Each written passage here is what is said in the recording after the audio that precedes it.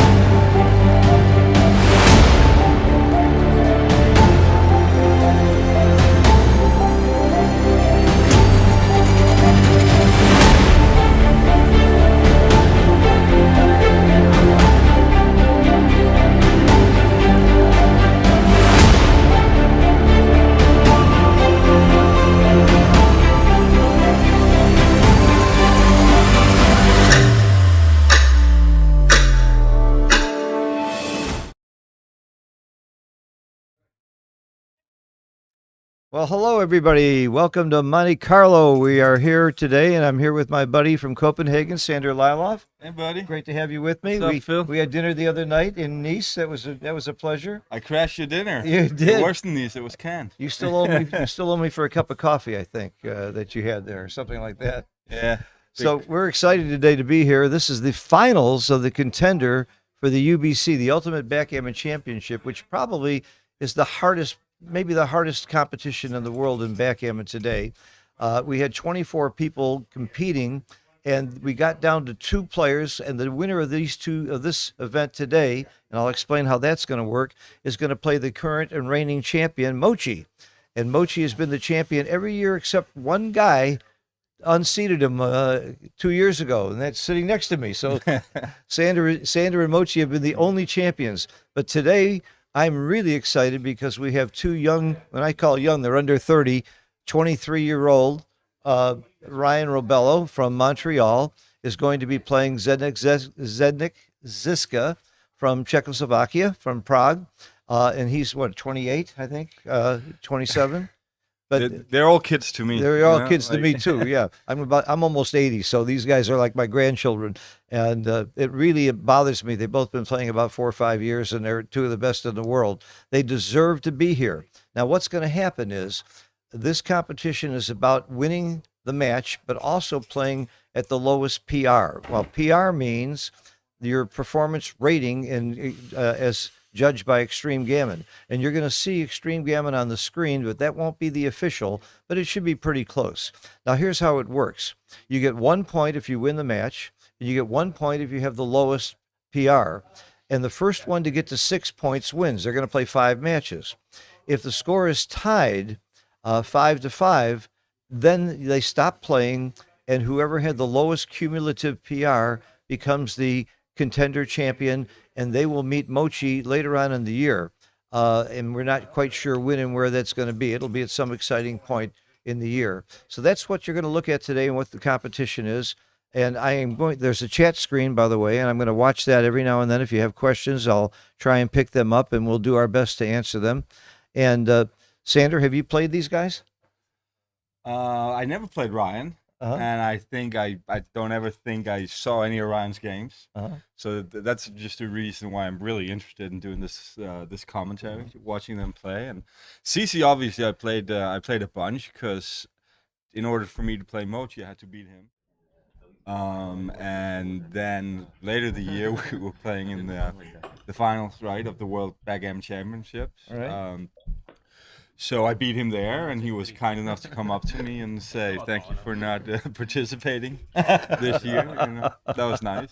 And by the way, I know Zdeněk better than I know Ryan. Yeah. Ryan plays very fast, you're going to see. He's a natural player. He's learned mostly not from books, not from studying, but mostly by just playing XG, and his dad got him into the game. His dad's a very nice player, and has been playing for years. Ryan's only been playing 3-4 years. Zdeněk has actually written books and is a teacher and is more of the student of the game. And, of course, we all learn from XG. Sander, you didn't compete this year. I guess they're about ready. No, I tell you the truth, I met a girl, Phil. That's more important. Yeah, I just can't. You fell in love? I'm very much in love, and I can't focus backgammon at all. Well, I'll tell you. There's a handshake. There we go. They're getting ready to go. Right. I'm sure this is a special moment for them. You know, it feels. Oh, yes. You can see that Ryan is on the top with the red checkers and ZZ. We call him ZZ on the bottom with the white checkers. And here we go. I guess it feels pretty 50-50 who's going to prevail. I would give Zednik a slight edge, very slight edge. Okay. If I were betting, but I don't like to bet. $1? You don't like to bet much? not all right, you got Zednik, I got Ryan. All right. I'll bet you a dinner. All right, you got it. Anthony, It's a bet. All right. All right. And it's not that I like one better than the other. I promise you. I just think Zednik's game's a little better. Well, here we go. I wasn't really paying attention. Red is getting some checkers sent back. So these games are always interesting and pretty interesting for the PR as well. Why don't I see the clock moving? Am I missing something? Well, the clock is not moving. I'm not seeing any action on the PRs. Maybe that's why they've stopped. Maybe they stopped the clock to check something. Oh, you know what it is? The transcriber, Daniel Rivera, has not been a transcriber before, and he's trying to catch up. That's what it is. Okay. Then he rolls 3-4, comes into the 3. They started with, is Mate doing the transcription? Okay.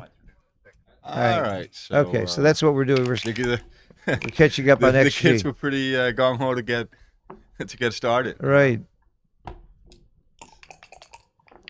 right, so Ryan is playing with a lot of guys back. The 1-4 is not really a back game yet. It's too early to call this a back game. Can't call this a back game yet, no. He's not committed to a back game. He certainly is committed to a hitting game. He's going to try and get a shot because he's way down in the race. The race is your pip count, and you can see that on the screen. He's losing by 32 pips, so he's got to play for a shot. He played this nicely. I like that he was thinking about leaving an extra shot out there. No. You tend not to leave extra shots when you're that far ahead in the race, but if you play too safely, you're going to leave the shots later anyway.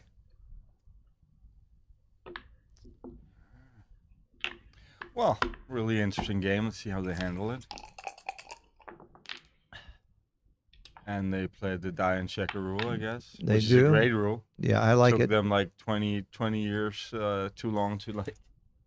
My brother and I used to play. Figure that out. My brother and I used to play. If it's on the floor and it's face up, we'll use it. We didn't want to waste time. This play looks almost forced to me, isn't it? No, I mean the first two plays are pretty even, right? Obviously, you have to make the ace to get 6 unstack the 6 checkers, and then you could. It'll probably give you a much simpler game if you bring 2 guys down from the mid. The plays are close, but you should really be thinking about what's going to give you the easier game. So I do not like this play from Sending, even though it doesn't really matter on the PR. Yeah, easy play for Ryan. When you're playing where PR and winning are each worth a point, does that change your game in any way? Yeah, for me, it changes the game a lot. I mean, I think these guys, obviously, I think much deeper than these guys. No, but I think these guys they're like machines, right? Robots, I think. So I don't think that they factor that stuff in. But you do.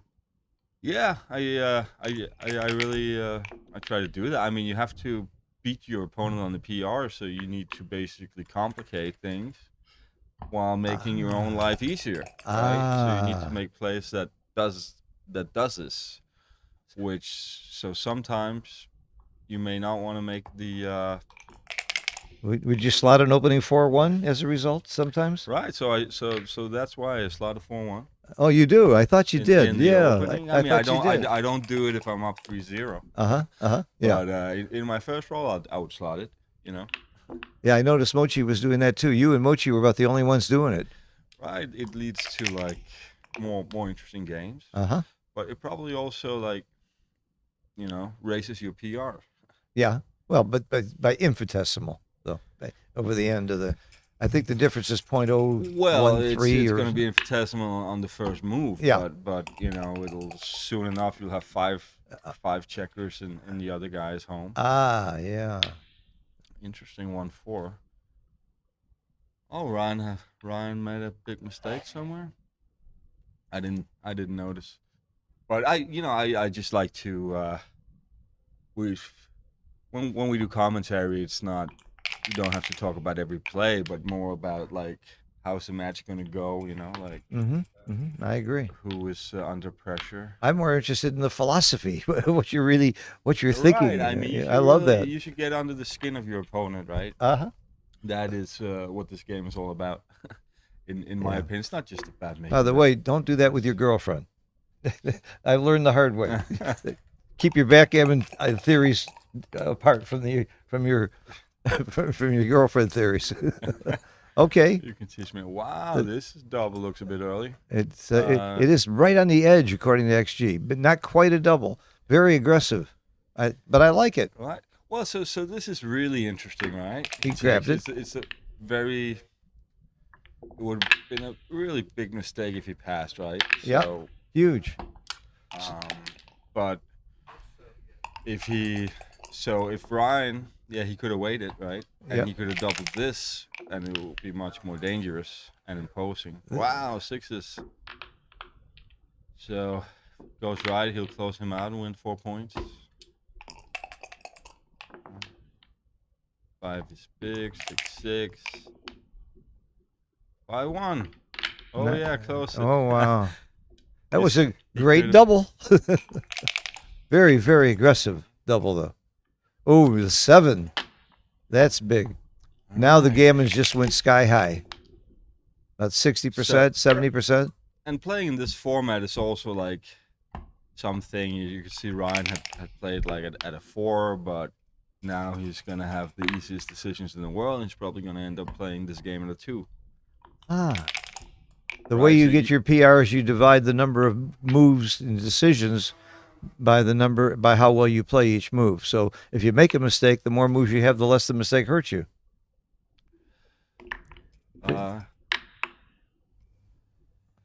But you're right. It's already coming down. It's very nice. So when you get closed out, that's when you close your opponent out, it's just great. I mean, you're gonna get your PR down, and you're also gonna win. So you should really be playing aggressively to get your opponent closed out. Yeah. Now this has no effect on ZZ's PR. In the old days when we used Snowy, when you were dancing on the bar, those each counted as a move. But now with XG, it doesn't. So the only thing that counts is the moves where you have a decision. So ZZ's PR is not going to move at all while this is happening. Yeah, it's probably a little better way to do it. Oh, much more accurate. Absolutely. I think that's one of the best improvements between Snowy and XG. Well, I'm sure another thing these kids are doing is that they have techniques of grinding their PR down. I don't know, like recirculating checkers and not doubling when we old timers would just double force. Just cash out, yeah. Yeah. Do you think about that when you're playing in the UBC? No, because I really don't like that. So I don't do. I try to outsmart my opponent. Well, you're obviously one of the best in the world at doing it. I'm almost sorry you're sitting here instead of there. Well, so I really don't like. Well, it's gonna probably get political at this point, but I just don't like the idea of just like playing low and like imitating the computer. Because really the game should be about like getting under the skin of your opponent and making them play back. Right? So you prefer just straight regular backhand? I agree. I totally agree. Yeah. So CC may save this gammon. He's looks like he's favored to save it now. It's gonna be close. I think he's favored to save it. Save it unless after Ryan that double rolls a big 6. double. Yeah. 6 comes down. Don't waste a pip. Did you waste 2 pips to bring it in? I wouldn't waste. I would not do that. I Yeah. don't know what I wouldn't waste 2 pips to bring it in. He did. He did. That's interesting. Wow. So yeah, this. I don't know how we found that. It raised his PR from 1.7 to 1.95. Yeah. So it was wrong. Okay. All right, now he can roll like some baddies, like a 3-2 or 2-1. I mean, small mistake anyway. But yeah, that was surprising. Me too, because that's such a standard type of Alright, play. so- And he's up. Yeah, so here I would have just like put my checkers back. Yeah, I guess right. He needs the decision, right? Right. Um, All right. Well, you can see ZZ is playing at 1.58 versus 3.64. So even if Ryan wins this match, if ZZ continues to have a lower PR, it's a tie. Very interesting format. All this is a result of the BMAB type organization, which I think is excellent. It's really helped us see who the better players are and how good they are. And I want to give a congratulations to my good friend and co-teacher, Dirk Schiemann, who just got to be Super Grandmaster Level 2, which is just surpassed Mochi to have the lowest total PR right now. So I think that's quite an achievement for Dirk. Well, Dirk has always been a top player. Even in the years, I think when he wasn't really around, people were always like saying that he was amazing, right? Oh, I yeah. actually don't think I ever played a match with Dirk. Well, he was. I think he was number 2, always behind Leverman back in the early '90s, and then went to play poker, and now he's back for. Have you it's our game have you spoken to him? Is he coming? all the time. Well, Dirk and I teach together, part of the Backgammon Learning Center. We work together, and Well, is he coming? oh yeah, his latest book, by the way, I just saw him in Sweden too. His latest book, hit. I forget what it's called, but it's about whether to hit or not. I think it's called Hit or Not. Is amazing. His first book is the best book on theory ever written, but it's way over my head. Do you read those books, Sander? I don't. Okay, you I could write them. I believe that I read Paul McGrill's book, Okay. and I found that to be just fantastic. Right. Oh, it was fantastic. The theory was still good today in every way. Well, it just teaches you how to think. Last year I bought Mitch's book because I wanted to try to figure out how to bear off against like the 2-point game. You bear off more aggressively against the 2-point game. That's the main thing I learned. I learned that from Jake. He was one of my mentors. Yeah, there's so many cool things to where you can improve your game, right? So, a hit or not, what a great subject for a book. Yeah. The one book that hasn't been written that I'm asking everybody good to, if they would write it, is on containment. I haven't seen a good book on that. And it's so after you hit a checker, after he's born off a few checkers, and how to play from there, it's really a complicated game. And we all know, and Xavier admits it, XG doesn't even play it right. Oh, that was. I didn't like that play. Small mistake from Ryan. But maybe for the right reason, he's unstacking his 5 checkers. And he's not giving up the midpoint, but he's just leaving a bunch of shots. Not a big deal, but anyway, this is a nice. It sort of shows you how Ryan is thinking. Yeah, good thinking, but not quite warranted. Well, he's proud of the fact that he plays so fast, and I'm not sure that's something to be proud of. I mean, it's okay, but I think he should slow down. Well, another fun thing about these matches is that it's time management is like a factor, right? So. Well, you sure learned a lesson in that last year in the Monte-Carlo first round. I'm never going to let you forget that. Being such a nice guy cost you the match. Well, yeah, I knocked myself out of the tournament. Right. And then I haven't played since. Well, but you're probably pretty happy if you found a girlfriend you really like. Well, That's worth something. That's worth something. I don't know if those things are like They balance. trade-offs or related, E- correlated. Everything's a trade-off. Everything. How you use your time. Oh yeah, that's right. You only have so many hours a day. How you use it. No, but obviously, like your wet dream, you want to get your opponent to play badly, and Uh-huh. so if you can really get them to like run down the clock, they'll they can like really mess something up, right? Uh-huh. Uh, Still. one of these days it's gonna happen that one of these guys is just gonna like really like slaughter his game, Uh-huh.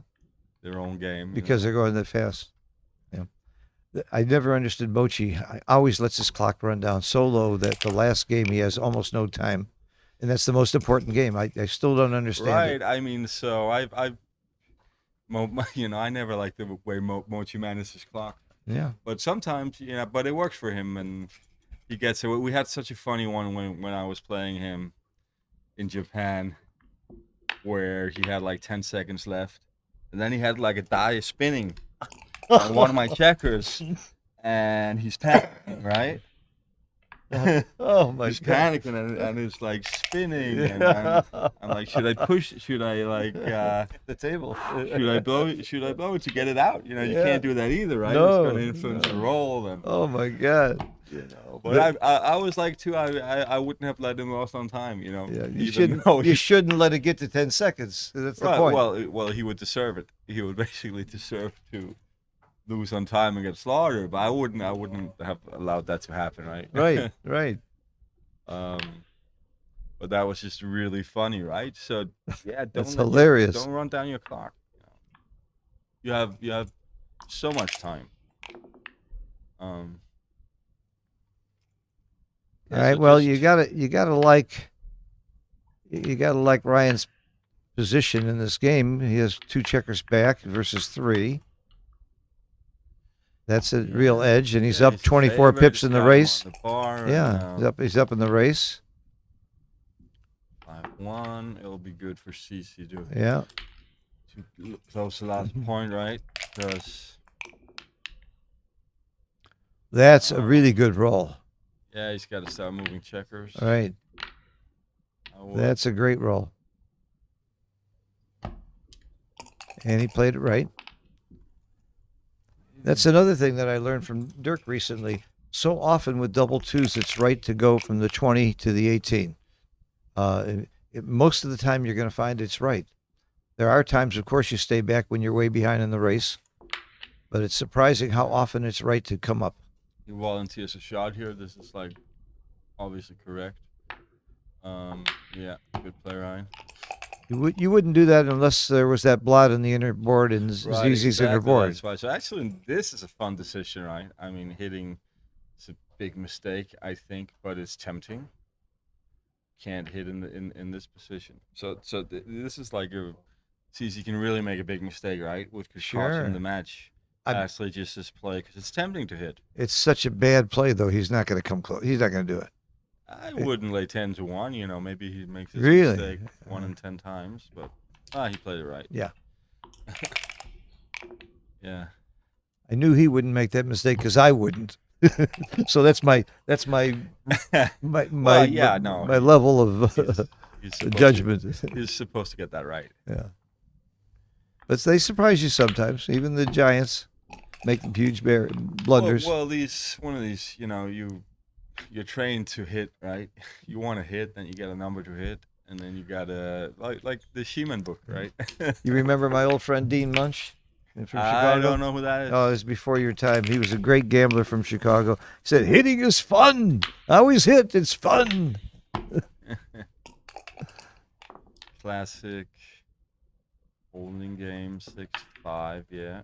Somebody asked the question, why does BG allow pip counts? Well, you can make that choice. There's a little button a little box you can check to show the pip count or not. It's a matter of choice. So But of course, the players don't see the pip count. Ryan wins another point.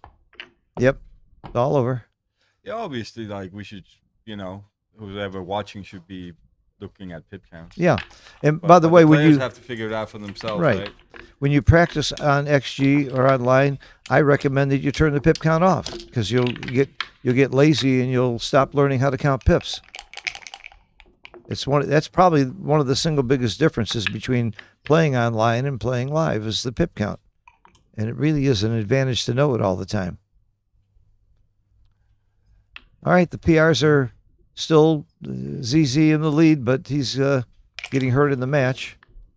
Tara is usually listening. I hope you'll adjust the scorecard so that people can see it. Oh yeah.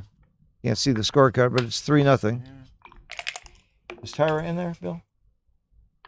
This TV. Oh, The stream. They can see the it. stream they can see Yeah. it? Oh, okay. But still, it's like, Yeah. well, Yeah. whatever. All right. Whatever. Not as bad. Well, the score's not that important, is it, Sandra? Well, I don't. So you have some people that they got sort of like OCD, right? So they want like the Yeah. like me. the score, like you, like Like me. the score thing to be like accurate. Oh, look at and- this. and- We have a double take very quickly, very early in the game. Most people don't even think about doubling this soon. Wow. Well, this is interesting because, well, obviously you're stuck, and this is a huge double. I mean, stuck 3-0. Sort of like, I mean, he's gonna find it too. I mean, And Ryan's going to snap it up. which will we double this in the money game? Absolutely. Probably not. I would. Probably just like Activate the a gammons. little too early in the money game. But if it's just a little too early in the money game, then it's like huge when you're stuck 3-0, right? You really got to double. And I would be disappointed in CC if he doesn't find it. Now, he's taking a long time. He's not playing poker here, is he? He's really just thinking about whether he should double I or mean, not. he's got time. He's thinking about the position. He's maybe thinking he doesn't want to give Ryan an easy decision. This is sort of an easy decision for Ryan, yeah. Very Ryan nice. should- Very Ryan good for just- both of them. Ryan takes it. He's not wasting time. Good shake, CZ. Both players are continuing to prove why they belong here in the finals. They're both great, great players. And I wanted Ooh. to ask you, Phil. Do you know if these players have history With each Like, other, Did they play a lot on like I really- Backgammon Galaxy? I really or- don't know. I couldn't tell you. I think that they played a lot on Backgammon Galaxy. I know Ryan. I think they both do. Yeah. Anyway, this game probably would be very easy for both players to play. It would be very Really, I think it's much harder for Zednik to play this than I Ryan. don't think he's gonna make mistakes. I just think he's gonna He's blitz, blitz, blitz. he's gonna hit and he's gonna Yeah. grind his PR down even further. I think He's got right? 11 checkers in the zone. You just got to attack. Yeah. Look at this. 5 is very, very critical here. Wow, and it would be Oh, nice right, cover. so this is Nice easy for roll. CC, and it will be just if you could win this match and the PR and take a 2-0 lead, that would be awesome for him, right? It would be huge when you're playing a 6, a 2-0 lead. What's your match equity there? It's pretty high. Yeah, it is. And it just feels great when you in this situation you win 2 points. 4 points. Oh yeah, 2 points for the match. You're right. Right. Match and PR. Right. That's yeah, interesting. and and it builds confidence. It builds a lot of confidence. I don't think either of these guys lose confidence. I think so. Do you think during a match you start losing confidence? Well, speaking from the matches I played with CC, I think that he lost confidence in those matches. Oh yeah. Oh wow, that's very interesting. Yeah. I thought when you get to that level, you'd never lose confidence, but I guess you guys are human like me, huh? Confidence don't work like that, Phil. Wow. We're all fragile. Wow. If you make like a really big mistake or something, then you lose confidence.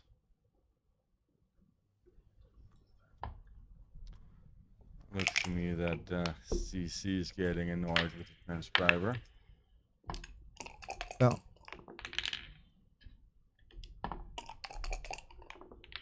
they're playing on the new. Look at this, bearing in again. Oh, see, this is a fun decision. I would probably just clear the 6 that like he's thinking about. I love that play. hope he clears it. But this is definitely something to think about. You would make this play? I would make that play. Uh-huh. Yeah, he made it.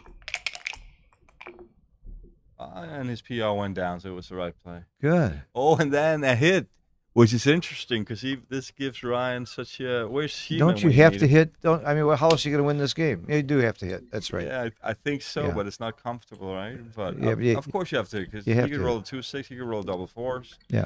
you could roll a 3-3 would even be bad, right? And it's You're getting probably- gammoned anyway. What do you got? and it's What's the getting gammoned downside? Anyway, and CC could miss with that 2-1, 3-1 double A. So hitting is clear, but you gotta think about it. Funny ace. Oh, this is interesting because it's ugly placing it on the 2-point, but at the same time you don't want. Yeah, he plays on the 2. Probably feels right. He saves like 3. Oh my God! What do This you do one, here? I would not hit. I Yeah, would that's way too rich. Definitely not hit, and then just Yeah. slot to 4. I would play his play, which it says it's a mistake. Wow. I would have played like Ryan. How could you possibly hit there? Like leave 27 blots. Wow, so Ryan has Ooh, that's a big miss. decent chances. Well, it's not really a man he can hit, Yeah, but he's yeah. probably not supposed to hit. Will just be too easy for CZ. to You're right. win. You're right again. Hitting is wrong. Yeah, you shouldn't hit. But it's tempting hitting, but you're not really desperate here. You're not desperate. It's going to be hard for CZ to get that checker around. So hitting is doing way too much. Way too much. See, again, like a big chance for Ryan to just lose the PR. You don't want to get this one wrong. And like I said, Ryan always plays fast, but look, he is taking his time here. Well, he should It's a take very his time. tough This play. is a huge play. This It's is, a huge play. so That's the right play. He made the right play. Good. Very good. Good work, Ryan. Double A's. Oh, this is going to be just so much more. Now it's interesting because now you're opening up. He can. Yeah. Now Ryan's supposed to hit way more aggressively. Up until that play, if I was Ryan, I'm thinking about how do I save the game, and now I'm thinking about how do I win. This is interesting. I think I would hit, but It's very close. actually it's a mistake hitting. Very close. It's close though. I mean, this if you don't hit, it shows a lot of like understanding of the position. I'll say. I mean, if you could get him to crunch down from a 3-point board to a 2-point board, then you improve your chances, and you don't gain too much from hitting. And you certainly lose a lot if you get hit back. Well, anyway, it's a very close play, so Yeah. so Can't fault him for hitting. just goes to show about understand. Yeah, all right, he hit. Sort of like he's trying to get it over with, right? Oh. And I hit back. Hit Now he's back really is got to big. come in. Comes in Really 75% of wants the to time, and he come doesn't. in, but he fans, and That's now the he feels downside. really bad for hitting. Oh, yeah. Small mistake, but a big punishment, like we say. But he comes in and hits. Wow, right. That was a key That roll. must feel good. Oh, I know that feeling. It happened to me once. Yeah, 1998. See, people remember all the bad things that happened to them. They don't remember the 1 or 2 times that they got the Joker.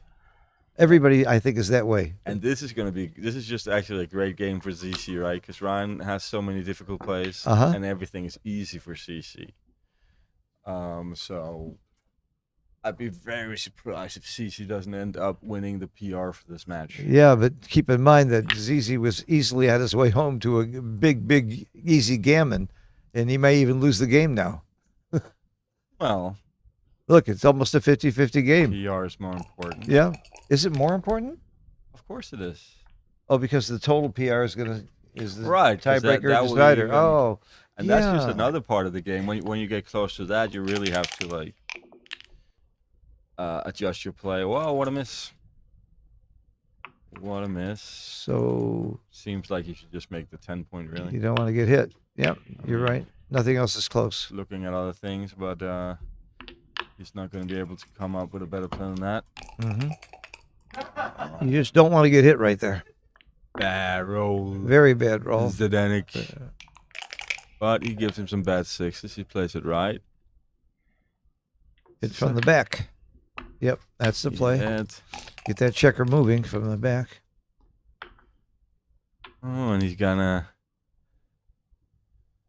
Yeah, this is fun because Zdenek is gonna really fight for his 3-point board, but the dice may not allow him to keep. Oh, look at this. Cannot hit. I mean, you're right. This is a PR buster for Ryan this game because he's got the tough side to play after that hit. oh. So double four is funny. He immediately looks at the correct play, which is which is good, right? Yeah, I wouldn't have come off the ace point there. I would have gotten it wrong. I promise you. That was a really good play from Yeah, Ryan. Really good play. Yeah. That was a really good play. I have a tendency to stay on the 24 point in these games. Maybe probably way too I mean, much. double four is such a bad roll. Yeah. But he made the best of it. 5s, 3s, and 7s, and he rolls an 8. Oh my goodness. Yeah, double four. He's going for Yahtzee. Yeah, so now he's just gotta make the 2-point. I would play it this way, and Zdenik's got a chance to jump, possibly win a gammon. And again, he made the right play. I might well have missed that play. He's not a favorite to win a gammon, but Ooh, okay. It's huge here to roll a 1 or a 3. Very, very big. He got it. He got it. That can turn the whole match. That roll. And now, yeah, who's got the tough decisions? I mean, I don't think Ryan's going to get in trouble here. But the cube could be, so now the handling of the cube will be interesting. Yes. Like, now you have the take points and the doubling points, and you really got to know match theory. I mean, how does it feel to be ZZ here, having a huge gammon win, and all of a sudden turning around? He's tried that many times. Obviously, it feels awful for him. But but you know, when he wins the PR point, he'll be very happy, and he will obviously be a match favorite. And when I see match, I mean he's playing Mochi. See this. When does he have a recube? Well, I think I'm not really good with these things, but, you know, I would be very close to recubing. And he missed a big recube. Yeah. He missed a big recube. He did. And that's going to hurt his PR also. I will probably have a recube that position, but now it's interesting because CZ can make an even bigger mistake. So this, well, he doesn't recube. All right, so now he will have a huge recube, and this is going to be an easy pass for CC. Right? Sure. So he'll just be like, there it goes. So yeah, He's a little late. He's a little late on that cube. Ryan did not handle the cube well this game. But you know what? Again, he didn't think very long, too. He rolled pretty quickly when he did have a very sure recube. And before the match, I was talking to Ryan. He was proud of the fact that he plays so fast. There's other things I would be proud of. Well, yeah, you have 8 minutes. It's a 4 cube, so it ends the match. Yeah. So you can actually think about that cube for like 5 minutes, right? Yeah, he should. You could have thought about that cube for 5 minutes. Right. Yeah, so I mean, if we could interview them during, you know, between matches, I would definitely ask him why he didn't recube that. It wasn't a huge mistake, but it was. It was, I think, a 0.6 error, 0.06. But if ZC takes this, then he would be a genius. But he doesn't. Okay. He doesn't, and yeah. So where are we on the PR? I'm sure. Oh, CC's killing him. ZZ's killing him. He's killing. Even though the match is going the other way. I would.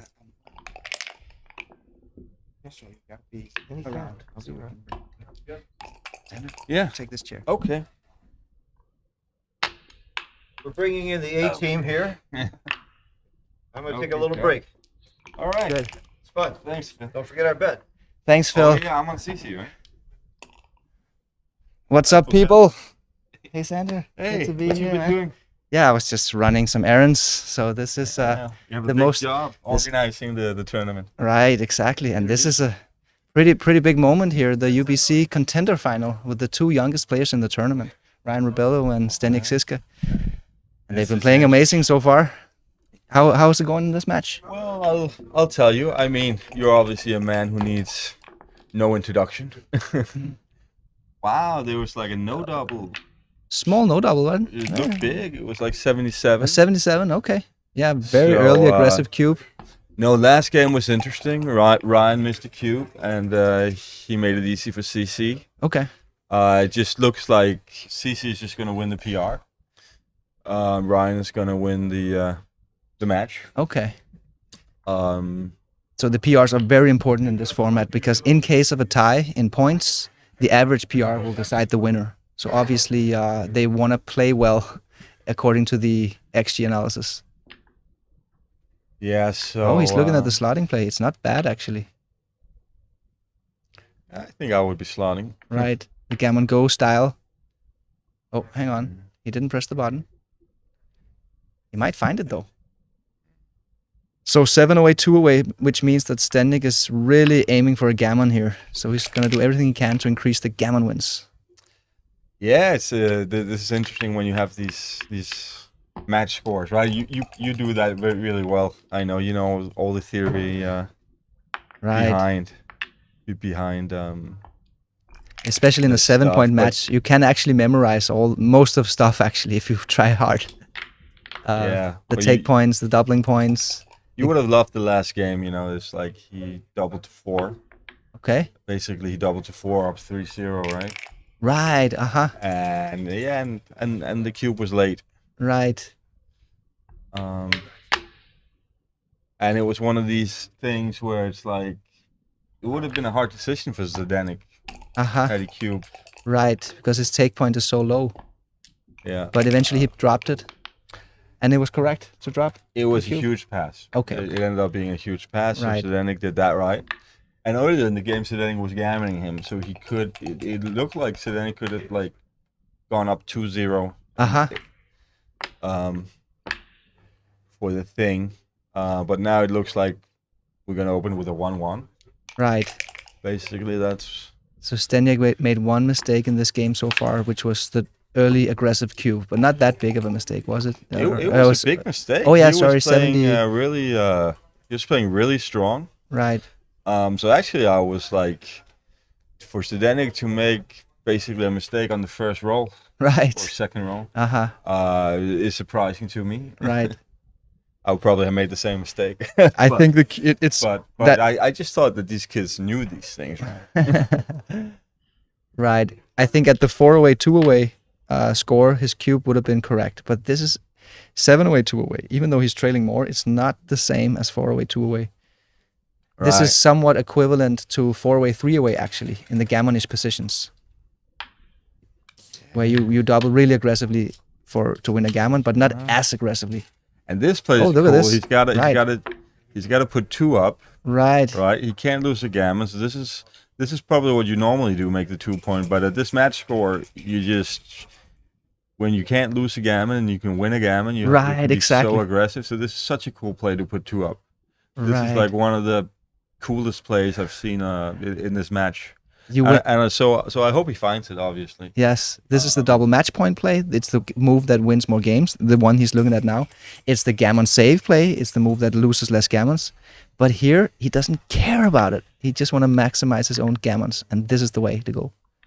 Right, so this is just a great play. Like it's an unnatural, and he Wow, finds it. That was good play, Stanley. nice, Really Zdeněk. nice. Nice. Oh, big swing there. Oh well, he's just gonna lose the match, but Right. but It looks like a Yeah. sure win for the PR here. He's almost cheering to just lose here in this format, because winning the PR is more valuable than winning the match in a final like this. obviously, yeah. So it's not This bad is for the Zdeněk. easy. Oh, and that's the double-edged sword. When you roll a double, your decision complexity goes up. So you don't want to make mistakes. Oh, look at this. Oh, wow. Then it could Winner freak gammon. Oh, Try another to close him decision. out now.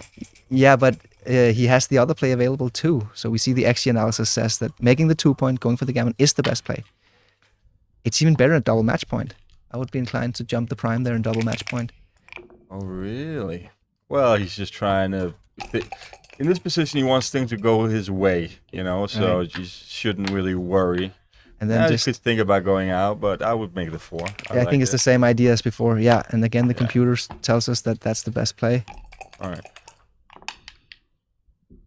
Oh, yeah. There we go. That's the first could 6. this be a slotting play, Mark? What do you say? I think so. I think so. Yeah, right. At this score? Right. That's beautiful. At this score, look at this. Yes. I think you gotta come here, right? Or here to this. Oh, I didn't know how to. Yeah, you got this How cool to technology use that here from technology. I Terra. didn't even look at it. Yes. That is cool. Slightly off calibrated.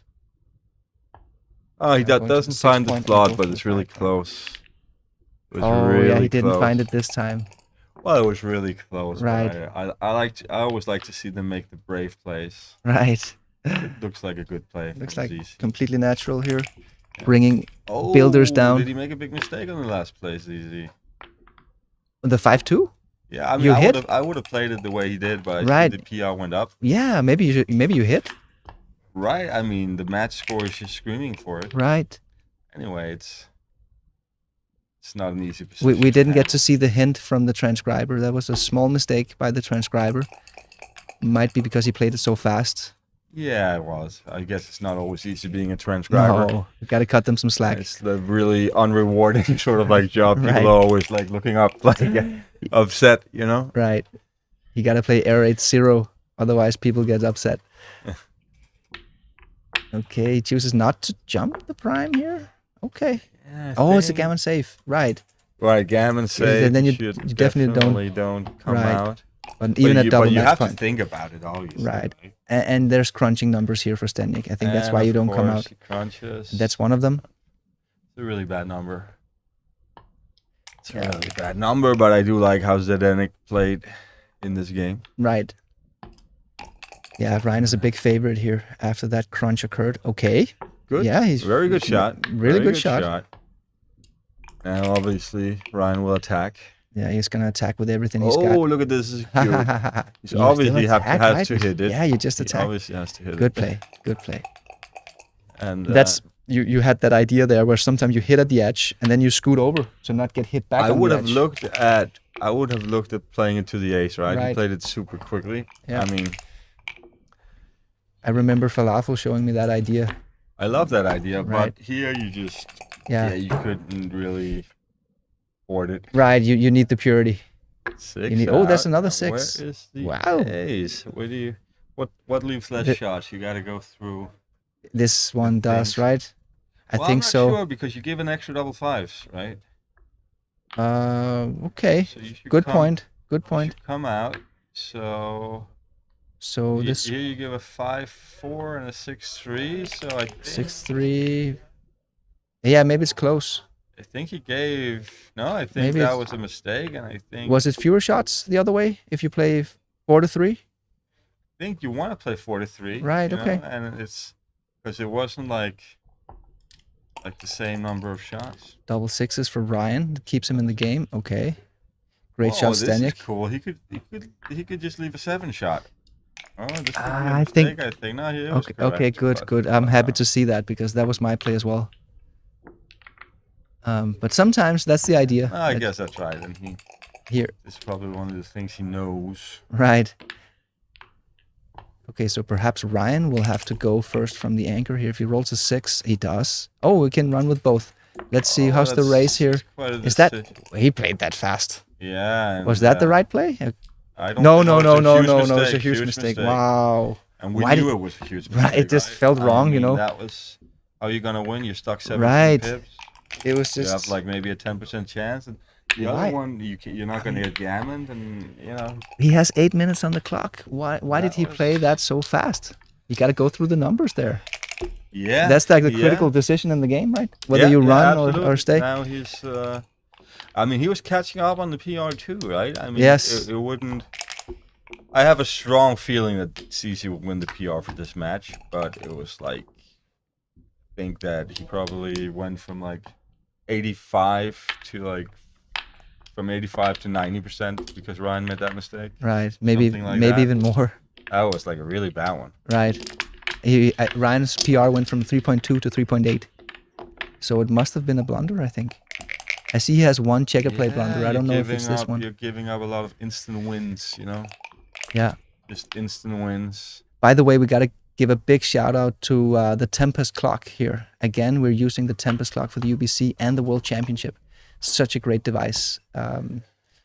The owner or the creator of the Tempest clock is actually here visiting us in Monte-Carlo. So Tom. Yeah, always Tom great is to such a see. genius. Right, he We is. had the pleasure of eating with him. Right. A few meals, listen to his ideas. You know, he could really like revolutionize backgammon in technological ways. Look at this one, Sander. 4-2. Oh yeah, well, you obviously gotta make the 4 point. I would say, you know, especially be trailing the match. Especially trailing in the match. Right. That's Obviously, if you're winning, I mean, if the scores were reversed, you make the 20 point. right. Exactly. This is one of those positions where the score actually helps you to find the best play. I don't think he's gonna make a mistake. No, this is a good play. It will be very disappointing. And one, I've been working on this book, Sander. It's called The Golden Point Dilemma, where all the positions are whether you make the 20 or the 5 point. So this position seemed very similar to the ones I've just spent a lot of time. And one of the details here is that Steniak's back checkers are already split, so they're already well positioned. They don't have a liability to them. Right, If they're both on the 24, you want to get them moving. Here you really have something to think about, right? I mean, we can see from XG that it's a very close double. Right. So he should find a double, right? This could be one of these things where you get like repeating. Yes, and he doubled last time, so yeah, Nice there you double. go. Yes, Very nice double, we already easy take. saw him double very aggressively last time, so this is consistently. And it makes sense here. I love his play. Right. Oh, 3-6 double hit. Ryan has a big weakness in his position with the 2 stacks on the 6 and 8 point. But this is somewhat close now. At least Ryan has the race. That's a pretty good roll. He gets to develop something. Really? Is that a good roll? Yeah, I mean, I would probably I would have re-rolled. you would re-roll. But yeah, it's close, I think. Okay. Ryan is liking this. Yes. Oh, wow. Now CC is liking it. Uh-huh. Yeah, CC is back in the lead here. Not a good roll. You know, this could be like this could be a gammon, and It could be a big lead for CC. And And yeah, the right play is to come out, but yeah, he's gonna think long about this because it's risky coming out with that back checker. it's hard to find. Okay. Very hard to find a different play and It's just so alternative, right? So weak to play 8-2. That's I the would thing. never play 8-2, but I could play. Or 6-1. Oh, he played 8-2. Small okay. mistake. Right. I just. That was a tough one. Okay, clear play here for Steniak, and then you come out. In or out? In and out. I mean, you would like to get a builder more like this, but the problem is that you front loaded all the way to the 4 point, and it's just almost never correct. Yeah, it's a little bit tough. This one. Yeah. Another detail is that you have a strip midpoint. Steniak has a strip midpoint, which adds Still, extra he's incentive. gotta go to like for the gamma. Right now, he's got to Right. hit and just Right. leave everything open. Right. Yes, I think so too. It's a scary play, but you know, It's the I believe gammon he's gonna go. Do it. I think so too. You know, because it's just nice to make scary plays when you're Yeah, trailing a match big, right? exactly. You want to play it big. Yes, good play, Steniak. Maximizing his gammon wins again. Oh, wow. Look at this. Oh, yeah. 1, 2, and then you double hit. There you go. 3 men on the roof. Yeah, what a roll, huh? Yeah. I mean, I really like expect the score to be 1-1. Yeah. It After looks like a this. 1-1 from where we are sitting. And so, Mark, are they taking breaks or like are they just playing? Well, Like, what do you think they'll if take a I- break after this? I think they will probably do short breaks between the matches, but both of them like to play, and they don't just really wanna like get it- right. yeah, They don't like just want breaks. to get it over with, probably. Exactly. So I think we're gonna have more or less ongoing, games. It's nice. 1, Great 2, roll 3, for Ryan. and I think he's probably looks like he's making a mistake. I would be clearing the 13. Yeah, definitely. I would be playing off the 13. But you gotta bring those guys home. I would just play this, to be Really? honest. Yeah. Didn't I would have really played the that. same. Let's see if his PR went up. I don't know. Oh, It's that's an easy play. yeah.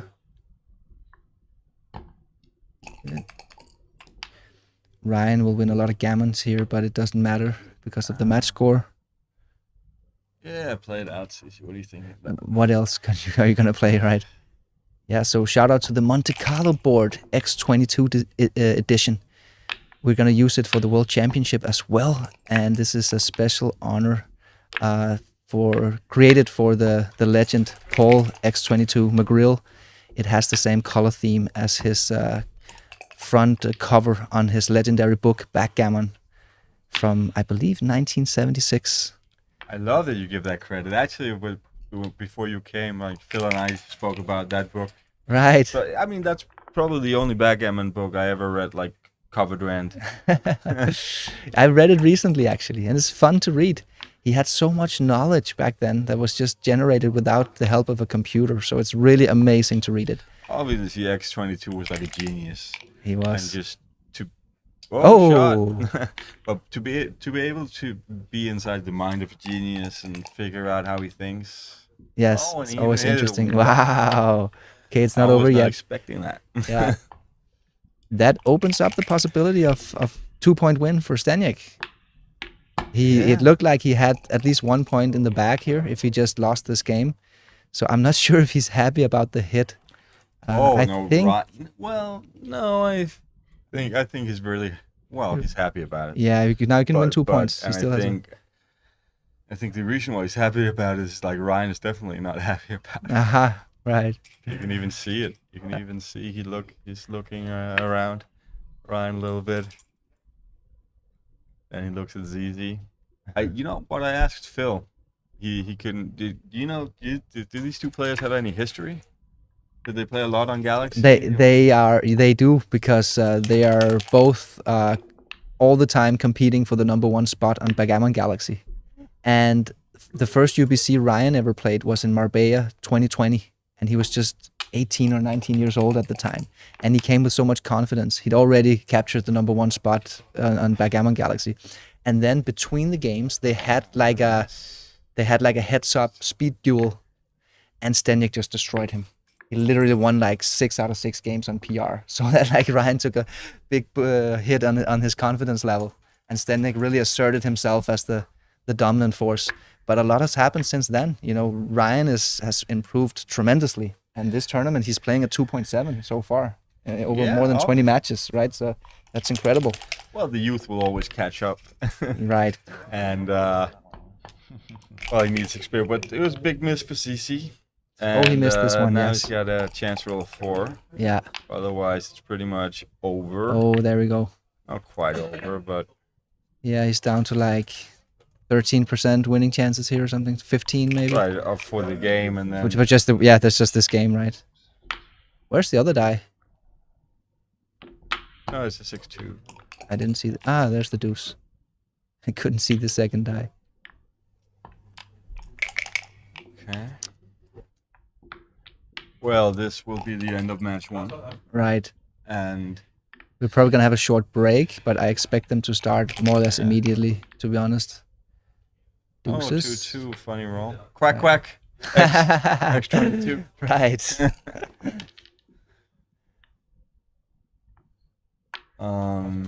Now I really like this way CC played this match. Ryan Right. didn't play badly at all, but he made 2 mistakes that he probably will regret. Yeah. Yes. CC played great. Obviously, Yeah. just made a few Ryan inaccuracies. Ryan missed a cube. Right. And then he left with the 6-4, yes. which was A bad play. well, he didn't let's really say. think about it. you know. Right. I'm Which sure he would have made the right play had he thought about it. yeah. And obviously, you don't really get anything for finishing the match with 8 minutes to Stanic's 3. right. And when you say think about it, what you mean is actually spending time computing the numbers. All right. 1-1. Yeah, it's a clear 1-1. 1-1. We don't need a so, deeper analysis for that. Sometimes the players get the results of the match. Right. When you play Mochi, he's has to go through the match and everything, and I wonder if they're gonna do that. Right. And you've been in that spot, Sander. How is it to face Mochi in a UBC final? You've done that three times actually, and beat him once. Yeah, I should probably have beaten him twice. but no, I mean Mochi is just very intense and focused, and he has his way of doing things. He's sort of like the man, Right. So he looked like I'm saying, but I don't. You can do it where you learn what the PR is and you look at it, but you could also just play, right? Mm-hmm. Mochi prefers to look at the things. I mean, these guys, I don't know what their preference is. Right. Always is something that they can just agree on. How do you see their chances? Whoever wins this and has to go up against Mochi, how's that going to be for them? Against Mochi? Well, I mean, one of the reasons why I'm sitting here doing this commentary is I never saw Ryan play, so I know a lot about how CC plays. I want to say, so I can speak about him a little bit. I don't know. I'll see how Ryan plays. No, I mean Mochi is going to be a favorite between probably over both these guys, but probably not a lot. Maybe 60-40. Mm-hmm. I mean, they play really good, Right. and Mochi is not like, oh, you can't win. Like you Yeah, said, yeah. I won one time, Right. and I was in the other two matches. I was leading big in both of them, and then I sort of like lost my concentration. And I think these guys, they don't really lose concentration. What about the play Ryan just made? What? Like the play Ryan just made where he ran from the anchor. That's like there's not space to make these kinds of mistakes when you're playing against Mochi. No, that's right. I mean, but I think so. I don't know if Ryan, there's going to be like 6 months or something before he Right. plays Mochi, and he probably really wants to win, and he can take some time and Yes. go to the drawing board, and he can think about how he wants to do things, Uh-huh. and then he can probably eliminate these sort of mistakes. Right. And well, if he hadn't made that mistake, he would probably be playing at a 2-point something, and Right. Yes, and it will be like. It would be like 50-50 to beat like Mochi in any given match if you're playing around a 2. Right. Right. He seems to be incredibly talented, Ryan. Has this natural, quick style of play. Yeah, he developed knows, from online, just playing like 8 hours a day since he was 14 years old. So he still seems to show a little bit of inexperience that I think Staniak is like a true pro now. Like he doesn't make these kinds of concentration errors. He's maximized his time management. He knows when to spend time. He doesn't really make brain blunders. Of course, everybody does, but Staniak seems to be playing at a very professional level. Where we see Ryan is still a little bit inexperienced. I can definitely see what you're saying. Yeah, that's what, and I think it's 1-1. But I mean, right now, if I had to bet, I'll be betting on Zdenek. Yeah. He seemed to just be composed, and Ryan is a little busy. I mean, I like to see him when he's just playing quick. It shows a lot of talent. He knows what he's doing. He knows what he wants to do. But yeah, I don't know why he's rushing. Yeah, he's rushing. Maybe it's a personality thing. He always played this way, Well, if you have a way that you play, then and you're successful, then Right, but I think it's because he developed his game by playing online on Backgammon Galaxy. So even the way he moves his checkers back and forth is a little bit like the way you would shuffle checkers around online with a mouse. Maybe he's really? starting to develop more into a live player now, getting more experience. But at least that's how it used to be. Yeah, I mean, like just looking. I mean, he moves his checkers like forcefully, right? Yeah. Right. Whereas, like somebody like myself, I throw the checkers around. Right. So that's also like a thing that you can like Yes. develop. Right? Yes, and you got to figure out where you stack. Like for me, I don't like it when I have this kind of stressful, forceful feeling in my body. I like to be relaxed because otherwise my brain is gonna miss stuff. But Ryan seems to be the other way. He likes to be tense, you know, move the checkers fast around and like be like tuned into the game, like almost physically. Yeah, well, you know, obviously he's in the final. He's had a lot of success, but it's also he has invested probably. He's been playing, I don't know, like 20 hours, 30 hours to get in the final, and he's invested a lot of time to get here. So I wish for him that he would invest a little more time. Right, don't rush it, man. Because it's not easy to get these Mochi matches. You know, it's not easy. You have a lot of good players to beat, and then you know Mochi is there all of a sudden, and it could be a while before you get to play Mochi again, right? It's so difficult. This is the third time Stanek is in the UBC Contender final, and he lost. He lost to you, and he lost to no, he lost. Yeah, he lost to me. He lost. Dirk beat Kazuki in Marbella. I think. And you sure he's been twice? Is it just the second time, or is it his third time? Well, he lost to Mochi as well. When the year you were the champion, he lost to Mochi. Yes, that's so right. This is the third time Stanek is in the Contender final. So imagine if he loses it again, how that must hurt. Right? But I don't think he's gonna lose. Actually, I think that we're like destined to see him at a final between Mochi and Zdenek. Yeah. You know? Yeah. It seems to be Stanek's time. But I mean, Ryan is really playing amazing as well. He's gonna just fight, you know. Yeah. And yeah, so well, it's not a 2-point lead. It's 1-1. It's 1-1 with Stanek having the advantage of leading the average PR. Yeah, but you could always get scooped somehow. You know? Yeah. These players are very even, and you can always lose 2 points. But right, it's 5 matches today, so it's still completely open, and not that big of a PR differential. Was it a 2.3 versus 3.3? So it's still very open. Yeah, it's one big mistake, and right. You know, the tables are turned. Yes. Zdenek feels more composed, and Ryan maybe a little bit erratic. Yeah. But playing well. You know, it's one of the narratives coming into this UBC was that Stanek, perhaps he wasn't in shape because he's been playing so much poker in the last year. We haven't really seen him much on the backgammon scene, but it certainly doesn't seem to be the case because he's been playing 2.7 PR average so far. Right. Well, we could speak to him and ask him about it. And I like Zdenek. We communicate. Sometimes we write on WhatsApp, and he's always sending me pictures of poker chips and and stuff. So, well, you know, it's like classic. There's more money in poker, obviously, than backgammon. So, you know, it's probably So you have to sort of like obviously spend your time when where the money is, especially when you're young. Right. But then he probably just comes home from the poker games and he trains a little bit. Right. That's most likely how he uses backgammon to de-stress, you know. That's at least. He definitely knows what he's doing. I really liked how he played this first match. I played against him in the tournament, and we had these back game positions, super long, 7-point match, ended up in a DMP. I used all my energy, didn't even play well. None of us played particularly well, but like complexity level 10 out of 10, basically, in our match. Well, you don't play well when you're in a back game. Right, that's the thing.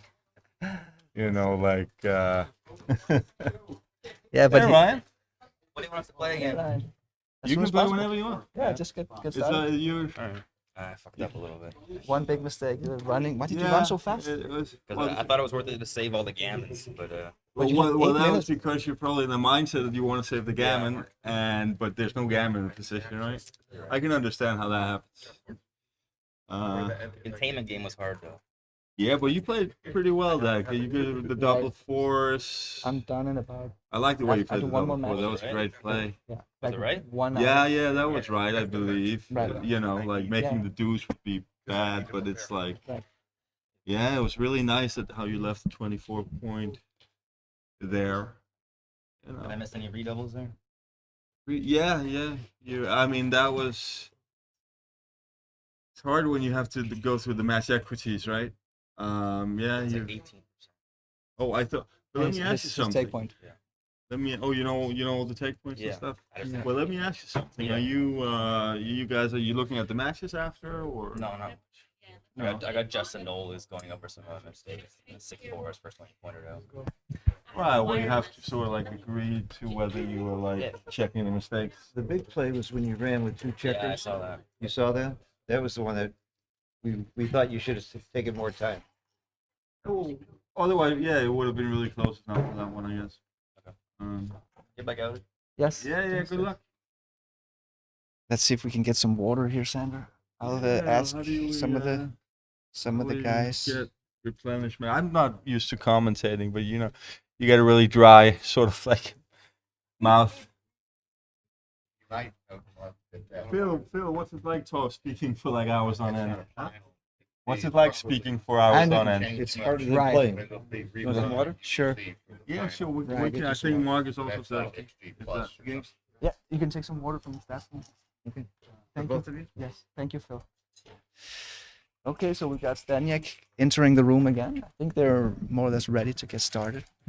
Looks like a certain 1-1. We don't need deeper analysis for that, I think.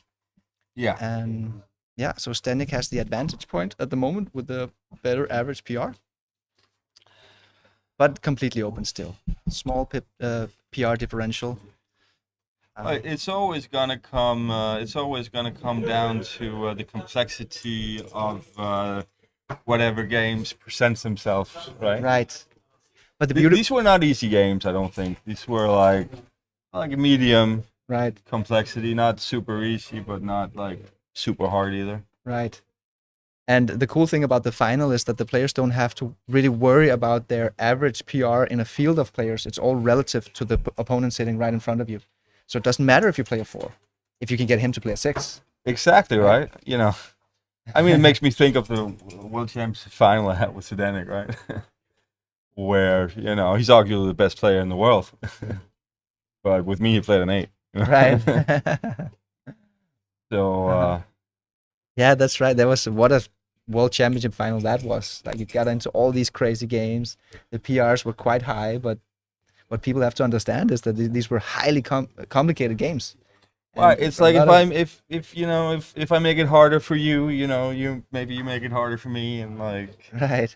you know, I have, you know, sometimes in these sort of formats, you have players like, I don't know, what do you call it, slow playing or Making things simple. in, Right. Just trying to play a low soft playing. PR. I think Right. in poker you Soft playing. there's slow playing in poker. Oh, Right. thanks, Phil. You're the man. Yeah, it's free. Anything's free, I would do for you. That's the kind of guy I am. Is it? Yeah. Is it now? Cheers. Yeah. buddy. That's too good backgammon. Mm-hmm. Oh man, I like what we're doing here, you know, trying to like represent backgammon as an art form. Right. I Exactly. mean, Such a beautiful game. We should maybe speak a little bit about that when they play. right. About the I mean, structures, the patterns. yeah, absolutely. I mean, when I comment, I'm not really interested in commenting on, you know, how do you play the 4-3, unless it's like a really cool play.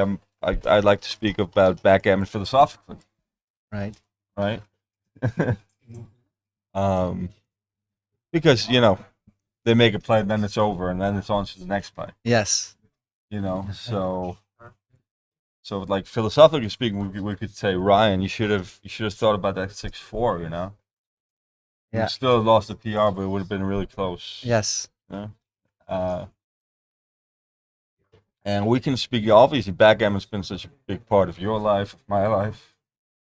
It's brought us together, you know, Right. good friends. 20 years now. Yeah. Yeah, we've been friends for 20 years. I met Sander for the first time when I was 18, I think. 18. I was a football player. Brought all the other football guys down to the Haiku Cafe, to the Haiku Cafe. where the backgammon, with cafe tournaments. That Cafe was a big tournament, thing in, but it was in fun, right? Copenhagen. All of a sudden, you had like this football crew from the Superliga in Denmark, and all Yeah, these it was- backgammon players like battling it out. That was a good vibe. It was. And they were nice players that you brought. Mhm. Nice guys, you know, good energy. Right. Yeah. That's what And backgammon does. Right? Right, and already At that time, 18 years old, you were like born to be like a teacher and bringing backgammon to everybody, maybe the world. Backgammon Galaxy. How many users now? We're almost at 100,000 users. You know, that's great. You know, Pretty good. Bringing somehow you can like bring people to play backgammon. You know, build something which is massive. Get more talent. Right. I think you have the product here with Ryan Rebello. He literally grew up on Galaxy. Like we launched it, what is it, 5-6 years ago? He was like 16 years old at the time, or 17 or something. Just leaving. Okay. Exactly. Oh, we already said goodbye. Thomas leaving. And that's great. Yeah, exactly. I mean, our goals are much bigger than this. Like, I think the market for backgammon is in the hundreds of millions, actually, globally, right? So that's our goal. So we're still just getting started. But I think we're doing the right things. Like the YouTube channel is growing. We see here at the Monte-Carlo Open, last year we had 134 players with rebuys in the 2 divisions. This year we have 192. So the concern is that whether we even have enough space now, if it's going to be a 30% increase for the championship as well. I mean, let's see. Oh, that's funny. Well, you'll figure out how to manage that, I'm sure. I don't know. We got to find some more backgammon boards, perhaps, or make. Let's see if it's Well, even. you can just have people playing alternate times, I guess. That's what we got to do, I guess. I would love to like take a break over lunch at alternate times, but yeah, I mean, the most interesting thing that we can speak about is like how do we grow backgammon? You know, how do we go to market? You know, how do you create a platform and an audience? My idea has always been, I don't know how many people are watching, but you know, I love our conversation. I think it's really interesting, but you probably have to like make it like a small product, right? I mean, this is just like the opposite of like TikTok, right? Where people get like insta dopamine, right? I have my daughter on TikTok. It's horrible, right? Right, it's not that good. Right. So if you, and obviously we want to get young players playing, right? Yes. So how do you catch the attention? Right. Young. That's exactly the problem we're trying to solve. Make the app and the product as great and as user friendly as possible. We still have some way to go, but well, we're if working anybody listening to this has suggestions on how to capture the imagination of young people, they started playing, but you know, I'd rather speak philosophically. Okay, let's see if Ryan knows this one. This is the right play. Yeah, good. Opening theory, hitting on the 5 rather than making the 3-point. So here we go. 1-1. Short break, like a 10-minute break or something. Let me read comments if I. Remember to smash the like button, guys. We're trying to set records this year on YouTube. This is basically still early, right? The World Championship hasn't even started yet. The Monte-Carlo Open warm-up tournament started yesterday. And of course the UBC is in day 4 and this is the final. So we'll get the UBC settled before the World Championship begins. Okay, so this is just a regular mutual holding game here. Both players holding the golden point, 20 point each. Okay. Oh, look at this one, Sander. What do we have here? I was just 4-2. reading through the comments. Okay, so the best play is Oh. hitting and covering. Good play, Ryan. Slightly better than not hitting, but it was very close. It Oh, was I a would fun definitely decision have also. made Ryan's play. Right. Any good comments in there? Any good comments? Well, So many. poor people are mentioning why I'm drinking water and not beer. But Right, it's that was nice. Like yesterday was Saturday. Had a few beers, trying to enjoy. This is a interesting play. I would probably 5-4. break the 11. Right. I don't really see I mean, much. you won him. Okay, there is a different play, which is 23 to 18, which I guess is duplicating the 6s. You could do. You could come out here, right? Yeah. With the 5 and duplicate 6s. But, Yeah, that's a really play from the machine. right. I would not be doing that. 6-5, kind of forced. Forced by logic, as Simborg would say. 5-3.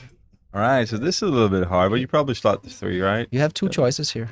I think you slot 3 because I think you want that that guy, this guy. You want a guy here. Fiddling around with this. You want to put that spare checker on the 20 point. And then it's nice to slot the 3 point. Thank you, Lona, for telling us we're doing a good job. Now that I started reading the comments. One guy suggesting we make a Danish beer brand. The Copenhagen Cafe. How great would that be? Like Right. PG beer, Yes. number 65 or something. So you know the points are now visible, so they're to the left of the player names. And reposition the illustrator stamp. Hopefully it should be working. Okay. So I can trust more or less. Yeah. Okay, cool. Because it was a little bit. Yes. Okay, so we just had Tara over telling us that we can actually see the total score next to their player names. So we see both of them having 1 point in aggregate. And it's 5 matches here, so which means that there's a total of 10 points to be played for. Yeah. So whoever gets to 6 points wins the match. Right, and I think could easily end 5-5. It could. I think that probably has a really high likelihood. And if that's the case, then the average PR decides who will win. We have Mark Dixon asking, how did Denmark create its backgammon boom? Will be interesting to speak about at some point.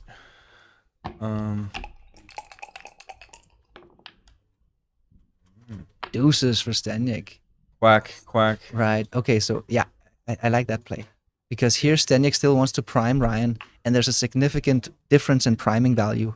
When you're facing an advanced anchor, you want to block the 6 pips away from it. Okay, it's actually very close here. Yeah. My play is the second play here. Okay. Well, I would torn. Well, he played the best one. Yeah, I he guess. did. He did.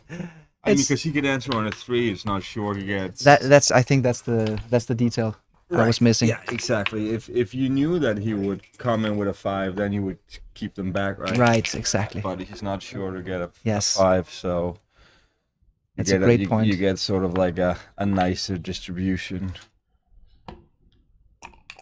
But strategically here, Stenjek is the one trying to prime. Oh, now it changes because he was trailing in the race. It's So a hit. Well, now definitely. now a hit, the right? cube is interesting. Oh. I believe he should cube. It's only 3. Ryan's we- actually up in the race. Right. So now you got to count the race. It's But isn't it a cube even such though an you're easy stuck in the take. race? Such an easy take. Okay, it's a small no double. Okay, good decision, Stenjek. All right, because now it's going to be even. Now he's going to have a Yeah. much better cube. Right, and it's important that you get 11 pips. That's nice for the race. Unless, he's going to be cubing. What if he comes in on an ace? I was just about to say this. Well, this is a big cube. This is going to be a big cube, Right. I think. Still an And easy take. Maybe it's a take. Is this an easy take? This is what you got to do because of the race. The race is too close, so you don't want to play with a goalkeeper here. You want to come up to the 20, so you're ready to jump out and race. Ooh, yeah, and the 4 is not really going to play well elsewhere. But this is a position where there's room to make big mistakes. Right, but I think I don't. think, right? Stenjek is not going to double here because he's only not up. gonna double? He's only up 3 pips after this move. I don't think it's enough. No, I think it's 8.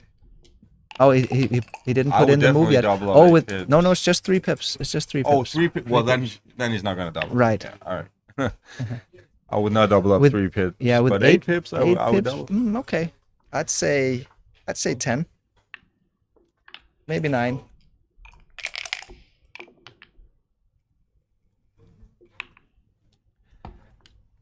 There we see the nice feature of having the spare on the 20 that he can just jump out. 5-1. Do you want to leave shots here? Ryan does have a blood on the board, but I I mean, don't you think... definitely want to leave shots when the guy's got a blood on the board and it's not that threatening, and you want to get close to a cube. I Right, mean, you don't want but- to play the 5 to the ace. You Right. it's better to play 8 to 7 so you don't have a weakness in your home board, because you might get hit and then you might hit back. So he should have played 8 to 7 instead of 4 to 3.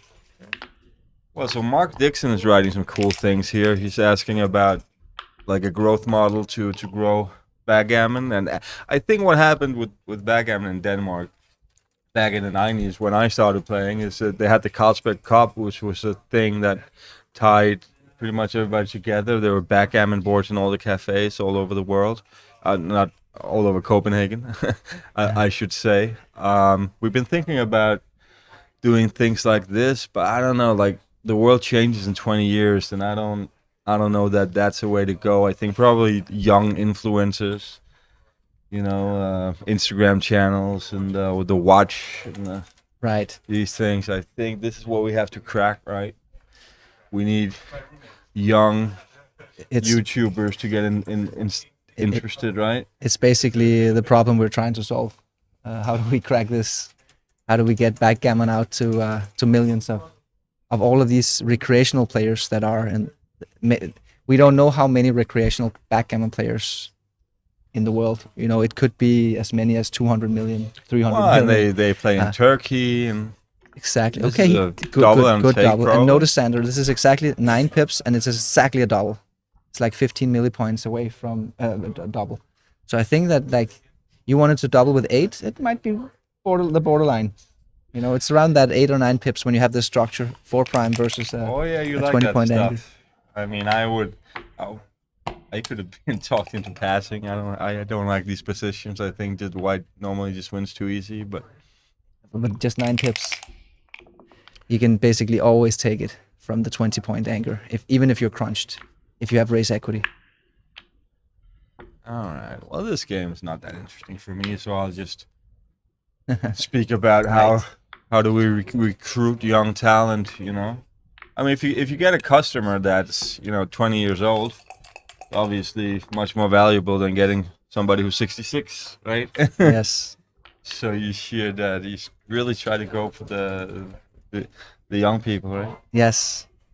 One of the other funny things about the game is the demographics are so wide. You have all ages. It's almost on Backgammon Galaxy, our user data is literally like a uniform distribution across all ages. So it's not like a game for old people, a game for young people. It's all ages that plays backgammon. This game is getting more. Well, that's really interesting, right? Of course, let's talk about you could get it like maybe into schools. Yes. I mean, of course, we have like maybe we could do it in Denmark, where we speak the language, we know people. But I don't know how you would do it in like America or Greece. Yes. I don't know how. Oh, 6-5. think, Ryan. Okay. Think. Yeah, again, a tactical decision. This happens to be the right play. Okay, he well, already good. knew. Probably had the race in his mind already. I like when he makes these plays and he's not really in doubt. Yeah. I think I played with a 7.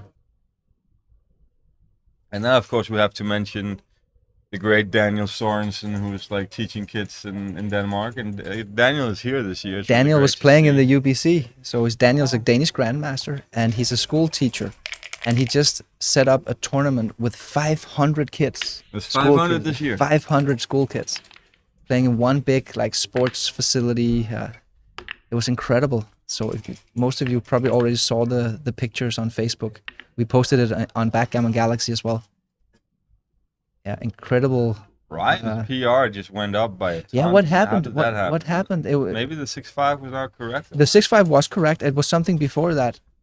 I don't know, maybe he chose to crunch rather than run or something. I wasn't paying too much attention. He could have ran? I think maybe that's the mistake he did. Yes, teach backgammon to kids. That's the goal. And obviously we all know that the backgammon is such a great thing for kids. Whoa, 6-6 also. That's so funny. Yeah. So Another one. Ryan is just behind a double, right? He needs a big double. He needs a big double. Or does he need 2? He needs. It's a 4-roll position for Ryan versus a 1, 2, 3, 4-roll position for Staniek. He needs 2 doubles at this point. I think he just needs 1. No, if the then doesn't miss. Oh yeah, if he doesn't miss, Doesn't right. miss. Right. He's probably a favorite to miss, He's a favorite to miss. but it's close. Yeah, Staniek doesn't want to roll a 2, and preferably not an ace either. Oh, that's the 2. Oh, so Ryan has a small uh, chance. Right, this is one of the. Doesn't matter. No. Doesn't matter, Z. But yeah, any double for Ryan. Even double aces works. No, 3-2. He gets the chance. 1 and 6. No. Look Okay. at CC just putting up amazing PRs. Yeah. Yeah, it's, some of the guys in the chat they're talking about. You know, you have these famous people that puts up pictures of them playing backgammon. Right. We recently had Victoria Beckham and one of their kids playing on their yacht like 2 weeks ago or something. She posted they were playing backgammon on the deck. We all know there's a lot of billionaires and celebrities that like to play, you know, but they don't really talk about it. Yes. I don't think. Right. So Double 3s. Yeah, of course, a big shout out to the Backgammon Galaxy app. Please go into the App Store and leave a 5-star review. We're still suffering from the soft launch we did last year, where there were some bugs in the app. You know, that was the purpose of it, to develop alongside with the community, but it did trigger a lot of poor reviews, especially from expecting loyal users, you know. So, but the app is getting really good. So if you like the app now, please go into the App Store, whether it's Android or Apple, and leave a 5-star review. You're helping us tremendously if you do this. 6-1. yeah, good play, CC. Yeah, looks about right. She seems to know what's right so often. Right. And that's what's Just- difficult in this game. I mean, but yeah, I mean, if you really have a good concentration, sort of know what you have to do, right? Yes. I mean, right now I'm not super focused on the match, so these plays are like hard for me, right? Yes, yes. But It's it's like he has a plan. and it's this idea of being really tuned into the game, and of course the players have it because they sit there in front of the board. We're out here doing commentary, so it's not exactly the same thing. We have to talk about the positions. We talk to each other. We're not tuned into the game in the same way. But I have a feeling Ooh. Ryan made a really bad play. oh wow, yes, another blunder. He stepped up from the 24 point Oh, instead of keeping the goalkeeper back. right when he was just losing the race by a lot. So he actually set himself up to roll double 6, which he rolled. and now, you know, it's got to be feeling. He's trailing too much. He's Doesn't trailing. feel right. He was stuck 34 pips, so He's bringing it up was just bad. Right, So exactly. You really damaged his chances to win the PR in this match. Yes. So first he played the running play, counted the pips, realized that he's 10 pips behind, and then he, of course, has to stay back. Yeah, he could also have come out and made the bar, and done the holding thing, but you don't want to do that. You just want to, keep it back and then slot something. Yes. Yeah, this is the play, Ryan, 10 pips. It actually is not a difficult play once you know the pip count. Steniek. Okay. Yeah, that's definitely beneficial. Well, since he's got a blood in his board, he wants to make the play. Yes, and also because the race is not that demanding. He's only up 14 pips, so it's really valuable to get the 10 point in order to prime Ryan's back checkers and just eliminate the Ooh, double this is a 6. roll. Ooh, oh yeah, fancy move as well. Yeah, you see the plays he said. He learned that those things for me, you know. Okay, I don't see Ryan. Ryan's not there yet. Oh, I would double this for sure. 15 pips. It's right on the borderline. I think it's maybe match he's- score. It's the match score. It's because Steniek is 5 away, 7 away. So this shows great understanding of match play theory that Steniek didn't double this cube. Oh yeah, you don't his- think his- he's just trying to get like some more decisions? That could also be, This but little- his doubling point in a gammonless position like this is like 75.5%. It's so high. Boom. Oh, double 6s. Because Steniek is 5 away, you know? So, or 74% or something like that. Ryan's take point is all the way down to 20% at this score. Well, I wish we could ask them, you know, what were you thinking when you did that? Yeah. That. Like, So I think Steniek's thought process was that he was ahead 15 pips. He knows that's like a borderline double for money, where the take point is 22%. This score, the take point is 20%. So he waits. You know, he needs a little bit more before you double. I don't think that at all. You don't think that's how he was thinking about it? No, because you played it really fast. But he already knows the doubling points. I think Zendik would have doubled this for money. I think it's because of the match score. He knows that he was supposed to wait one more step. He's like, really? You don't just think that he didn't want to give like Ryan an easy decision. He just wanted like, I mean, sometimes when I play, I'm like, I just want a slight improvement. Yeah. You know, don't make it too easy. uh-huh, So that would be my thinking. uh-huh. But yeah, I mean, if you believe that he knows all the percentages in his head, that would be really impressive. I think he does. Really? I think he does. Wow. Well, I think he knows exactly this idea that you need like 3% approximately higher winning chances in order to double at this score when you're 5 away, 7 away. Again, a shout out to the Monte-Carlo board X22 edition, and made in the image of Paul McGrill's famous cover from the 1974 Backgammon.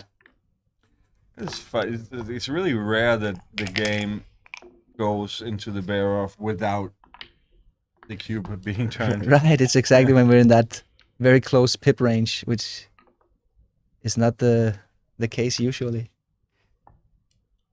But any big roll here could turn this into a double next time. Ryan is an underdog. Oh, maybe. What do we have here? Is it 3 pips? Is it 3 pips after the move? These guys know these things. But Ryan has one more man off. 5 pips. Matters a little bit. Ryan is up. Yeah, it's Seems not super close. right. It seems super close, but I mean, again, too easy of a decision to give your opponent. Yes, and again, you still have the high doubling point for Steniek. You basically need 2 more pips than usual to double in a race like this. Really? In a middle-sized race like this one. So here again, this would be a double in a money game, but he's 2 pips short in this match score. Really? He's Oh, up this 4 is pips. this is like the subtleties of match play. Yes. That is pretty cool, you know. Uh-huh. These things are cool. When I play, I just try to feel my opponent out. No, I don't. Again, look at Steniek. You know, he knows to not double. He knows this stuff. I'm telling you. Double threes, that's going to keep the cube away. Now he will definitely not double. Right. So now Ryan may have a double. Yeah, what do we have here after the move? He's down 4 obviously pips. not. All right. Down 4 pips. It's exactly 50-50 race position this. Ryan rolls 7 pips. Not good enough. 5-3. I can tell you they definitely, both of them want to win this game. You know, Right. it's just like, just roll high, roll a 6. It's a Look at pretty big that, swing, 6-4, actually. 6-4. It's definitely important to win the matches. All right, now you doubles easy. Now you got to 2 pips up. I think this, even at this score, this is a double. Right. Exactly. And now you have to double, and Ryan will take it. Obviously. Right. And look, the take point now, the doubling point is a little bit. You can double here with 72% because it's a much shorter race, which means the volatility is much higher here than in a long race. So here we have very high volatility. Longer race, less volatility.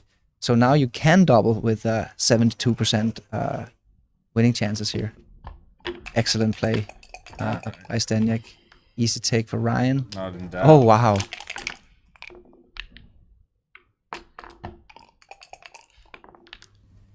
Six four, another good roll for Steniek.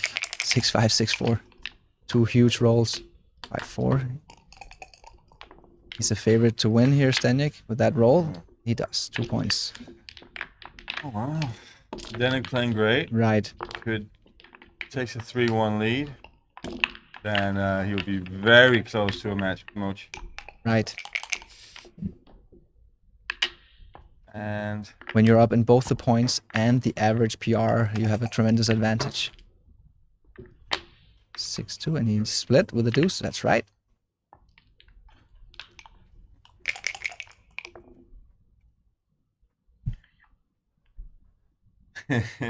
Yeah, I noticed Ryan only used 12 seconds. No, they have 14 minutes. Oh, Right, okay, so yeah. 2 minutes and 15 seconds. 6-5. For Zdenek? Yeah.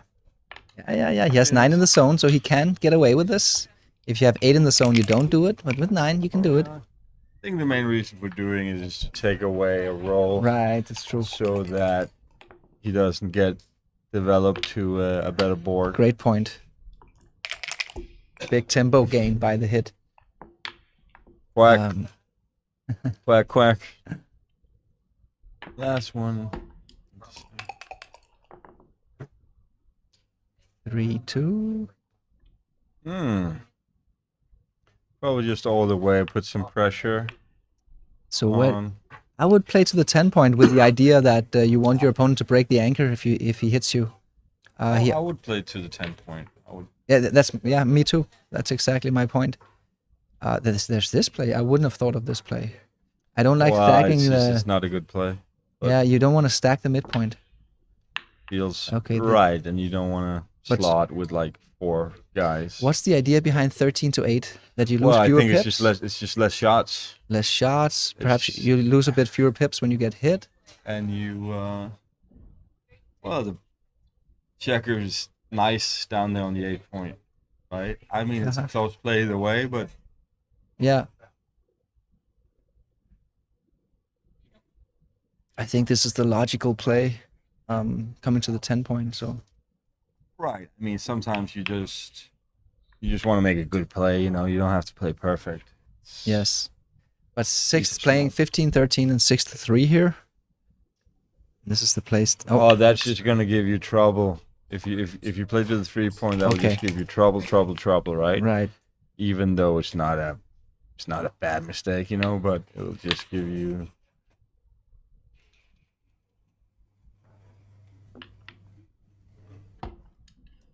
Yeah. I would make Ryan's play, so now we have sort of like a boring game. Yeah, we still got some priming here for Ryan. Oh, they have the same position Yeah. in the outfield. Good Aces. shot. Really good shot. Oh, this is Um, interesting. Yeah, it because doesn't really work to step up here because Ryan has the 9 point mate, so you don't get daylight with a 6. You could step up and then you give yourself a good 6-1, right? Yeah. I mean, what's the? Why would you put your? I like this play. Okay. I like this play because this play Oh, wow. shows a lot of like logical thinking, right? That there's actually no point of having checkers on the 6 and 5. Yes, it's better placed on the 8. So you can, Spare. oh, here's the cube. That It looks feels like a good completely cube. correct. It feels like a really good cube. It Okay, does. so this is probably a take for money, but at this score, I don't think you can take this actually. Well, so I don't it's think you 8 pips. This would be a huge take for money, right? Right. But this Yeah. is not. I mean, 7 away, 3 So- away. That's Well, and I tell you one thing, Mark. You know, finally Ryan gets to give a really tough Yes. decision to Zdenek, right? So this is great for Ryan. yes, This yes. decision Oh, is a okay. huge take. Okay, it is a right? huge take, So okay. you would have gotten a triple whopper. Right. I saw. I got scared off here due to Right. the match score. But I would mean, be how do you he- pass he- this?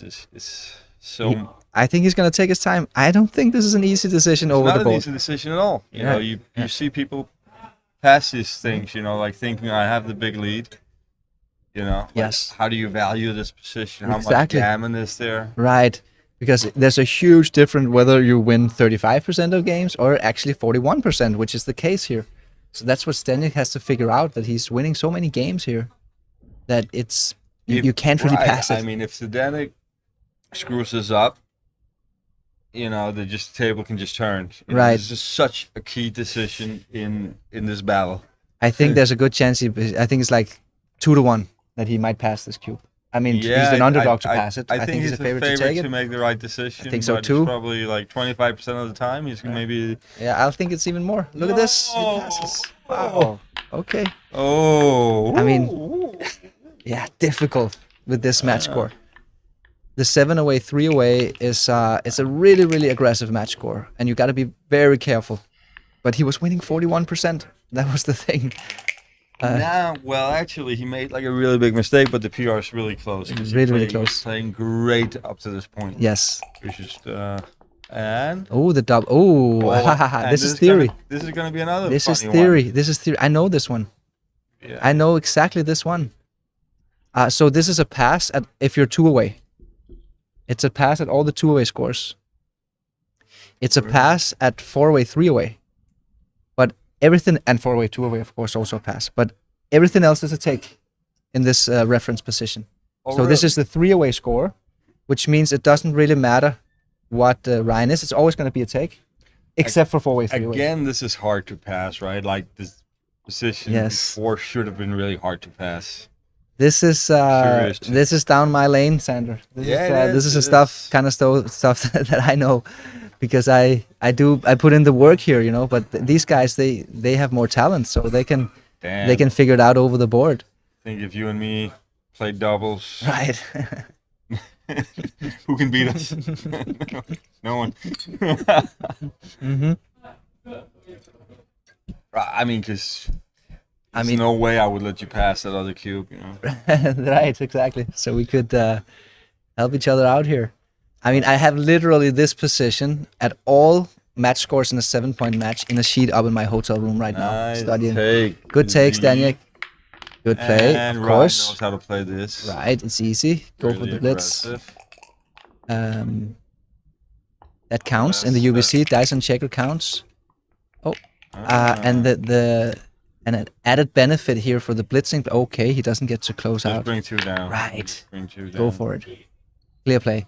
It's such a huge momentum swing. It is also. Oh wow! Quack, wow, quack, wow, wow, quack. wow, It's wow, wow. easy. That must feel good. Oh wow! Huge swing. I was just about to say that this is great for Ryan if he can finish off this blitz, because he's gonna get 15 easy decisions in a row. But now all of a sudden, the game is just turned around, and Ryan gets is hard winning again. this PR. It's still, everything is still like hanging in the balance. Yes. You know, which is pretty cool. It's going to be really important for Ryan to win this PR, and you know, Yes. it'll be really important. That cube before Sander, you mentioned that finally we get to see Ryan give Staniak a hard decision. Is that something you can control over the board, or you just gotta jump on the opportunity when they arise? It's a Can you really induce good it, question. I or- mean, you have to recognize what, you know, nothing is hard for the computer, right? It just does the math. But for the human being, you know, you're supposed to sort of know, like, when you're, like, really sticking in the knife. Right. I mean, because in reality, it was a small double and a really big take, Yes. right? Yes. So if Ryan had not doubled it, That would actually be a tremendous blunder. right? You Even can though just imagine, XG gives you a small mistake, but that would be a tremendous blunder, actually. in Right, Human so- versus human play. Oh, what is this? Oh, you got a hit, right? And then look at the 4. Oh, it's a double hit. You got 10 men in the zone. Yeah, I always double hit these, but you know, you don't get the full benefit of the gammon, so you have to like pause a little bit. Right, there's a little bit of overkill, but we see even in double match point, blitzing is the right play. Right, because you just eliminate so many shots, right? If Yes. You, if you hit 2, it's only 11 shots. Yes, It's probably more if you don't. it's probably more. Yeah, it's So why wouldn't you do that? yes, great play. He just had to figure it out over the board. Wow, look at this. You slide over to the 23 Just point. to the 23, right? I think you make the. There's a Don't lot you of. just make the 23. I would also make the 23, but I'm not sure. It seemed maybe he made the right play. His PR went down, so I think actually that was an impressive play by Ryan. My I don't know. intuition Maybe- was just to make an anchor to not get primed, but Maybe he isn't a gammon go. Maybe he just knows these things, but I mean, I could not have played that in a second. Yeah, he played it so fast. So intuitively, he just knew he had to split the back check. Right, because he's right, and it makes a lot of sense because you don't get punished on a gammon, and you just really want to win a gammon. And You want to win a gammon, and yeah, maybe the danger is to get trapped behind a prime. Actually, it's not that so was- much to get that blitzed. was a great play from Ryan, It was. and he's looking to win a gammon. Yeah. And he stays greedy here, which I love. I love that he stays greedy and stays back with that rear checker. Sizable mistake. Obviously. Was it? No, I think it's. I think he made the right play with double sixes. His Why PR did the PR it go was from it was 1.6 to 1.8? it was the prior move. It was the prior It move. was the double aces. Could have been. Maybe it was the double aces. Because we didn't get to see the hint button. They play so fast right now that Yeah, no, the it's transcriber doesn't have time to press hint. it's not a problem. I think. I don't think that he needed to stay behind and be greedy there. You don't think so? You win the gammon It's anyway. such an easy gammon anyway, and Okay. you know, you make trouble for yourself. Okay. Definitely. A little bit of backgammon as well. If you hit the last guy Yeah, a there. little bit of that. A little bit of that. Okay, so he doesn't really have any pretty plays here. So he has Finally, Ryan's spending just a do- little time. to. Right. He just couldn't figure it out. Everything looks ugly. I Where to have put it? rolled, I have rolled double threes so many times in these positions being read. Shout out to the Backgammon Galaxy app. Go and download it in App Store and Google Store. And please leave a 5-star review. We're still suffering from the soft launch last year. Help us out. It really, really helps if we get a higher rating in the app to get more casual players to download it and get exposed to real backgammon. So don't forget to leave us a 5-star review in the App Store. Could be a backgammon mark. Wow, look Take at this. 2 off, Ryan. If Stenjak dances, Nothing to think about. if Stenjak dances, if he hits though, then he has to play the containment game, and could be complicated. It's like 10% backgammon. Yeah, it's not a No, backgammon. not 10. Oh, but if he dances here, actually, they would be activated the backgammon. Okay, there we go. No backgammon. Oh, so here we go. Ryan taking the lead, and In you both- know now he could go up 3-1 in the total Wow. thing. Exactly. You know, it sort of looks like that will be the result. But we're still so close in the PR race here. One error either way could swing it the other way. And then we have the uncertainty of the shallow analysis. The UBC settings are XG++ on all moves. And what we see here is just the 4-ply analysis, which is still incredibly strong. It's not going to change too much, but it could swing it somewhat on the PRs. You know, if it's this close, we've So seen that let's- several times. Let's home in on this match. Now it's really exciting, right? It's Right. 2 away, 3 away. We're really close in the PR. Yes. Oh, great shot from Ryan. So Stenjak is further away from a cube here. You got to double really aggressively at 3 away, 2 away. I call it gammon go light. No, you hit with it. What are you doing? I think it's okay actually. No, you're right. You're right. What? Hitting was better. Was it? I think so. His PR went to 199. Yeah, you see. So yeah. Should really be me in there. Why didn't you play this year? Well, I didn't read the schedule. Well, I would not have made the finals anyway. I haven't touched a checker at all. Okay. Yeah. But I would definitely have hit with the 5-3 there. That was thought that was a bit scary actually. 6-5. Okay. Okay, you're up in the race, so you just minimize shots, I guess. Yeah. Good roll, Stenjak. Have Recapturing you the noticed race. that the Zdenek has started wearing jewelry? Right. I don't believe I've seen this Yeah. before. I think he has a backgammon necklace as well with a dice or something in it. Maybe he has a girlfriend. Could Maybe be, I who haven't- knows? Okay, Stenjak again. Wow, He's looking at the the Zdenek is up in the PR because Ryan didn't Right. hit with a 5-3. right, and now Stenjak has a And- cube decision here Yeah. because of the match score. 3 away, 2 So away. this is interesting. It's like a borderline cube. Exactly. 10 men in the zone. And obviously, Ryan is not gonna make a mistake here. No. So Okay, fair I like waiting because now you can hit 2 checkers, Yeah, this is and an easy then play. you will have a really hard. So even though it's a small mistake not to double, I like that he waits because Okay. now you have so many that didn't come into fruition, but you just have so many hard cubes. Right. Maybe this is what we talked about just before, you know. Right. That is exactly it. You can wait and then you give your opponent a harder decision. That's what I try to do, but doesn't always work out.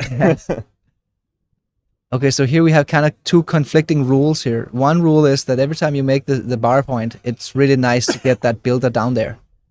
But you have another problem. You're stripping the midpoint, and you're kind of getting stuck. Again, I would love to see the hint. Right. I need to go in after this match and give a little bit of I a... liked how he played it. Okay. Because, yeah.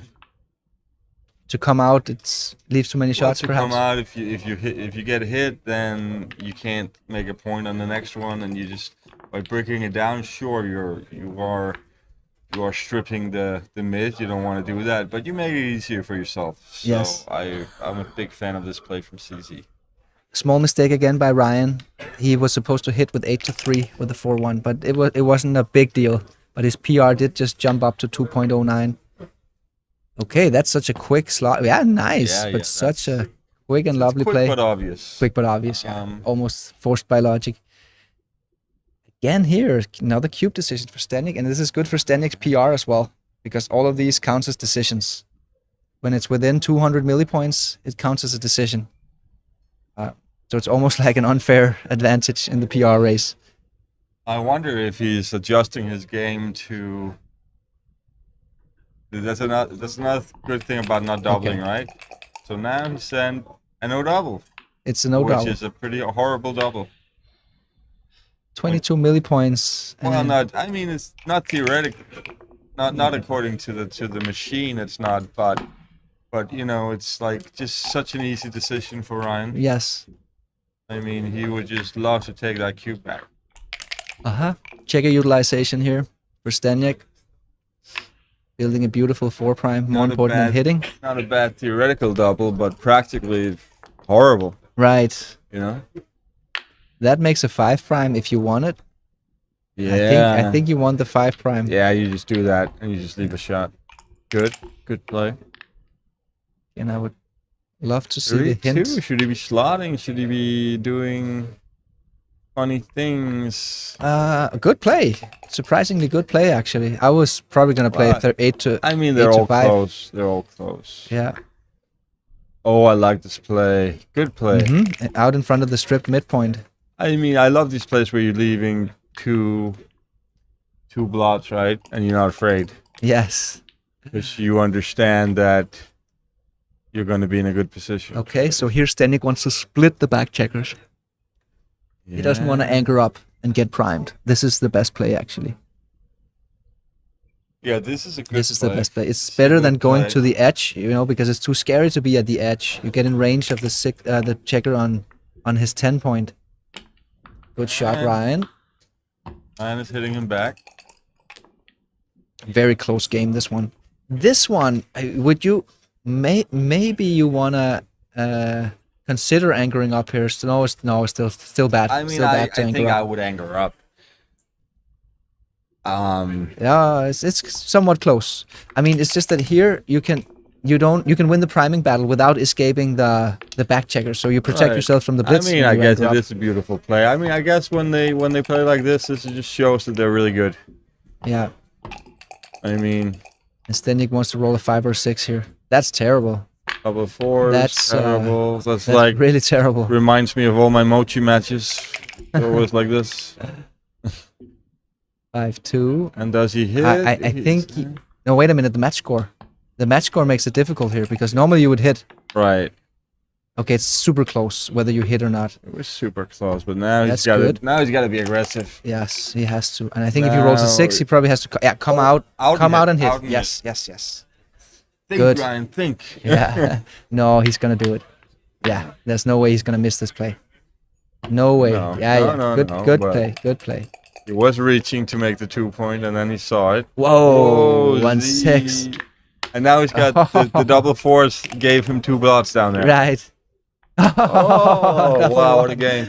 What a roll. To that. What a roll that was. So this is hanging in the balance. Ryan needs a 6. He's probably going to get it at 1 point. He got it immediately. I guess you don't hit with the 5 now, right? No, you don't hit. You do that? You break your structure? I would have just played 16 to 11. Yeah, I think I would too. That was I don't like to break the structure. right. Like It feels like he's playing for a gammon or something. He Right, shouldn't be exactly. playing for a gammon at all. No. And now he's kind of forced to make the blitzing play because he has so many front-loaded checkers on the top of his prime. They need to get reactivated. It looks ugly. But So I now do you have like to this play. three. Yeah, it's a good play actually. Yeah, that's a But- good play. Oh, there's the deuce. Quack. Yeah, I think Ryan made a mistake there, breaking the 8 point. His PR went up a little bit. It's not That's the worst. another great roll, I guess. Wow, I mean, Who's a favorite? I guess CC is still the favorite here. Maybe not. I don't think so. Now after Well- the dance, 2-1 is great. Oh yeah, That's no, really- CC is a favorite, obviously. Now Ryan is probably the. Oh, that was like, no. you know, it's funny. It's like the way comes in with 2 is like his worst roll. Yeah.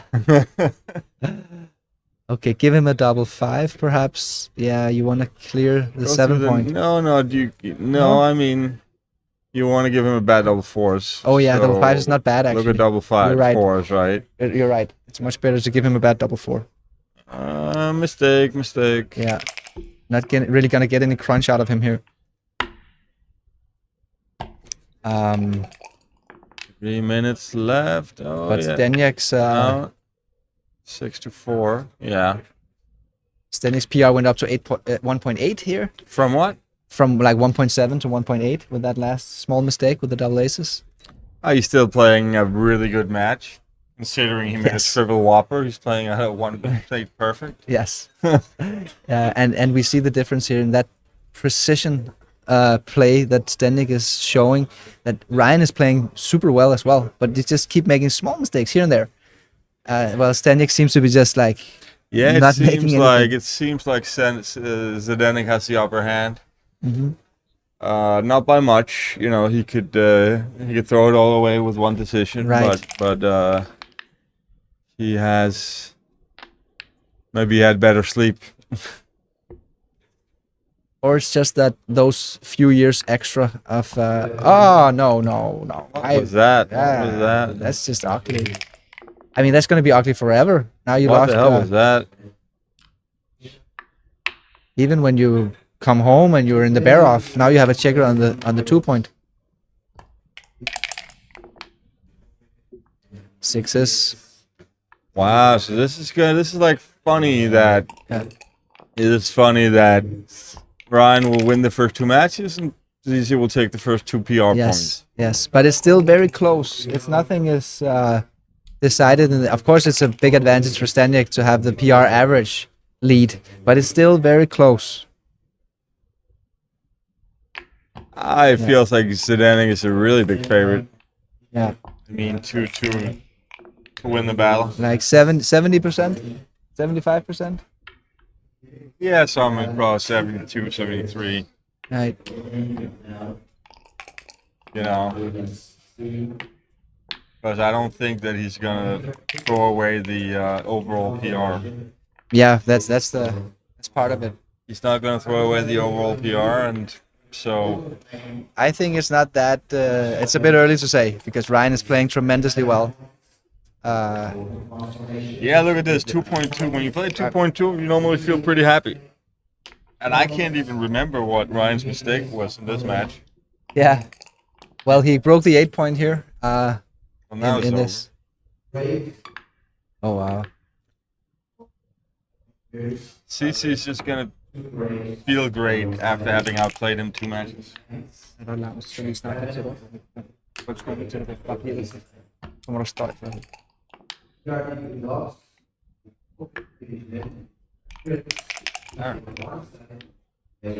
Oh, there's a shot. There's a shot. Let's see if Steniak can hit it. Oh yeah, he hits it. That And could now be like he, the worst thing to happen Right. to Zdeněk. That could be the worst thing. He didn't want to. He didn't want to hit that he shot. definitely. I mean, he doesn't know that over the board. does He know just it, and feel he's good got- about it, but He's gonna have to play it. right. If you knew what we knew, this is the worst thing that could happen to Steniak because now he's gonna have 5 or 6 tactical decisions here. That's so easy to make a mistake. Look at this one here. Like you have 4 or 5 different plays, Yeah. and it's tactical. He has Well, 3 minutes I would- left. 24-18, I guess. Yeah, and then 6-3, I would play that. I mean, he's not really. He can't really make a big mistake Right, here. the 6 here, and then you play. But he doesn't know that. And then you make this play. He will. Bergkamp, Dennis Bergkamp, yeah. My old friend Steve Wood from the Southern Cross Pub. You know, he knows my favorite player of all time is Dennis Bergkamp. Right. What a man. Okay, now he finds the idea with 24-18. Actually, all the best plays involve that, such that you spread out. You spread out your checkers over here to increase that contact, outfield control, we call it. You can see here how many of Ryan's rolls, they bring the checker into the outfield, and then Steniek will have at least a double shot. This is actually the best play that he's looking at here. Oh, it's swapped on XG++. It's That's all very close. It's all very close, so he can't really throw away the PR here. Right. So he made a 4-point board, but the price was to leave a shot on an ace. Oh, wow. So Steniek just collected a very small mistake. This is funny, double threes. You would love to switch, but you can't, right? Because you just have to hit and play to the 2 and take a guy off. Right. But look at the switch. It's actually close. It's very, very close. Oh, really? 8 million points. I mean, basically, you're just never going to lose this game. No. And either way.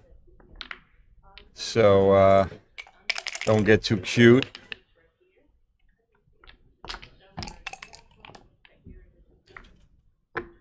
Three, 1.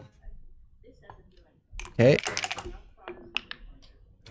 So 6-3. yeah, it's gonna be 2-2. It's gonna be tied. It certainly looks like it. Ryan is a 99% favorite here or something? I wonder why, if not, if he hadn't made that double blunder, he would play like 0.00. Yeah. So he's gonna be happy about that. Yes. And when you have one of these matches where you really make a big mistake and you still win the PR, you just feel amazing. Yes, but look at this. The game is not over yet. He's not going to give up the PR on the. Well, there are decisions here, like whether you slot the point or you just, because he can't. It's not enough to save a gammon. He has to go for the win. So there might be some decisions here.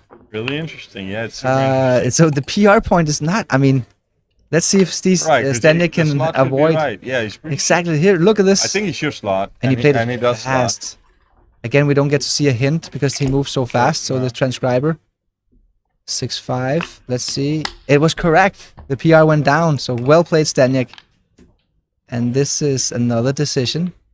You definitely do that, splitting. No, and then don't do wait that. a minute. Don't do that. Yes. Block the double 6s and double 4s and double 3s. I feel like it's a small mistake. Yeah, me too. Me too. But it wasn't. It went down. He does block double 5s, but. Okay, let's see. He needs a 5 here. It is a 5. Again, the game is not over.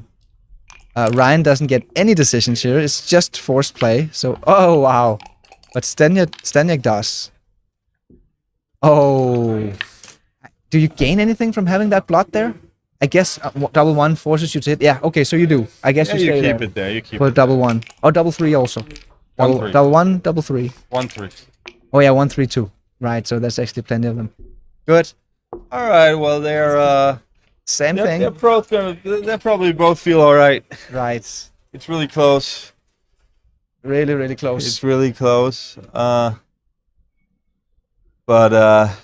CC with the advantage. CC with adding on to his advantage. I think 2 out of 5 matches, Sander.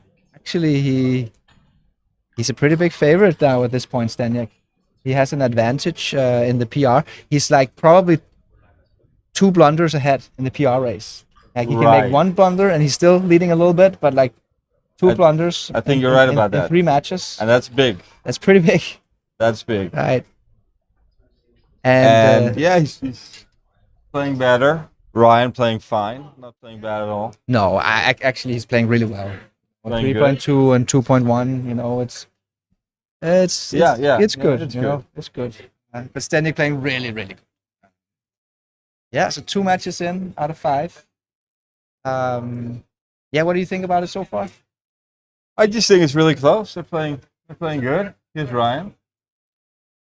Hey Ryan, what's up? Oh, you played really good. I mean, he made really a really big mistake passing, but apart from that, he played perfect. What did you think about that cube when he passed? Did you have a feeling that it was a pass? You felt good that he passed it? Yeah. Okay. It was a huge. What was your mistake? Yeah, what was it? You cleared the 8 point in that game where you're trying to play like a containment game. He had 2 men on the roof, and you're trying That to was not the big mistake. Oh, probably not the big mistake. You had one checker play blunder. Big mistakes. You had one blunder. Checker play. I forgot which one it was. Sometimes we didn't get to see the hint. I'm gonna go ask them if they can be a little bit more diligent showing hint to the audience. Okay. Hey. Yeah, small break or something? Small break. You want to continue doing commentary? I have to go, so I'm going to be substituted now. So guys, remember to smash the like button, download the Backgammon Galaxy app, and of course check out the Tempest Clock and the Monte-Carlo X22 board. So you can find it in our web shop, shop.backgammongalaxy.com. So we're going to do substitutions here. Phil is going to come back, I guess, and perhaps with Sander, or let's see how much. Yes, Mochi, he will come Oh, later. that would be cool too. Okay, see you guys.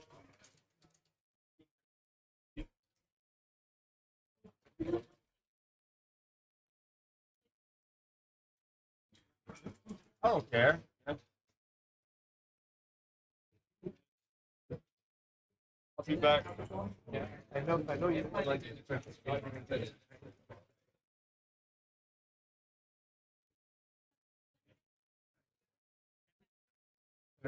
All right. If you can.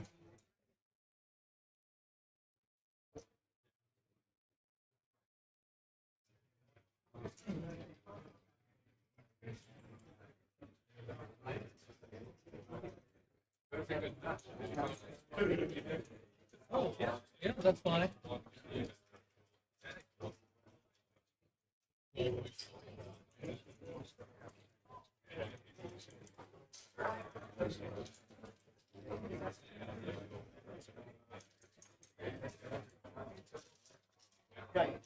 Use your next man.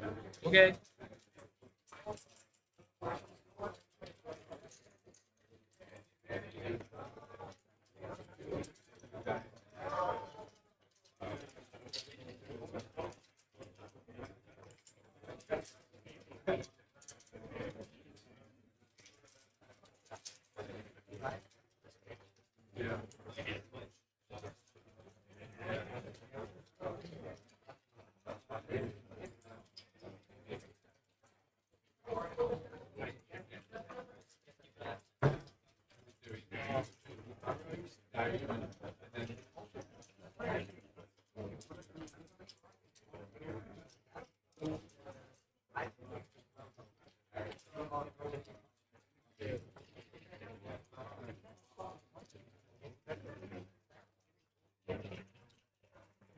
All right, Richie, you and me.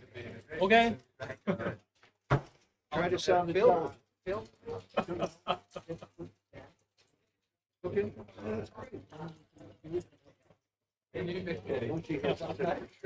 Yeah, sure.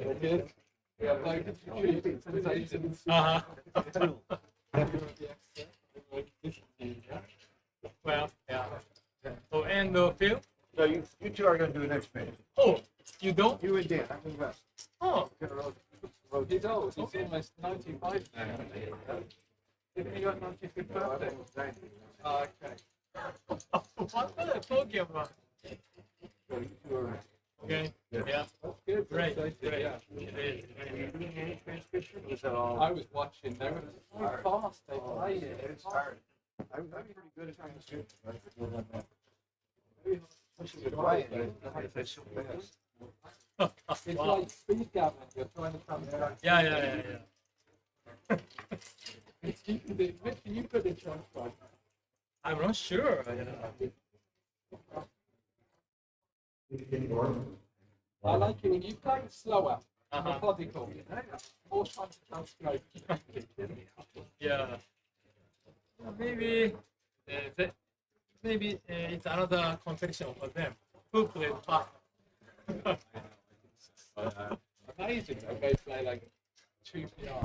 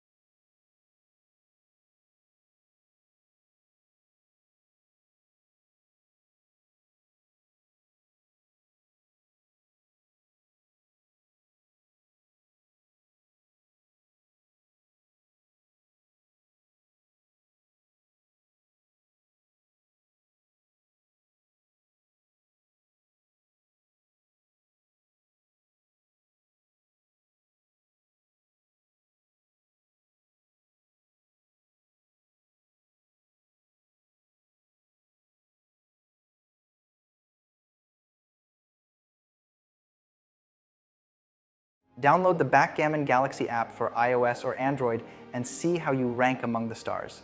Backgammon Galaxy is the main sponsor of the Backgammon World Championship. What's up, Backgammon fans? I'm Mark Olsen, Backgammon Grandmaster. In front of me, I have one of the coolest backgammon boards ever designed, the Casio Void board. Go check it out on the Backgammon Galaxy web shop and get your board right now. What's up, Backgammon fans? I'm Mark Olsen, Backgammon Grandmaster. I've just written a new book, How to Not Suck at Backgammon. So if you're a beginner or intermediate, you better get this book and your skill level will increase dramatically. It's easy to read, it's fun to read, no math, all about strategy, pattern recognition, and logic. So get your copy right now, and I'll see you in Backgammon Galaxy.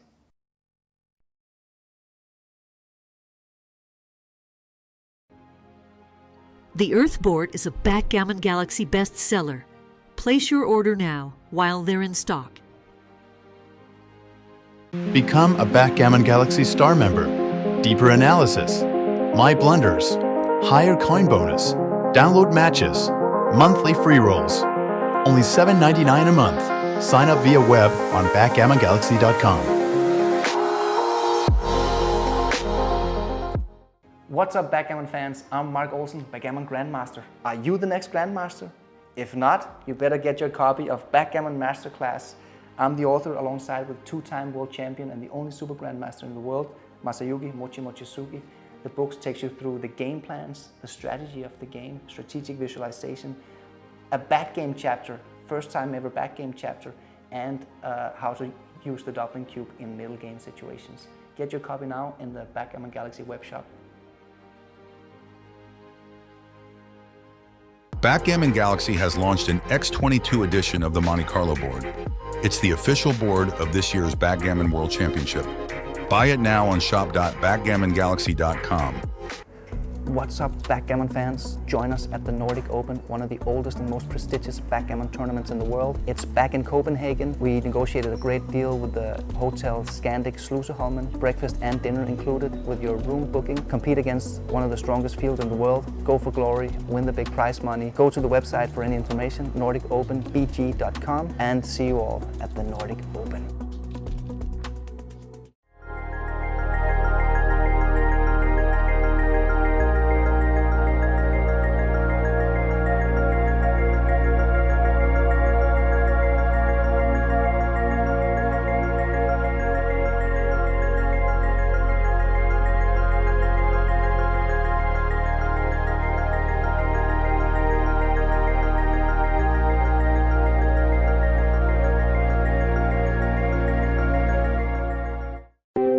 I'm Jason Pack. And I'm Alex Hall, and this is Disorder, where we'll be connecting the dots using our own experiences, as well as talking to people at the forefront of global affairs. The Disorder podcast is out now.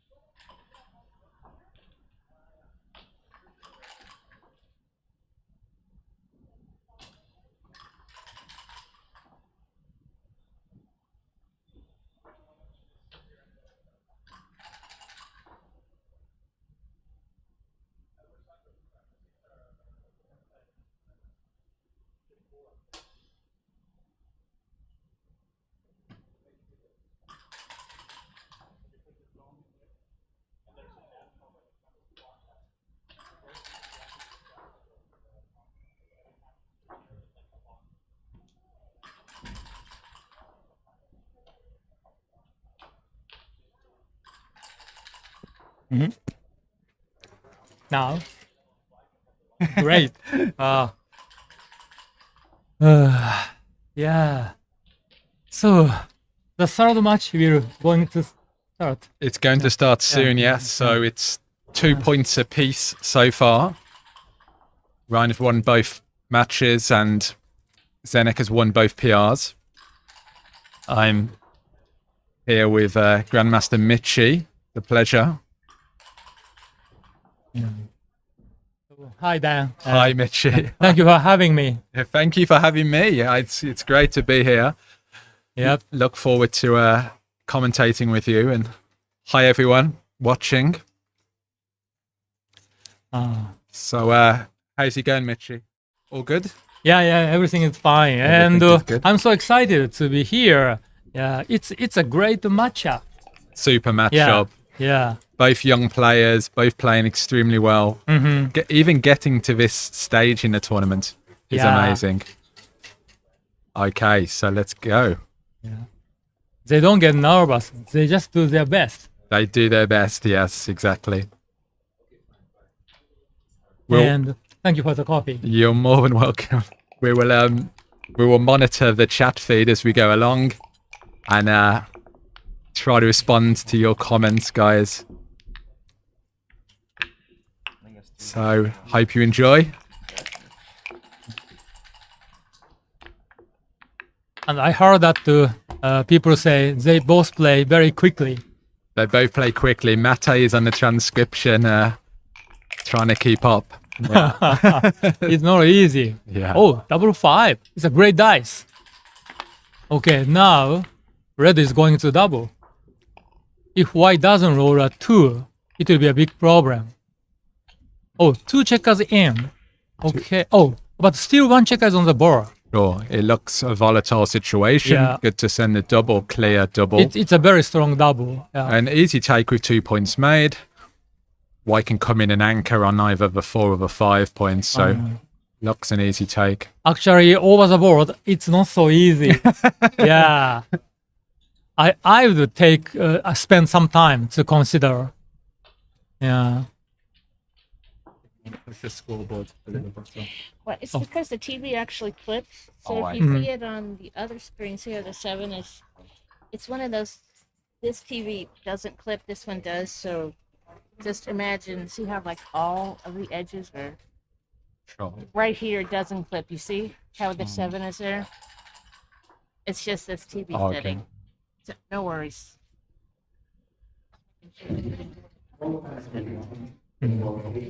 So Zenek, thinking about this, Actually, okay, so only 1 checker is on the board and only 1 point made. So, yeah, red has many advantage, which is 9 checkers in the zone and 1 checker is running. But still, it will be a take. the gammons are pretty high, but I think, as Mark says, the chances to make a high anchor makes it a take. But of course, Yeah, and even the deuce point anchor is enough. sure. Enough to take, yeah. Well, good cube, early cube. Yeah. And I understand this is the feeling. It's not easy to make a decision over the board. Yeah, and particularly ZZ made a cubing blunder in the previous match, so that is maybe weighing on his mind a little bit here. Yeah. And not making Yeah. the same sort of mistake. Yeah. But I hope he's not traumatized. yes, it's much harder over the board when you're playing, of course. Yeah. They both want to play their best. So if 2 checkers are on the board, it must be a pass. But only 1 checkers on the board, only 1 point made. Yeah, even though red has 9 checkers in the zone.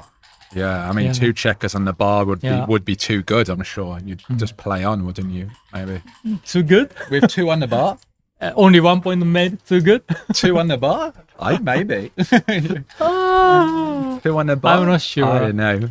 And I think if red has 1 extra checker in the zone, then it will be a pass. Yeah. For example, from red's midpoint to red's 6 point, 1 checker, then it will be a pass. Yeah.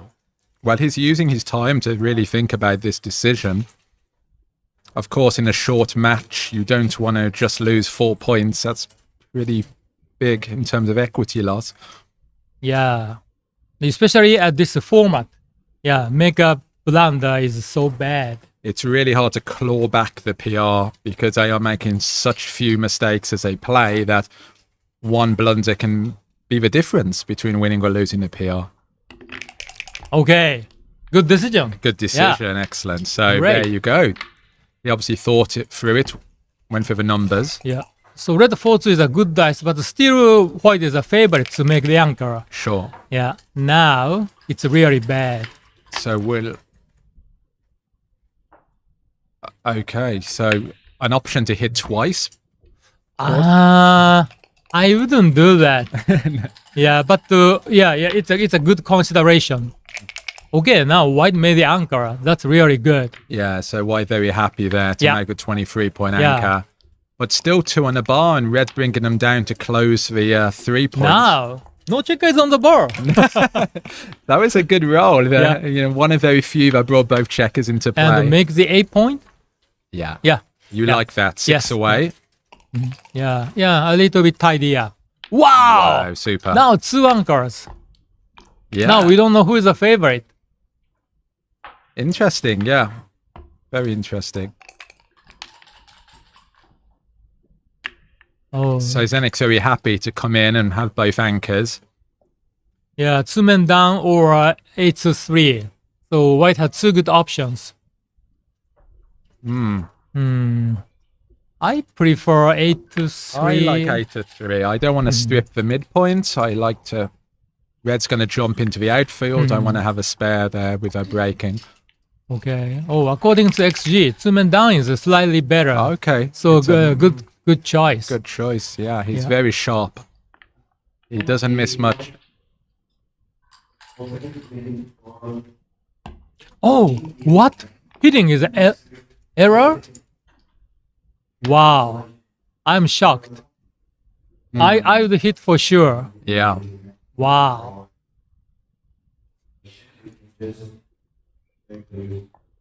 Yeah, this slotting looks natural.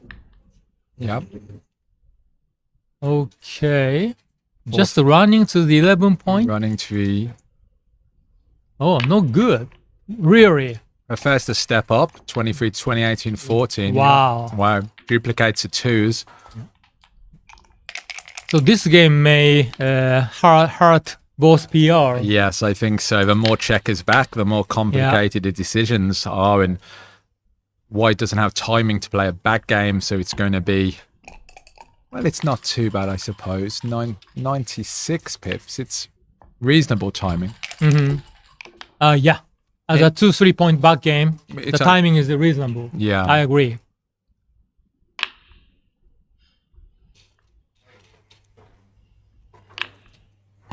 Yeah, 15-10 looks natural. Looks good.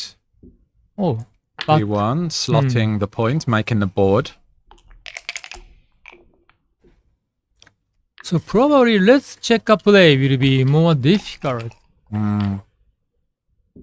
Oh, great dice! Wow! Super roll, yeah, making that point. It must be White's best dice. Yes. Red is going to have some, well, I said some difficulty, but even here leaves a shot you can see with now a little awkward, yeah. Now, red helps White's timing. Yeah, absolutely. So White now has... So obviously White will not hit. Build the board first, hit later. Yeah. So 3-point board is not enough to hit. Yeah, for sure. But here in these positions, hitting is pretty fatal, really, once a board is getting good. Oh, ZZ, please don't do that. No, I'm not sure. But I don't think ZZ will hit. He's checking, but he finally will not hit. That's my guess. Yes, what does he prefer? 13-7, 8-4? Yeah, 13-7 is fine. 13-7 is good. It seems natural to make the 4-point prime. I mean, you're hoping to hit and then contain, so you need the structure in your position. Yeah. So the problem of White is White has no outfield point, and Red has a stronger home board. Red has 4-point board. Yeah. Now this looks good, and Red is more than likely to leave shots coming up. Against 3 points, it's really hard to bear in safely. You can just see some sixes play really badly. Please don't hit. Yeah. He's thinking about it. Yeah. Yes, Thomas, it's 2-2 at the moment.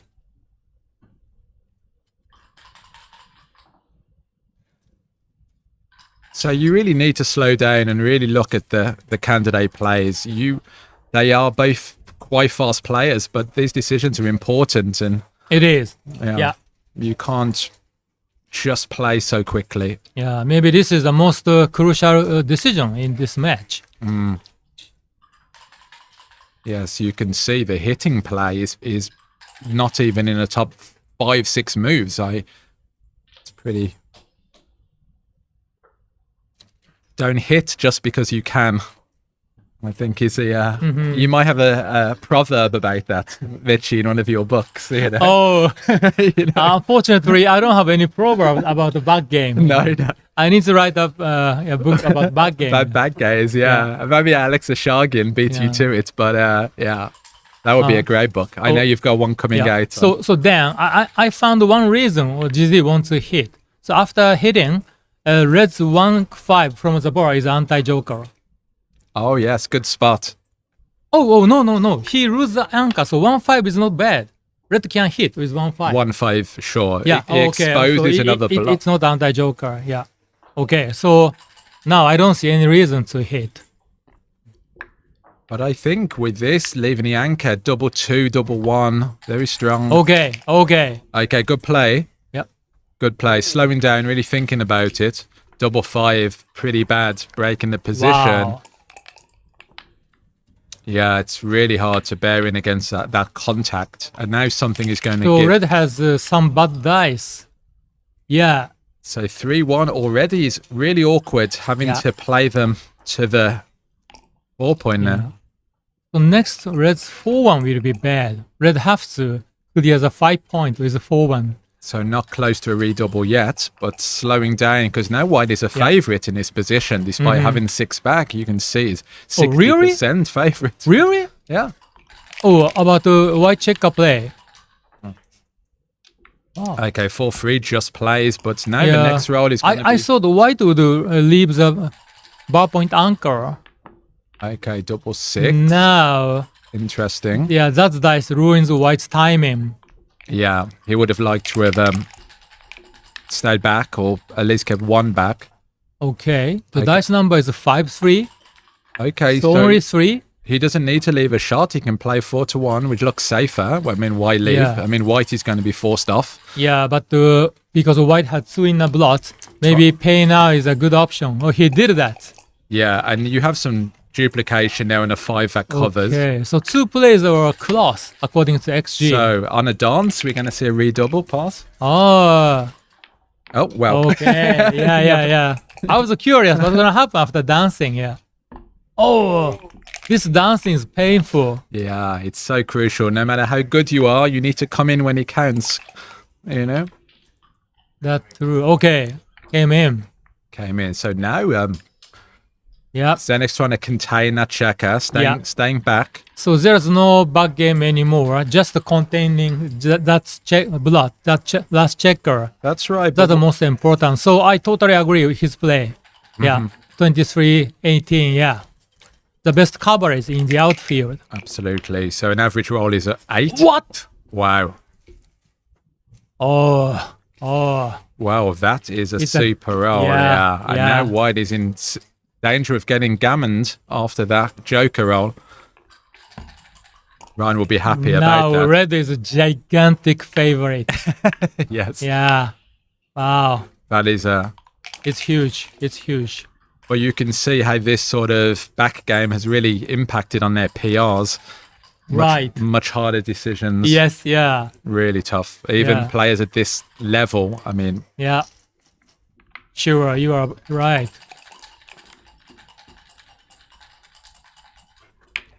Now, what is the chance white saves avoid gammon without hitting? Yeah, trying to diversify. 6s or 5s down, 3s in. It's... Yes, gammons must be very high now. Yeah. What is it? 70% gammons. So my question is, if white doesn't hit, what was the chance red wins gammon? Yeah, I like his play, taking 4 checkers off. I think so, yeah. 5-2? 18-11. Pretty close between those players. Wow! Double 5. Wow. So white have to get out one checker. Without getting potentially backgammoned. Exactly, yeah. It does happen, 1 in 100 or something, yeah. Backgammon will be a disaster. Yeah. How well does XG play back games? Yes, well, it's a hot topic. Okay, so should white stay back? Oh. Yeah. For sure. Yeah. Hyping. Only 3 doubles. 6-1, 5-1, 4-1. Yeah. 3-1. I mean, only 3 doubles win. Okay. Red can win backgammon. Yeah. So white has to stay back. Oh, wow. 3-1. 1 off. Yeah. Rip it. So, of course, hitting is wrong. Yeah. Yeah. Of course. You don't want to give the extra shot. Yeah. Exactly. Wow. Oh, this dice roll is crucial. Really crucial to save a G. Wow. Wow. So, of course, slot on the 3-point. Yeah, for sure. Yeah. Now 3-1 will be anti-joker for red. Yeah, no, he could be strategic here and try to get red to play a 1 by keeping him trapped and picking up extra checkers. GG doesn't slot on the 3-point? No. I believe slotting is correct. 3-1. Really? Oh, why that? Double 3. Wow, I the slot on the 3-point. Okay. Okay, GG hitting. succeeded. Yeah, make the 3-point. Make a 3-point and hope. Trick play. Yeah, I like this play because you're forcing a bad 3-1. Yeah, you are right. You're right. And this one, you don't get the 3-1. And with double 1, actually... It's a very good point, yeah. Double 1 actually plays really well. So you just want a single 1. Yeah. You want Ryan... Yeah, that's a major reason making the 3-point is not good. Wow. Yeah, I would make the 3-point, yeah. I would do the same mistake.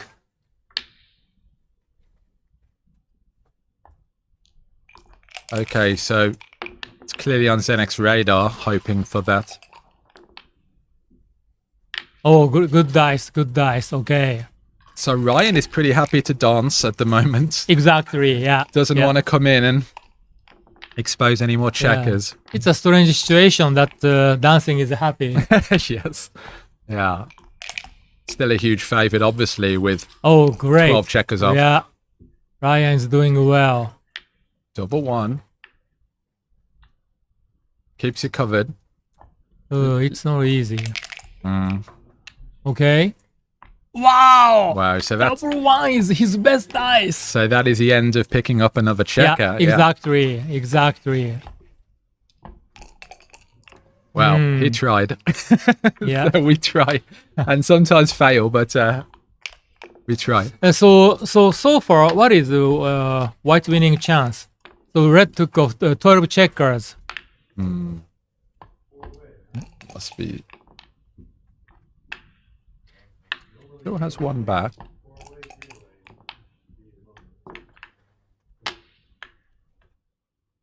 Okay. So of course white is the underdog, but what is white's winning chance?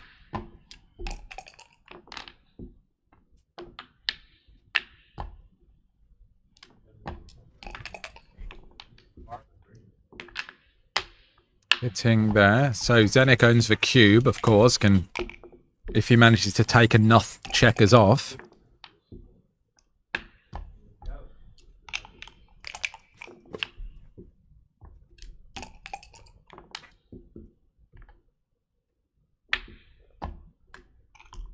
Okay. So he comes in.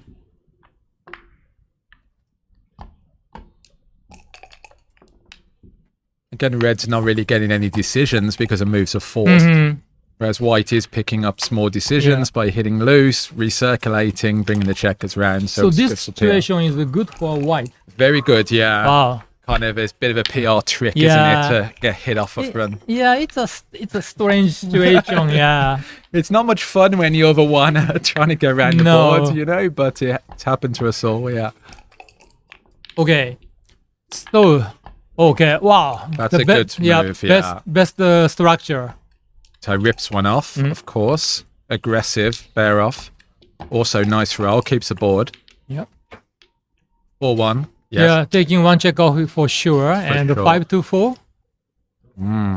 Interesting, yeah. Or 3-2. Which is better?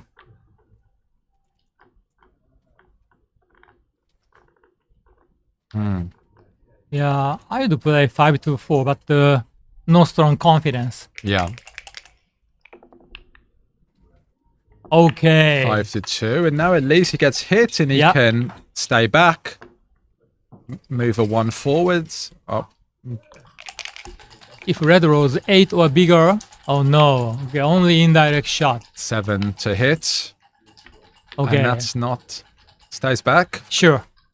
Yeah. No gammon anymore. Okay, it's over. And it's over, so there we are. Yeah. Wow. Yeah, but anyway, white saved the gammon. Saved the gammon. Yeah, it's big. And so far, PR is, we can say close. Very close, yeah. Both playing free. Zenek slightly better, but still a lot of game left. 7 away, 5 away. Yep.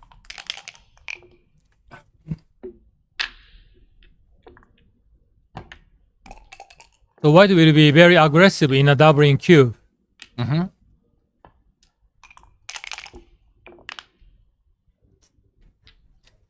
Okay, makes 3 points. Mm-hmm. Of course, nothing else. Running is possible, but yeah. Yeah, Yeah, I don't sure. like it. Oh, good shot. Good shot, 5-3, yeah. Happy to hit, of course. Takes a builder away. Okay. 6-2. 13-7. Just about plays. So white wants to make the outfield point. No, he can't. But 6-2. at least he safety his blood. So red should stay back with that checker. White's very inflexible here. Yep. Could leave a lot of shots. Red should build the board. I like 2 men down. Mm-hmm. Building a board. Red. What? Double 6 is super. Makes a 2 point. Gets the goalkeeper out of the way. Yeah. And certainly considering moving into double. Yeah, red territory. wants to come in with a 1. Otherwise, oh, great. It's a great dice. And it's So- a double. Well, it's an easy take. It's an easy take, Yeah, yes, of course. super easy take. But 29 pips is a big lead. Yeah. Some awkward numbers. And not many gammons. It's quite close, but yeah. Oh, I probably wouldn't double. Yeah. At an even score, Yeah. I wouldn't, but this, trailing slightly, I think you can send it, yeah. So, PR is grinding down. They're happy to play holding games, simpler decisions. Yeah. Yeah. And Good. white's 6-3 is a good play. Yeah. Yeah. And the red missed. Duplicates a 2. So red needs to cover on the 4 point. Oh, great dice. Wow, super. Now white is perfectly ready. So for a cube. Yes. Now it's improved. Even with the red stronger Yeah, board, yeah. you can offer. It looks easy double. Yeah. Yeah. Easy take. And of course. yeah, Ryan didn't hesitate to take. You can Oh, 6-2 is one of his worst dice. just about plays, but puts a checker quite deep there on the Yeah. 2 point. The Okay. dilly builder, as they call Now it. red has. Oh, okay. Slot in the front, building the Mhm. board. 2-1. Not great. Again, front loading those checkers, nothing else to play. 6-5, Mhm. stays back, of course, gets in the way. Wow, another poor dice. Yeah. Yeah. You can see here the benefit of the 20-point anchor. It's so difficult to bring Wow, home. Ryan played very quickly. That's impressive. Okay, 2 down, yes. Yeah.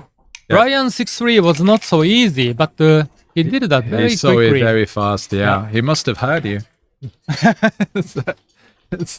Okay, makes a board and 21. So usually that's a common play. Ooh, I'm Yeah, not sure to about to this. maximize the contact. But of course, then red will lose more gammons, much more gammons. Yeah, double 2 just crushes you, I think, when you leave a 2 blood. Okay. Double 3 is really great roll, clearing that point. So only 6-2 now to avoid. Yeah. So now white is winning the game, but as you mentioned, 6-2 is under joker. Okay. So next, white has no bad dice.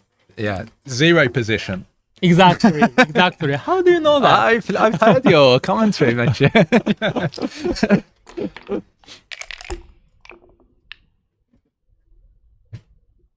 Now both playing around a it's very 2.5. difficult. Yeah, it's I think either way is hard for red. you running your. Wow. Wow, I said you try to be in a race, but not after that. I think this is pretty gin for. Yeah. I think so too. Okay, so that takes you to 5-way, 5-way, lower take point, 5-way, 5-way. In a gammonish position. Oh, lower take point. No. In a gammon-less position. In a gammon-less position, yeah, of course. In a yeah. gammonish position, take point should be higher. Yeah, the gammon price is higher, but the take point is lower. Yeah. Still, it's not gem. No. Yep. Okay, great. Yeah. Exciting stuff, guys. Yeah. Don't forget to like and subscribe. Smash the like button. Yeah. And their PR are so close. Very close. Oh my goodness. Super levelers of play. Just remarkable consistency to both these players. Even though they play the tough back game, still they keep a very good PR. That's impressive. Yeah, and it's comforting that even top players make mistakes, you know, so don't be too hard on yourself at home if you make mistakes also. You know. 3-2. Happy to make the anchor against a very blitz happy position. Yeah. And now double 4 is a kind of anti-joker. Yeah, that's right. Very uncomfortable. Really uncomfortable. Disconnects the position for red, having those two checkers back on a 24. Going to be really hard to bring those around the board. 6-1 is awkward as well. I mean, red wants to keep a connection. So red wants to split, but at the same time, red wants to cover the 1 point. Yeah, so which is better? Usually right to cover for 1 point, but here you really have to get moving. Now the white is the advanced anchor. You want to split from the back. I found the two plays are very close. That was a good play. Yeah. Wow. And so come out. Yeah. And now white is ready to offering a cube. Race is close. 1. But yeah, two checkers trapped there. Looks like a double take. Well, and how do we play double 1? This suggests it's actually a pass with the... oh, really? Yeah, with the equity share. Wow.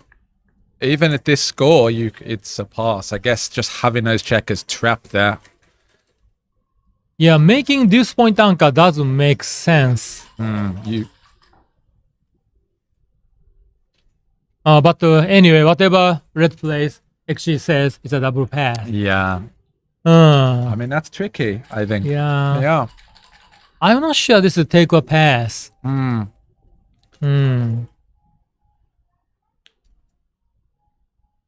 Yeah, so it's a tough time for Ryan. I mean, this decision is easy. This is just a double. Yeah. I think he's thinking, what move can he make to get a take? But there is no move. Yeah. So yes, that's what's running through his mind at the moment. Really? I feel natural plays come up to the 22 point. Yeah. To see the daylight. It seems a natural play. I think so, yeah. But it's just so hard. Red's got the checker on the ace point, the stack on the A point. It's not a great position. White's likely to strengthen their board even further. Yeah, Ryan's looking for a play who will be able to take. Yeah, of course, yeah. But unfortunately, there's no option.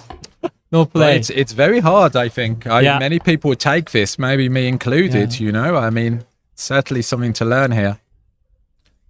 But we know the amount of the we don't know the amount. So how big it is, yeah. It's a hard decision. Yeah. But at this position, I don't want to take. Yeah, just sitting on the 24 point is so uncomfortable. Maybe with a split, as you suggested, you would be more tempted to take it up. Exactly, yeah. At least. That's my thought process. Yeah. Okay. I'm not surprised, really, in the take. Me neither.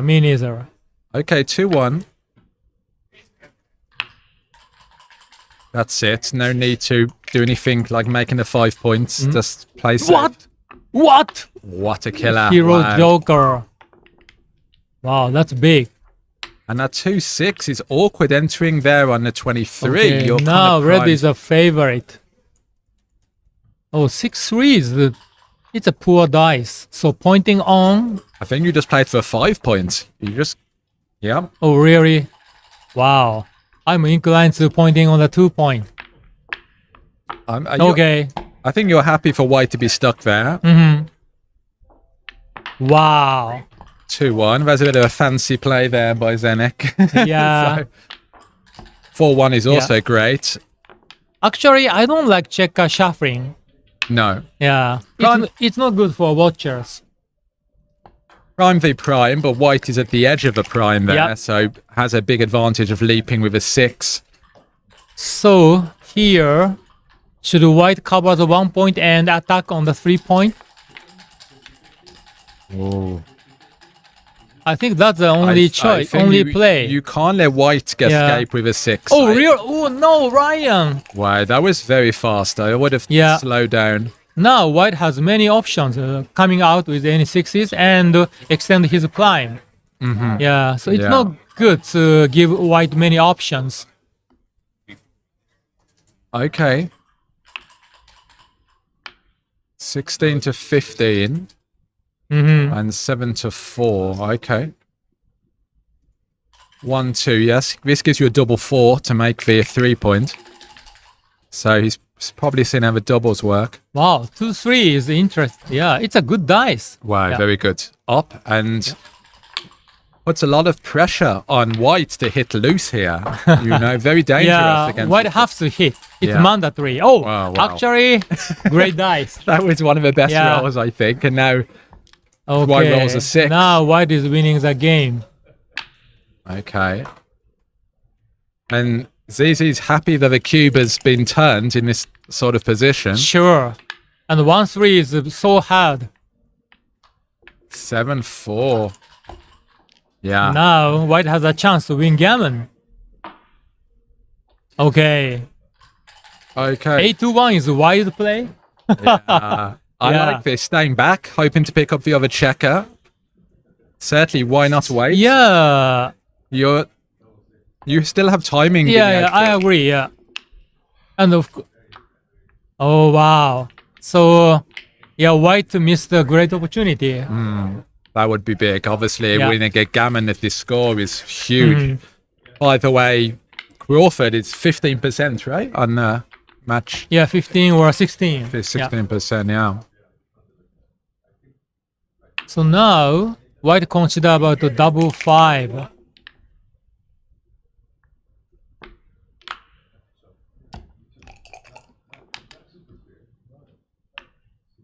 All right, that's good.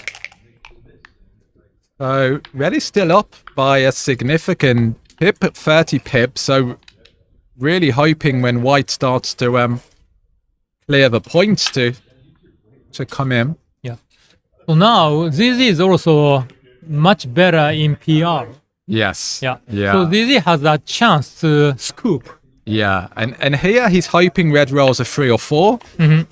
Breaks a 5 points, and then white can hit off a front, try to pick up another checker. Yeah. That's a plan. Bring them in. Now red, of course, wants the safety. Exactly. Okay. He Very did that. happy about that. Gives him a spare 2 to play by keeping on a 3-point. Oh, it's uncomfortable that dice. So next, let's say 4-2 is very bad for white. Yes. Okay, this is no problem. 5-1, you just close, yeah? Yep. Sure. No options.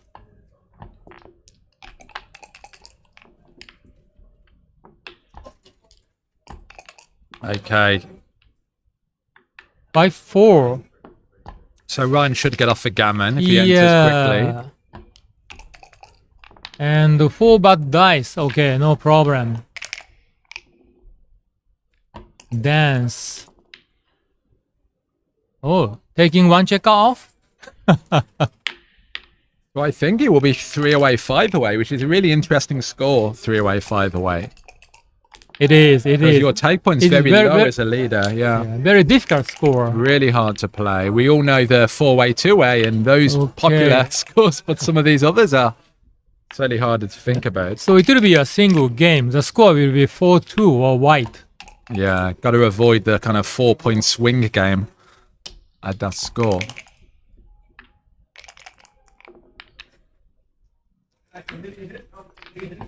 Oh, so now, ZZ is big favorite now. Have I? Oh, yes.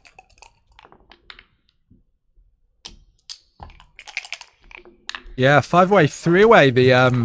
The take point is very low for the leader in a non-gammonish position, like 18% or something, right? It's pretty low because getting to Crawford is really, really good.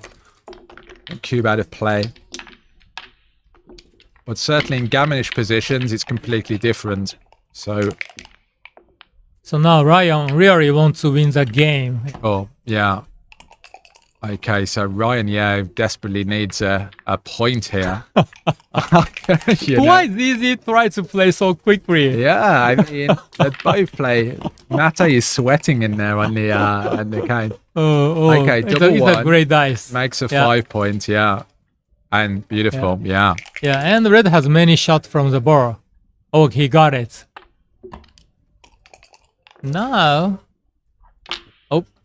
return shot. So it seems a 50-50 game. 3-6, also a great hitting number. Yep, it is. It is. Okay. Wow, so many hitting contests. Yeah. Oh, finally red danced. 4-2 is a great dice. Super. Yeah. A 4-point board, almost, with a barrel.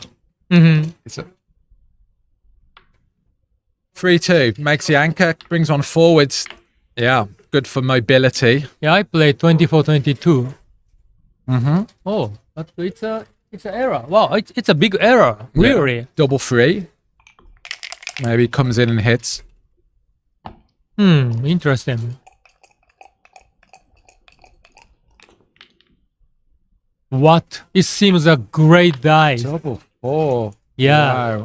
And now, of course, too good. Just Well, at this score, I'm not sure. So it seems a clear pass, clear drop. I think I would just roll at Okay. Yeah, I So mean, So XG agreed with your opinion. Yeah. Good, then. Thank you. Yeah, two goods are tough to get right, but it's reasonably close. But of course, not reasonably. Yeah, Yeah, I mean, 664. Okay, yeah, maybe it's bigger, but Yeah. I mean, Ryan will never take that cube, of course. You know that. So very good decision by ZZ. Yeah.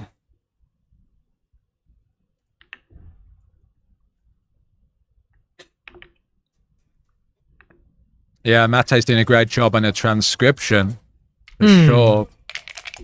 Wow, Great. now white has a 5 lots, which is not so great. 1-6. We're happy to anchor. Okay. Okay. White confirm to 5 prime. And then 18 to 13, double 1. Oh, yeah. Right. Now, Yeah. double 1 is anti-joker. Yeah. Good point. Got to be careful of those swing rolls. Okay, coming in with a 1 is not good. 5-4. 2 down. Yep. Aiming to make the 8 point or the 2 point. Sure, follow the game plan. Make the prime. 5-4 is not great. So again, easy decisions for Zenek, really. Just playing the priming position. Now, white wants to leave the anchor next. And double 5 is a bit fast. Wow. Double 6 Nice. is super. Yeah. 8-2. I agree. 8-2. Totally. Yeah. Okay, well spotted. An inside point's better than an outside point. Yeah. Yep, sure.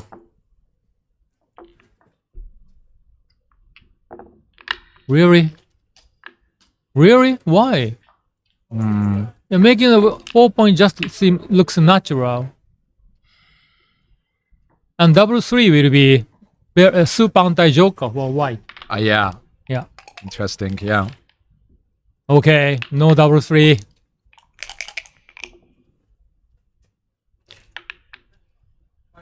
Right. Now white has no bad dice. 6. Yeah. So white wants to have a beautiful bearing in position. 4-6 kills the 6s in the position. 11 to 7. Yeah. So 6s don't play. Slows down the bearing. That's a good idea. Yeah.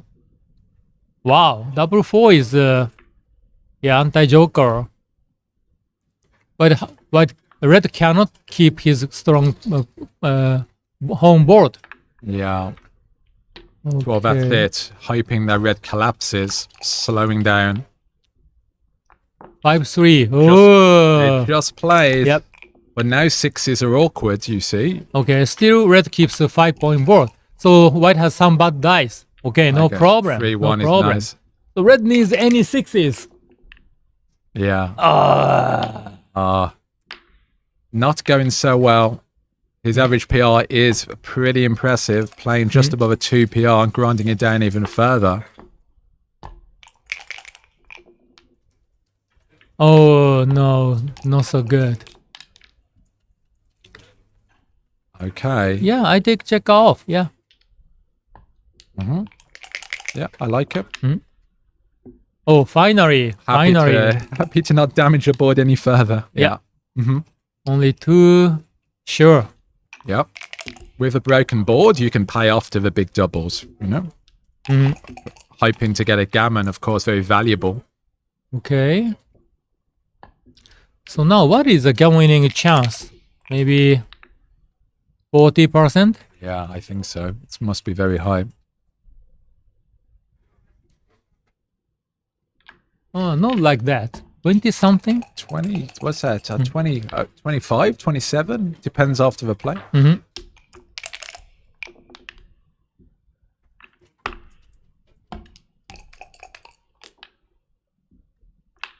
Okay, so no shot levers.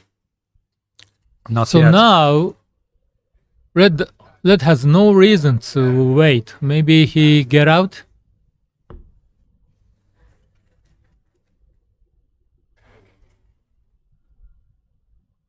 In case white rolls aces 6-1, 5-1, red gets the benefit.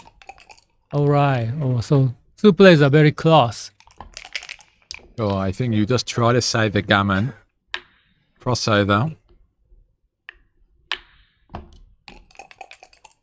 White needs to roll doubles.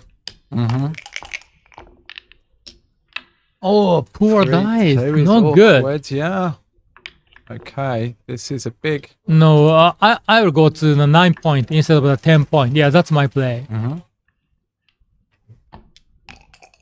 Good play. 3-4. Okay. Crucial. Wow. Okay. Not good. Not good. Wow, oh my goodness. Oh, wow. Unlucky there. Yep. Okay, so it's Crawford. 5 away, 1 away. Yeah. So ZZ got the great opportunity to scoop. Yeah, he could win 2 points here. Yep. So Ryan really wants to come back. He really wants to, yeah. Not over, yeah, 4-2. Of course, makes a slightly better point. 4-6. Better to run all the way. Oh, really? I would choose split and down. Yeah. Well, Okay. Good shot by white. Oh, dancing? 4-6. Oh, Now, white is a big favorite. Yeah. Don't need to hit twice. No. You don't need to blitz at Yeah. yeah. It's not the right idea No, but at this score. I saw him flinch for a moment. Thought about it, but Yeah. wow. So ZZ really in a driving seat here. Okay. But the 2 checkers came in, so Double five. again. It's a bit awkward. Not Yeah. being able to get that last checker out. so now red wants to switch with a 1 to deuce point anchor. Yes, good. Good play. Yeah. Excellent. Right. Wow, great dice. Double 2. Double 2. Yep. And yep. So white has 2 gaps. Okay. Short time. I think you have to hit, right? 6 to 1. Hit and 8 to 7. Yeah.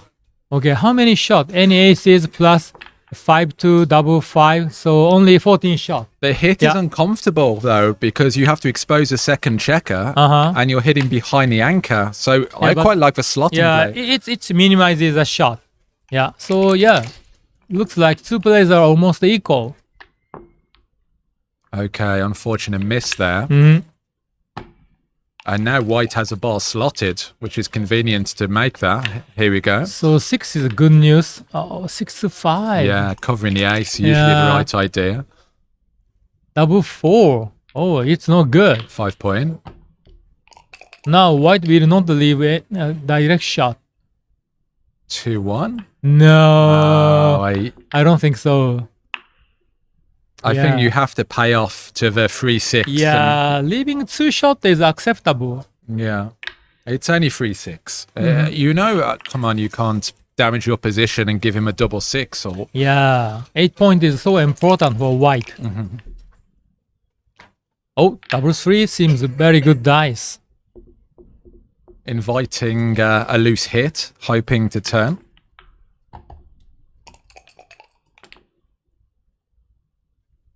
Okay. Certainly not hitting. Now red will run out. Well, make that and shuffle. Okay. Yeah. Make the board. Yeah. Is anything bad here for white? Any bad rolls? Or Maybe 6-3. 6-3. Just So 6 is forced. Yeah. Okay. Okay. Next, white has many bad dice. yeah. Many. That's what Ryan's counting on. Okay, 5-3 is pretty awkward. Yeah. Okay. So white can play safely if he wants. But You can't leave a shot here against a 5-point board. But clearing the 6 point. Oh, it's awful, but it must be better than. Really? Wow. It's so difficult for me. Yeah, I hate breaking the board. Wow. But yeah. XG says you are right. Great. It's hard to find over the board, but That's getting a great. hit is really fatal. Yeah. Okay, 6 is a forced. So with 3. Yeah, only one option. Okay. Yep. That's So it. any 5s plus 4, 1, 3, 2, 15 shots. Oh, no. But still, white has many bad dice. Sure. Many. Okay. There we are. That's Yep. one of them. Again. Another opportunity. Yeah, another 15 shots. He got it. He Wow, got it. that is huge. He got it. That is a big And hit. there is no reason to stay back on the 23 point. Yeah, white red has to get out. Double 1, yeah. Exactly. You get off out. Okay. Okay, Ryan will be happy to take this to post Crawford for sure. And Yep. the 4 away score. A little dangerous. Senna gets a free drop. Exciting stuff. Just when you think it's over, Mitchie, it's not over. No, like it will never be easy. It's never easy. It's certainly easier to commentate than it is to play.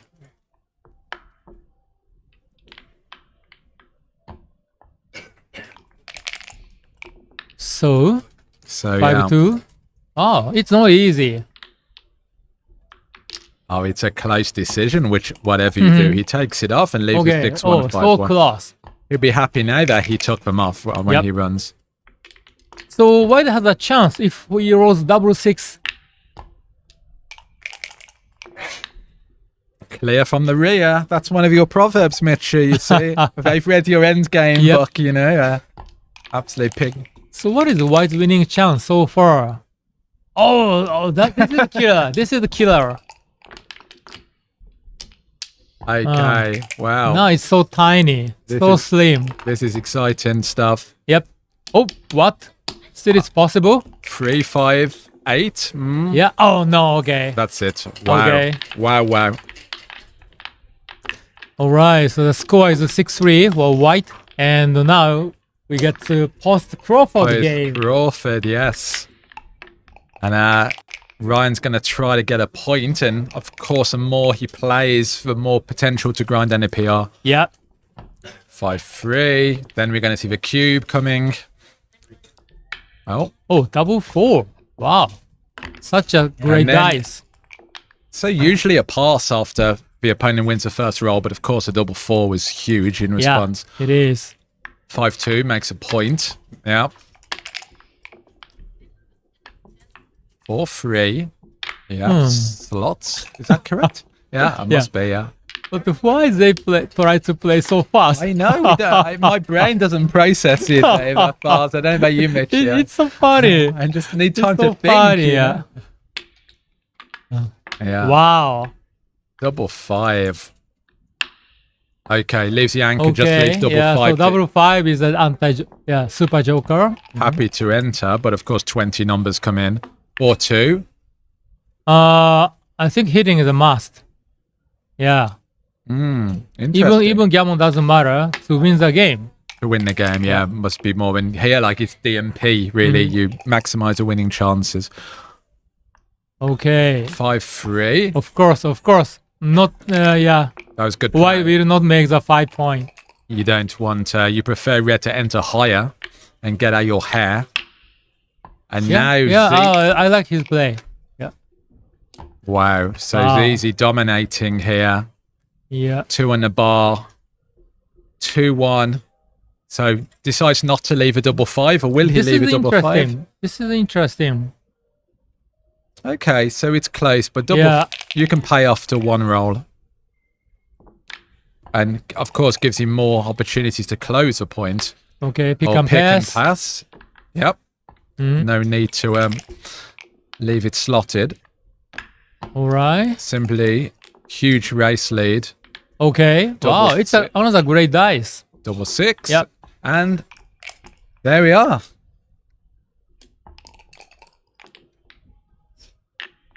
Oh, pick and pass. Pick and pass again. Just leaves 6-5. Yeah, exactly. Yeah, That's the only bad dice. Yeah. 6-3 just plays. Yeah. ZZ was ready to clear 6 point. Yeah. Okay, now 4 bad dice. Oh, wow. This is backgammon. Same number of shots with 2 off. Yeah. Okay. Oh, big but miss. Still some bad dice. Okay. So red wants to dance. Yeah. 6-5-5-4 double six. Lots of. All right. Nice. And many bad dice. Oh, no problem. And now chance is so slim. Okay. And there we are. Wow. Well done, Zenek. Yeah. Thank you, Mitchie. That was good. Yeah, it was exciting. I enjoyed it. Yeah. Thanks for watching, guys. So that looks like it's going to be 2 points for ZZ. Yeah. 4-2. So ZZ just needs 1 more point from the next match. Yeah. And Ryan needs to win both.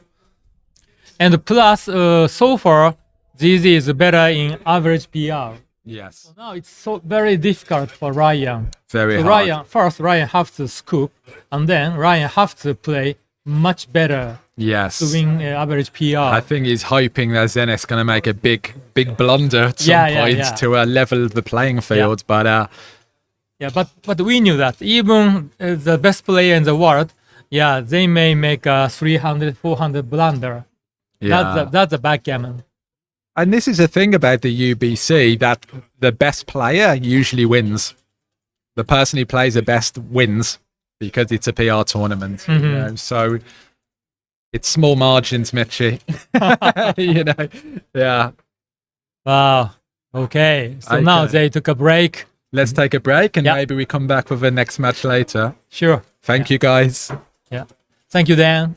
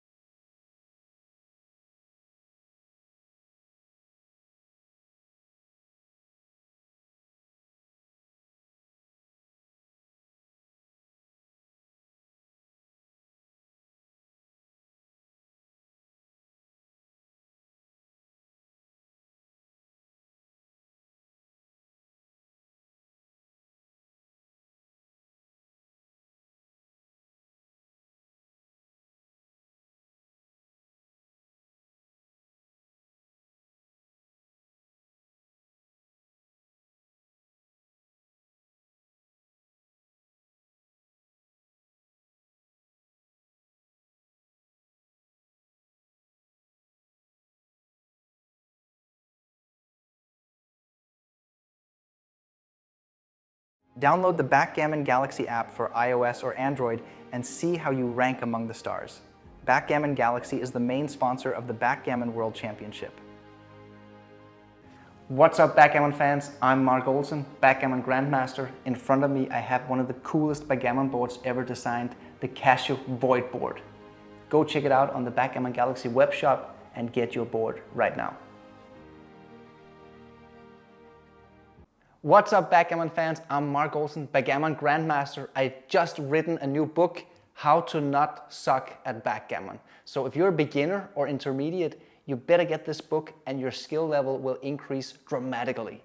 It's easy to read, it's fun to read, no math, all about strategy, pattern recognition, and logic. So get your copy right now, and I'll see you in Backgammon Galaxy.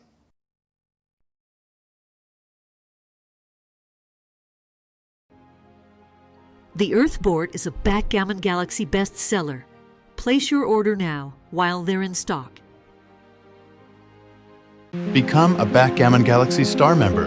Deeper analysis, my blunders, higher coin bonus, download matches, monthly free rolls. Only $7.99 a month. Sign up via web on backgammongalaxy.com. What's up, Backgammon fans? I'm Mark Olsen, Backgammon Grandmaster. Are you the next Grandmaster? If not, you better get your copy of Backgammon Masterclass. I'm the author alongside with two-time world champion and the only super grandmaster in the world, Masayuki Mochizuki.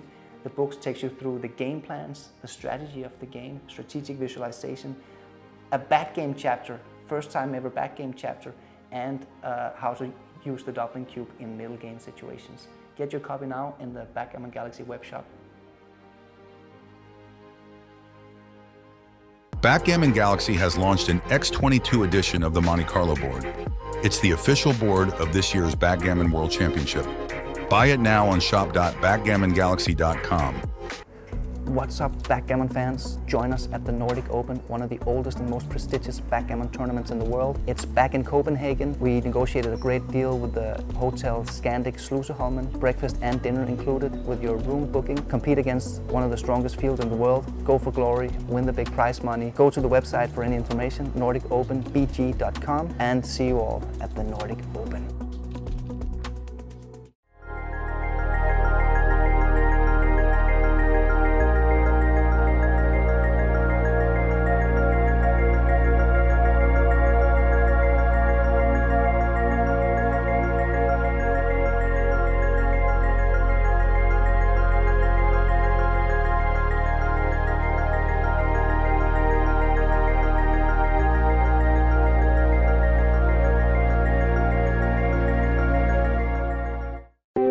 I'm Jason Pack. And I'm Alex Hall, and this is Disorder, where we'll be connecting the dots using our own experiences, as well as talking to people at the forefront of global affairs. The Disorder podcast is out now.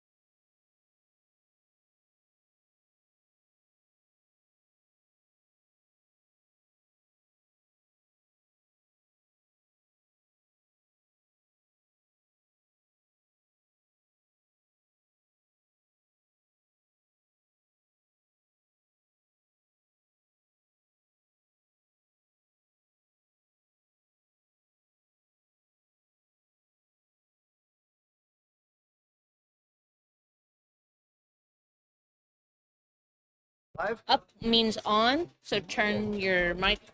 Are we live? Huh?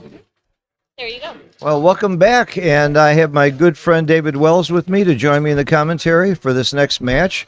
And for those of you who weren't watching before, the score is 4-2. So Zedek has a major lead because all he needs to do, I think Ryan's got to win both in this next match or it's all over, and Zedek's going to meet Mochi. And David, you should be well rested after having an easy match with Nesvat, right? Yeah, it was a very exciting match. Hello, Backgammon World. Tell me about your match. I started off down 8-0 and was constantly had really difficult cube decisions and wild swings. I'm very interested to put this match through the analyzer and see what was going on. Wow, you came back from 8-0. What's that equity? Like 16%? 12%? Something like that. Something like that? Wow. I don't have that one memorized. That sounds like a great guesstimation. There are maybe 5 players I would name that never, ever give up to the last second, and David Wells is high on my list. You never give up. I'm very, you're one of my heroes. Chip in a chair. Okay, so they're getting ready to go back. And again, Zedek has a major league here, winning 4-2. But that doesn't mean it's over. It's even possible to win a match if you're losing 8-0, isn't it? Yeah, apparently ZZ is just playing almost subhuman. Superhuman. Ryan is playing great, but ZZ is playing extra. They both deserve to be there. I'm watching the commentary. There are people saying good morning and hello to all of you as well. It's very exciting to be here in Monte Carlo. I won the right to do the commentary by playing bad enough to not be in the main. Okay, here we go. Looks like they're getting set up. So is this the net PR we're looking at on the bottom right? Yes. No, I think that's just the last match. That was the last match. That's just the last match. Yeah, it has to be the net. But this is typical of the way ZZ has been playing. Both of them. I mean, they're both playing great.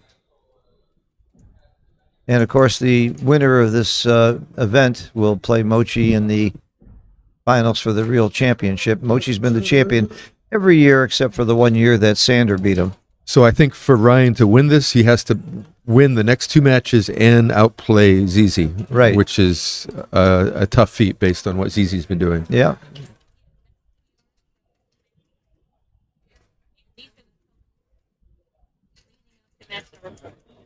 Yeah, you'll see next to their names there's a number. Zedek has a number 4 points. Ryan, 2 points. There we are. David, have you played these guys? I've played ZZ a little, and I've played Ryan a lot. Ryan and I battle online. I challenge him. He outplays me, and I win his money.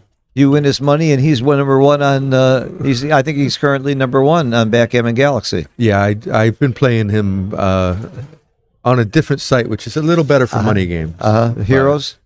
Grid Gammon, actually. Grid Gammon, okay. Just because it's a little more fluid when you're playing just for money. I got you. Well, but I don't play him because I think I'm going to outplay him. I play him to try to get sharp. I got you. Well, you weren't playing me to get sharp. You were playing me the last week to take my money. Of course, we were playing Bazooki. Bazooki is an amazing game. Everybody should play it. Yeah, I agree. I think it helps your normal game to recognize what jokers there are and how to play against them. And it's backgammon with a twist and just more complicated as a result. Mm-hmm. And double Bazooki is even more complicated, where you get to call your roll twice in a 5-point match.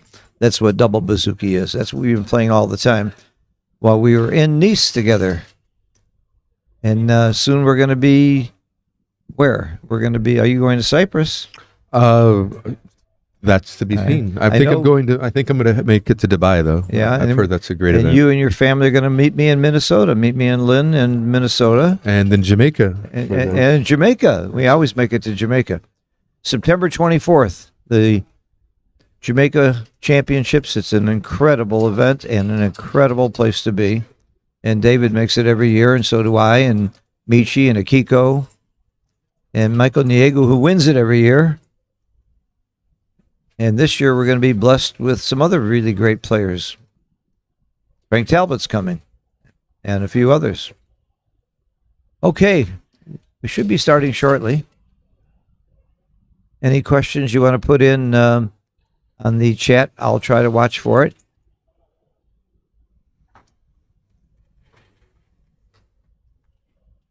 So, David, you're still alive in the Monte-Carlo Open, which I'm glad because I have a piece of you in that deal. We made an exchange, and you won your first 2 matches. First 3. First 3. When's your next match? 10 o'clock? In about 45 minutes. Oh, well, you may not be able to finish this commentary, but glad to have you. Yeah, there's a really good turnout this year. Yeah. Better than last year, I guess. Oh, I think they got like 60 or more players more than last year. The room's big enough, the hotel's big enough, and the world is big enough for more players. So keep coming to Monte Carlo. It's an incredible event. I'm not sure the hotel's big enough.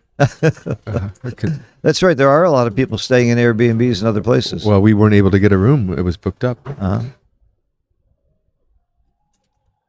So even though Ryan doesn't have a great chance, I'll bet you he's going to give it everything he's got. You don't give up in these things because you can still do it. No, at this point, he doesn't expect to win, which will make him probably even play it better. Because he's got nothing to lose at this point. He knows he's played lights out, and it's tough to beat a guy who's playing a 2. Actually, in the last match, the match before last, that I saw a real blunder by ZZ, and he still played under 2. How do you make a blunder in a 7-point match and play under 2? Well, you do everything else right. That's amazing. Absolutely right. Do you think the PR rating that XG gives you is really, truly indicative of your skill? It's hard to argue with it. It's just math. Hard to argue with math. Yeah, but if you make a mistake in the last game and you make the same mistake in the first game, isn't it a much bigger mistake if you make it in the last game? In my mind, it is. I don't think it quite works. I don't think it's measured that way. It doesn't. It isn't measured that way, but I'm thinking in life it is. If you're at double match point and you make a mistake, it can be fatal. If you're at 0-0 to 7 and you make a mistake, well, you got lots of time to make up for it. I think it's much more important. Well, I think the PR should be weighted on that because of that. Well, when there's not much time left, the volatility will of course go up. And Marianne Me says hello. Boy, I miss going to Indianapolis to your tournaments. Marianne and Butch for years ran one of my favorite tournaments ever, but now they help out at a lot of other tournaments. Saw you in Michigan this year.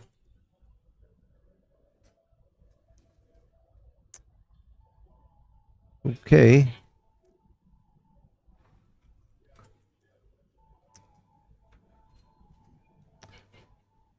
Sitting next to me, my dear friend Blake Fleetwood is here. Well, you're not in the chat. That's why. Blake Fleetwood. I love my favorite story about Blake. Year before last, one day he won the yacht contest or sailing contest at his club in Long Island, and earlier in the day he had won the doubles tennis championship at his club, and later in the day he won an online backgammon tournament. A man for all seasons. That's all in one day. I don't know too many people who can say something like that. And you were 78 at the time. You're 80 now. 79. 79 at the time. Wow, that's really something. That's very inspiring. It's very inspiring. I hope I'm as good as you at anything when I'm your age.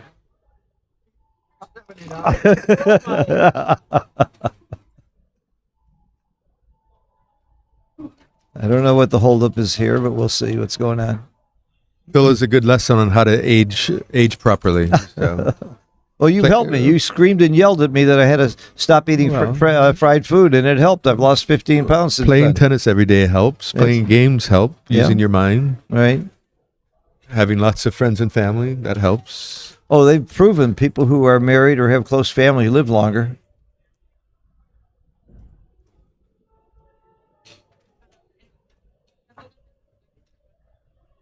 They're waiting for... Right? No? All right, we're waiting for Mate, the transcriber, before they start. Is he missing in action or something?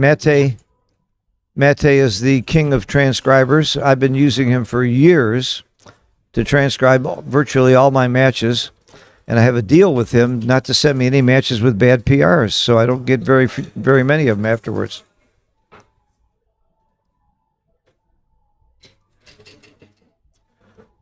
He's gotten much faster at transcribing, hasn't he? He didn't used to be able to do it instantaneously. He did. Mate could. They're pretty fast. We've got a guy coming tomorrow, I think, that's the fastest I've ever seen from Israel.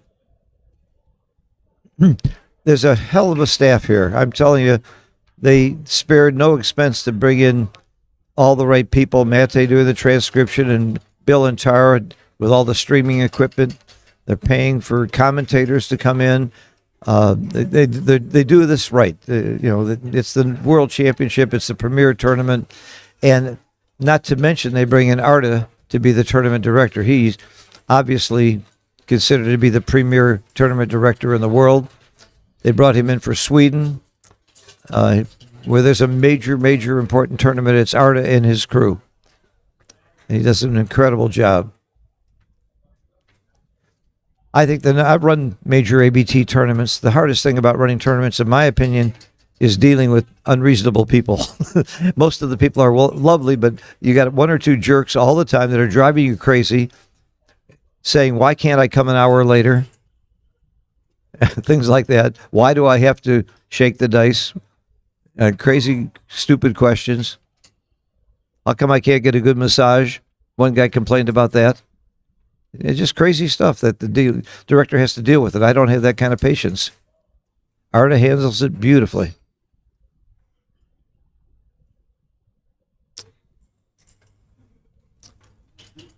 And Mete is one of the more important people here. Are you getting your matches transcribed all the time, David?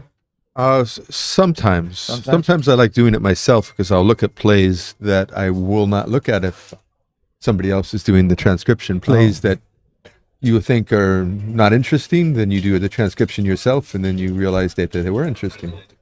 That's a really, excuse me. That's a good point. When I go through matches with my mentor, Perry Gartner, he doesn't just look at my blunders. He looks at close plays and said, what were you thinking here? Yeah, sometimes, often when somebody does the transcription for me, I'll just look at my errors and blunders, and then you're not even looking at the whole picture. Right. And you do it yourself, and you'll have these little epiphanies, like, whoa, wait a second. That's right. Oh, wait, I did think about this, and look how clear this was, or how tight, or maybe the equities ran really close. Some of the most important plays I may have just guessed at and happened to get right, so I'll never notice and realize what was important about it and why.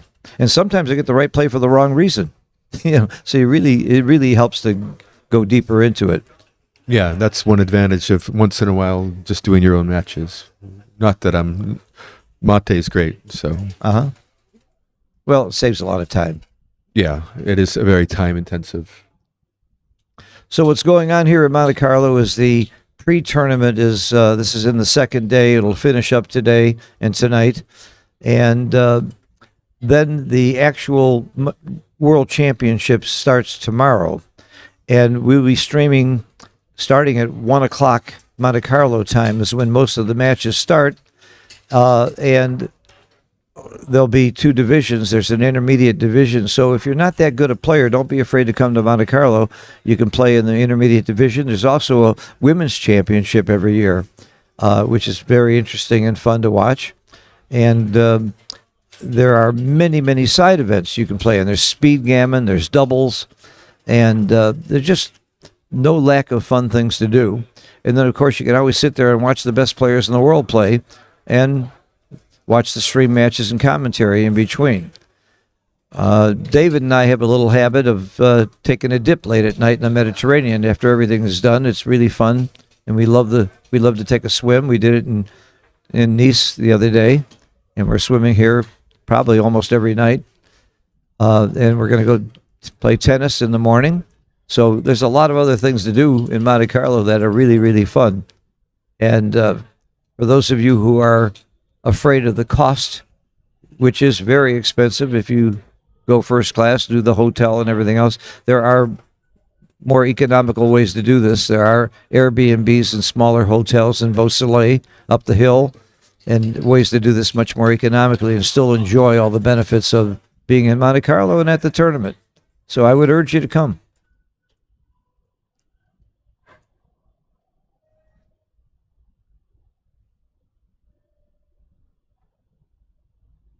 Somebody said, why is it starting on Monday now? That's what just the dates just hit that way. Works out best so it can end on Sunday. And tonight is it tonight? No, it's tomorrow night. There's a welcoming event, which is really, really nice. And there'll be a Calcutta, which is really fun. And that's where you can bet on your favorite players or groups of players. And there's also a book Morton Home runs where you can pick out an individual player with odds and see who you like. So there's plenty of room for gambling here if you like. Of course, I never gamble. It's just it's against my nature.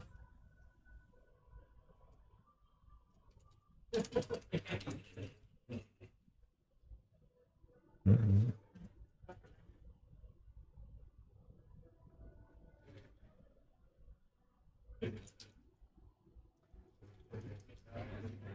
I've got a lot of fun bets on this tournament. Well, I won't tell you what they are and what the odds are, but one bet is whether or not a former world champion will win. Of course, I get odds on that. I have another bet with Steve Sachs where I picked 4 countries. I picked UK, US, Denmark, and Japan against the field for who will win the championship. And I won't tell you what odds, but we bid for it. I think that's kind of an interesting bet. And we have another bet is, will the champion be over or under 50 years old? I think that's an interesting bet. We have another bet of whether the champion will be under or over 40 years old. So these are some fun things that I came up with that we're betting on. And then, another one. Yeah, I picked 8 players. We took turns, and Steve picked 8 players, and see which of our 8 players go the furthest.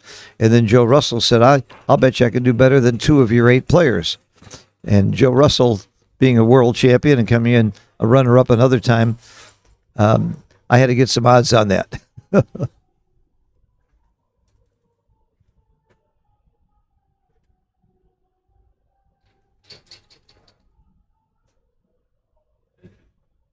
Okay, Mete, where are you? We're all waiting. Going to run out of time shortly. We've got 40 minutes. Whenever you have to go. Your match is more. Yeah. I enjoy this. This primes me for the match as well. Yeah. Oh, you learn a lot by watching these and watching XG at the same time.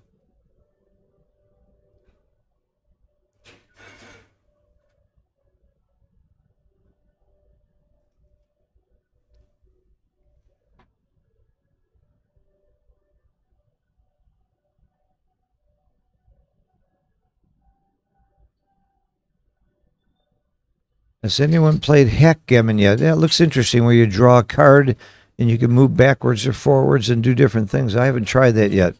And I've tried just about every variation and made up quite a few myself.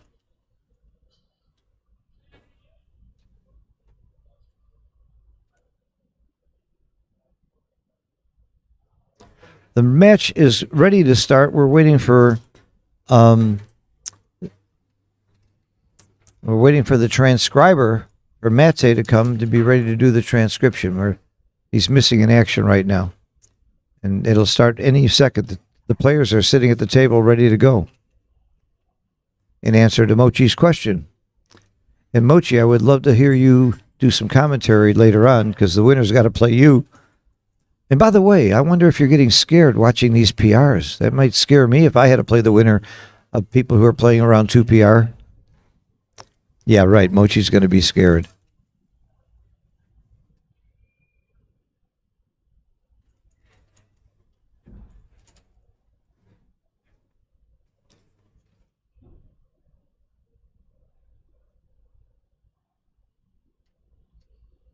See what's going on.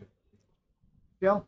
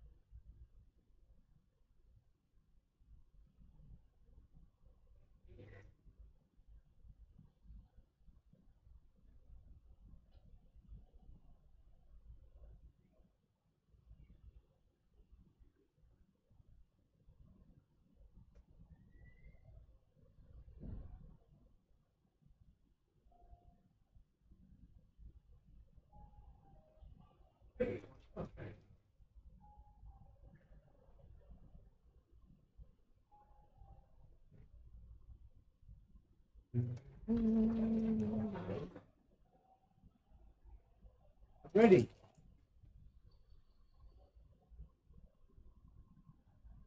Are you ready? All right, good luck.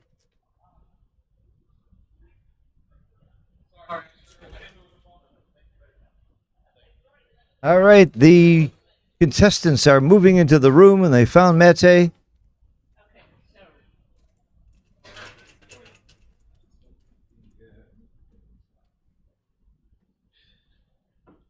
Neil Kazara says BG could be solved with enough computer power, especially now with AI. I've been playing with AI and XG, and it really can get better, and it's going to. It's going to, I promise you. I'm working on it.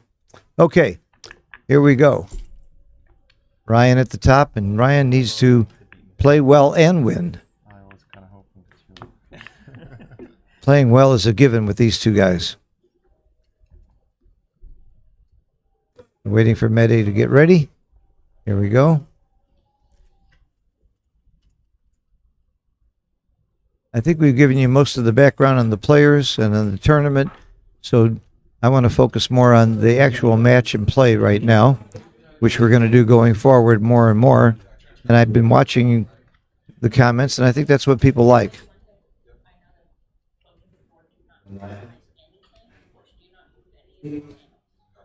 You good, Rory Fish?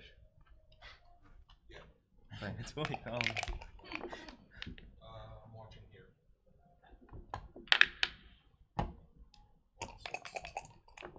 Okay, here we go. You always try to split after your opponent has made the bar, because you back checkers are getting stuck, and there's 2 checkers on the 8 points, so you want to freeze those checkers. So that's why experts will always split when they can, as opposed to just coming down.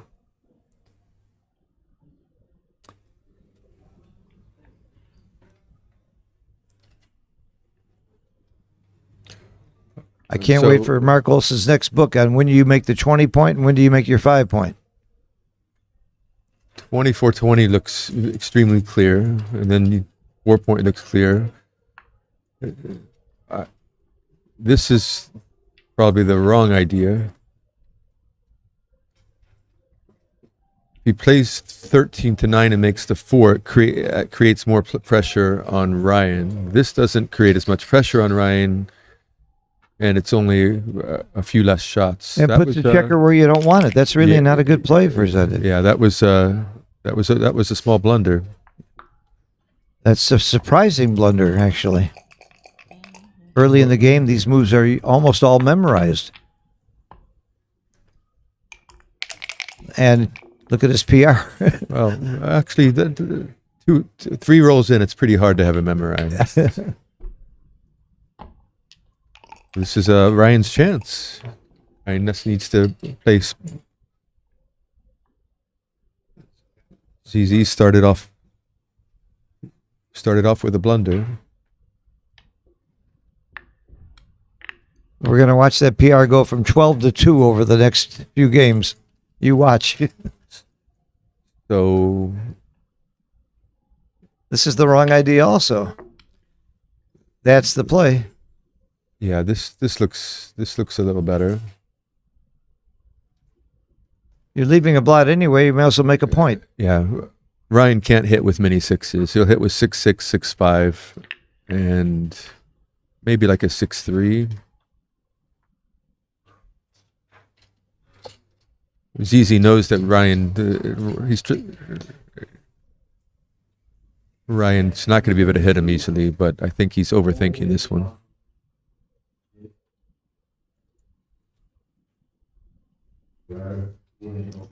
Yeah, leaving those 2 blots does not look natural. Not the How right. bad was this one? Not the right This was, idea. a bit of an anti-joker.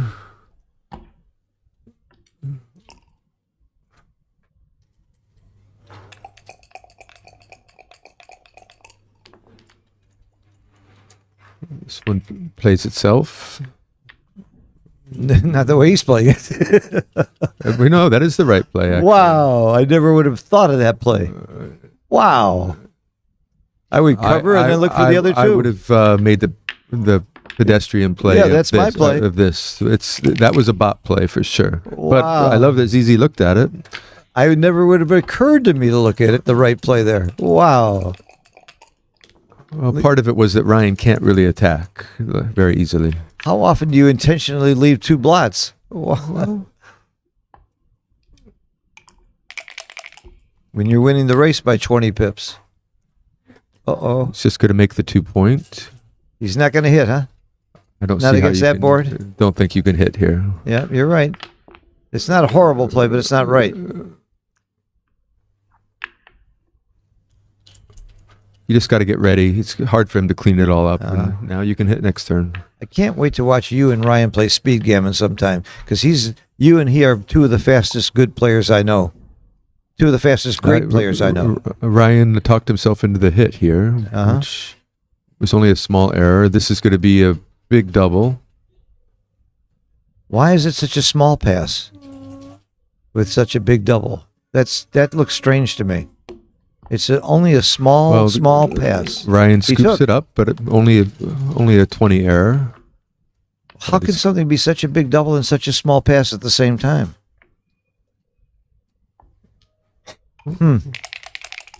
That's a little strange to me.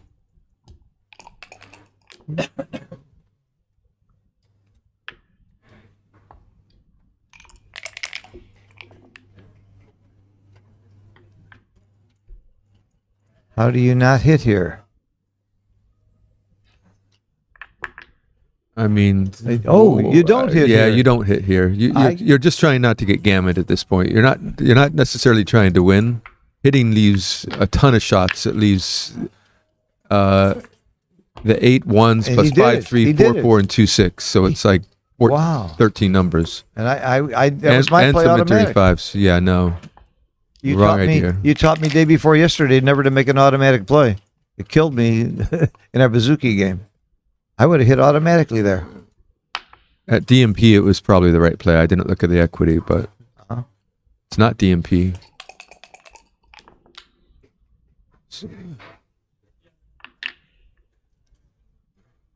That's Makes the prime clear. Seem clear.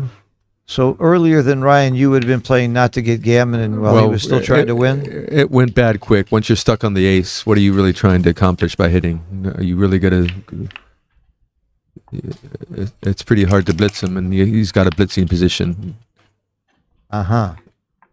So you're thinking game plan, strategy, long-term goals. You're not trying to win at that point. You're trying not to get gammon. Things had gone far south at that point. So that's going to be a way not to get gammon. And a way not to win. Well, it's the right play, but Yeah. it's close. It's close. Running is clear though. Yeah, you just can't do anything else. Yeah. You can't make. You just bury to the ace. I mean, he could roll another big double and get back in the game. Though, But you're relieved not to get gammon. This is a game that was very gammonish a minute ago. yeah.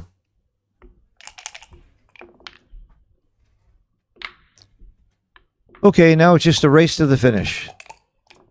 But look at the PRs. This is not like David, from the very beginning of every match, they were playing right around 2, both of them. This is very unusual compared to the way this match has been going. This competition has been going.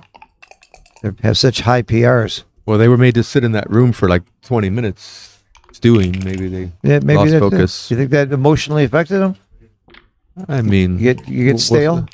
My guess is they'll tighten it up now. So sometimes it takes a little to calibrate after get your brain back into the game. Mm-hmm.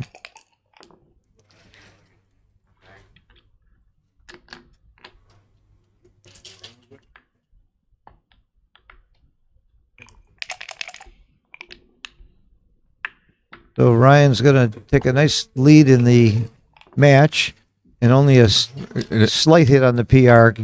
Plenty of time to catch up in the PR. He's got to do both to stay in this competition. So we're going to keep a close eye on that PR. And if I'm ZZ, I would just think Ryan had an opportunity there, and then made some mistakes and made them quickly, a little too quickly, I think. Well, he's done that throughout this whole competition, making mistakes. So a couple of his mistakes were very quick plays. Ryan is a brilliant player, and he definitely doesn't lack confidence, but sometimes that confidence is a little strong. Some people have asked in the background, the fellow in the yellow shirt is Michel Lamotte, the terrific player from Belgium, and he is actually the monitor. If he sees the score is wrong or somebody didn't stop the clock, he has the right to speak up and do something about it, which I love. I think all important matches should have that. Don't take the pressure off of the players to referee your opponent. I don't think that's proper. Looks like you're just probably supposed to make the 10 here. And then make it heavy. You're right. Absolutely. Best play. Tempting to make the 5, but it's actually pretty close. Yeah, and a rollout might change it.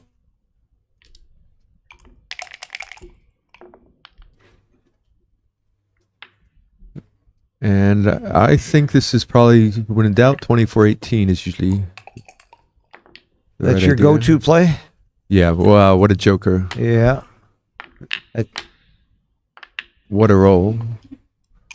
So hitting off the ace would have been really bad there, huh? Yeah, well, you made the 2 points, two great points. Uh-huh. Is this a cube? Way far from it. Ryan has a very solid position, and while if ZZ makes his 5 point, it would be an amazing position, but it's difficult to do. And Ryan just has spares on his 8, spares on his 6. He's got his 5 point made. He's got an anchor, and he's losing the match. Yeah, so. yeah.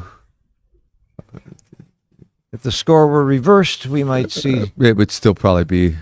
Yeah, it's too far from the cube. A little thin. Okay. I don't know if I'm losing. It's much closer, I think, if the scores were reversed. I'm losing. I'd wow, there. That was a big blunder when monster blunder, especially when you're winning. And Ryan didn't even think about it. Well, he thought about the whole time that was that wasn't even, I think, a money double. And up 2-0. That opens the door for Ryan. It certainly does. It's going to be hard for ZZ to win the PR in this match. Yeah, well, and his match-winning chances are going down with that play as well. Mm-hmm. He's landed on his feet a little bit here. Oh, certainly. But it's far from over. Oh, yeah. This would be an easy take still. Really? Yeah. This is still an easy... Well, red can counter prime very easily. 2 checkers behind a 5 prime? This is an easy take? Yeah, it would be an easy take. Wow. Wow. The chance that red can counter prime is quite strong. I need to learn this position. Didn't look like an easy take to me. If red can counter prime, which 6-4 was a bad roll, well, look at this roll. I'm beginning to see your point. Red's timing is much better than white, so if they both play end up in a priming battle, Ryan should do much better. I got you. So you got to look at both sides of the board, huh? That was my problem. 13, that was the wrong idea. I don't know how wrong it was. He could play a little more fluid there. He didn't need to play so tight. think he was supposed to play a little bigger. I like the 2-point here. I can see the logic of it. All right. See, Ryan needed to oh, that is a great roll. Wow. You're going to see a recube soon. It's a lot. Or maybe too good soon, depending on the roll. Oh, this is a great roll. He's got to split. No. Must split. It's just a super joker to be able to split here. You said that instantly before XG came up, and you're right by a mile. You're just staring at that point. Yeah, it's very obvious. You do slot, though. No choice. Slot and split. Okay. I mean, this... Yeah. This is a borderline joker roll.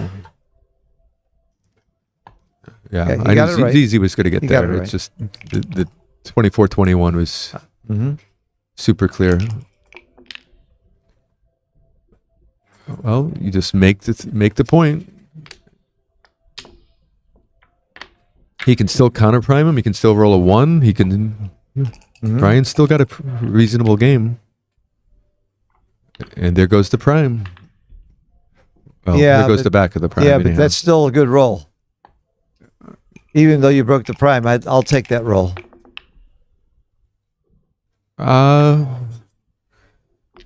Okay. That looks there's looks nothing natural. to think. Yeah, there's nothing to think about here. Yeah, that looks very natural. Ryan can, if ZZ rolls poorly, Ryan's can find a recube here. It may be too good, depending on what he rolls. Well, this is interesting. Yep, There look we how go. fast he recubed. Very, very fast. And it was a big double, and according to the computer, it's a big pass. Big pass. So ZZ is being punished twice for that bad cube that he gave, both his PR and the match score because of that bad cube. Well, So- he's really opened the door for Ryan to win this whole thing. There's a lesson, boys and girls. Even if you're one of the best players in the world, you're going to make some blunders. This game is not that easy. We saw ZZ make a big one. So Ryan has to win the PR and these next two matches. Right. And based on what ZZ has done this match, that door is now open. Sure is. And he's thinking about taking this cube?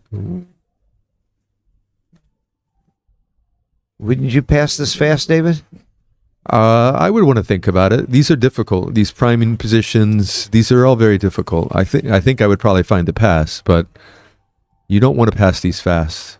Well, you don't want to do anything fast when you're Yeah. playing for big stakes like this. Prime versus prime positions, and this is kind of a prime versus prime position in a sense, Yeah. but it's a spin-off of one of them, and they're often usually takes. So Yeah. you gotta think this through. But I think ZZ's just going to crash so often, and Ryan is just going to have win enough gammons. Yeah. And even but the possibility he could roll a 1, and there's a lot more gammons. This would be a take for money for sure. Looks like it's based on the equities. It's a clear take for money. Red is winning 68% and only 17% gammons, and white is winning 31% and 10% gammons. So these are difficult, but ZZ's up 2-0, and this is not a money game. Well, maybe I was influenced by XG, but even for money, I wouldn't have thought of taking this one. Then you're saying it is an easy take for money. It looks like it is, yeah. Yeah, I would pass this for money as well. Maybe that's why I don't have more money. Well, just consider what if ZZ dances, which he's going to do most of the time, and white just rolls a 2. What do you think? And then You got to roll a 2 and then 2 6s. No, I understand, but it just looks very hard for white to win this to me. It's scary. I promise you, Ryan wouldn't take this much time on the decision. Ryan would have scooped it or dropped right away. I like this. No, these are tough. These are very tough. I think the score is the hint here. I think that's where you can find the pass a little bit easier. If it was like a different score, this would be extra tough. If the score was reversed, it's probably not it's probably an easy take. It might not even be a double. Might not even be a double if the It score might not is even reversed. be a double. That's why match play is to me so much more complex and fascinating than just money games, because the score really changes. It almost certainly wouldn't be a double because you don't want to kill your own gammons. That's another and reason. The gammon would get, if the score was reversed, would get them to Crawford. And you don't want to kill those 17% gammons.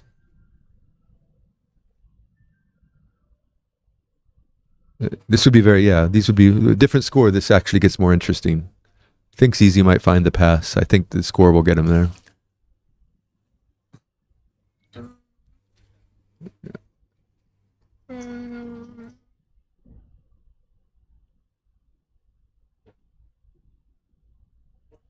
Wow. This is a very educational position for me because I was passing at just about any score unless I was losing the match, and obviously I'm wrong. Boy. Well, ZZ has a 5-point board. He's at one checker at the edge of the prime. Red has another blot. I mean, you look at it like that. Yeah. And even if ZZ hits, I mean, it's very bad if ZZ hits. But all right, he found it. He found it. Good. Good for him. Good for ZZ. And what are we doing with PRs? Let's see. Ryan's well ahead on PR. I don't know exact numbers, but they're certainly not playing at the level they had been. There we go. Ryan's killing him on the PR. But there's still plenty of match left. Yeah. 1 or 2 blunders by Ryan, and we're going to be even PR.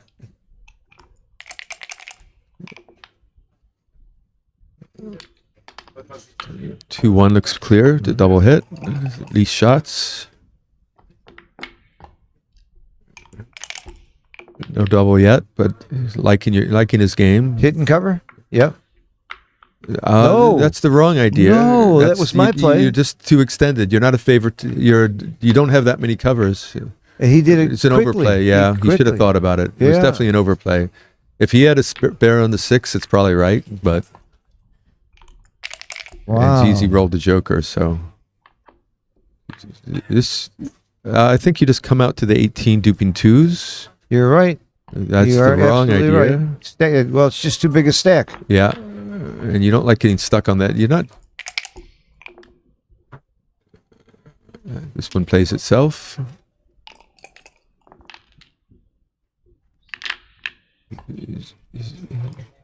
ZZ's nearly equalized the equity of this game. Ryan said, "Oh, what a good roll! Just make the 4-point." That was a joker. Yep.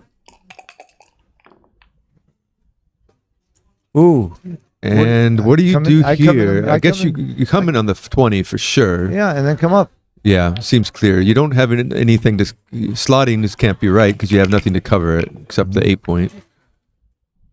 Ooh, Here that's a great roll. Yeah, Great. It's a great roll. I think we might see a cube very soon. No, we won't see a cube too soon. That stopped it. That's a cube cooler. Cube saver. That was a huge joker, huge equity shift with that. He needs to roll higher than a 3. And he rolled well a higher than a monster. 3. Well, he can. Now here, you probably just make the 3-point. You don't want to. I don't think you want to come out yet.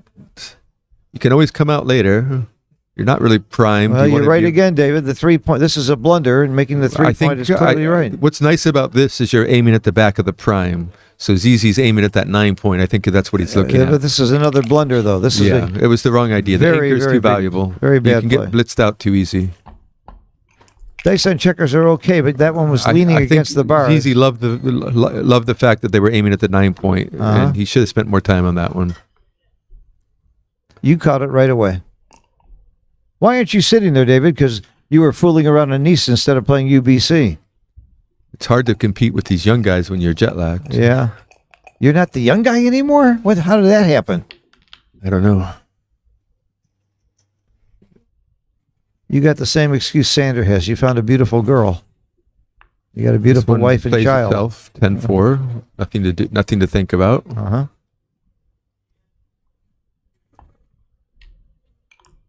A 3 would be big. And here, it looks like I think you're just supposed to point on him.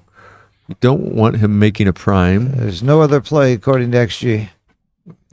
Bringing down builders, while nice, it doesn't accomplish what you want it to accomplish.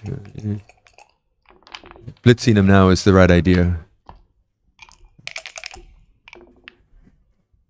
That's actually not that good, is it? It's about, I would say, gives him less average time. minus, but not by at least it makes a 5-point board. All he needs is a deuce now. But Doesn't it take an average of 6 rolls to get from the 24 point and come out? I don't That's have the that number I heard. memorized. That's the number I heard. 6 rolls to get to jump a 5 prime. That sounds intuitively like a good number to me. Which means he's likely to crash. Yeah, no, ZZ is in the driver's seat here, but Ryan can't double until he actually gets out. So, and then it might be too good. I think ZZ may have a double soon. If Ryan breaks down to a 4-point board, ZZ will have a double. There it is. And this should be a double and probably a pass. Pass. It is a tiny pass, though, right on the That edge. just shows you he had to break down to a 4-point board to even You were consider right. doubling. I might have doubled sooner. No. You're right. I would have thought about it the roll before. Okay. And Ryan, and look, it actually became a very big pass on plus plus. Yeah, by the way, always use plus plus. Rollout is the best, of course, but without plus plus, you can't really be sure about very many things. And somebody asked me to explain what plus plus is, and it's too hard. It's just looking deeper. Yeah, no, it's 720 games, over 720 games rolled out on top of each other. And I don't know how that works, but that's what it is. Right. ZZ's going to have to play perfectly to get his PR down now. Good roll. What a good roll. Well, all he has to do is win the match and say, the heck with my PR. Then it's over just by winning the match. That's true. I'm sure he doesn't know they don't know what their PRs are. No, they don't have no idea. So this would certainly embolden Ryan if he knew. Not that I think it'll change how he's playing. Yeah, if they saw the PRs, they wouldn't change a thing, would it? I don't think he wants to make the 7 here. Probably just make the 9 and go to the deuce. Make the 9 heavy and go to the deuce. The 11 point's doing more than the 7 point here. So why do you want to leave a shot? Yeah. I don't think you want to leave. This looks like the right idea. You're right again, David. You just want to contain him and leave no shots. And this does both of those. This contains better and leaves no shots. I'm very proud of myself for picking the right guy to do commentary with me. This is all me. You're showing how smart I am to pick you. It's all about me. Good job, David. I'm really impressed. You're hitting them all. This 13-5. What else do you have?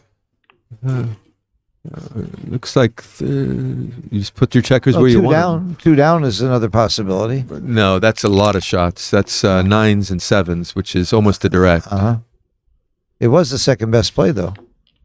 That's my nickname, Mr. Second Best. He played that very quickly, and it was very wrong. Big blunder from Ryan. Yeah, and Ryan made a very similar play like that in the first match. You're not panicked on getting out. Yeah. That was, and this can't be right. I'm pretty sure that ZZ will not make this play. It's not on the list. But Ryan made that play so fast. And was he even up in the race? Wow, what just happened? Was this? How big was that?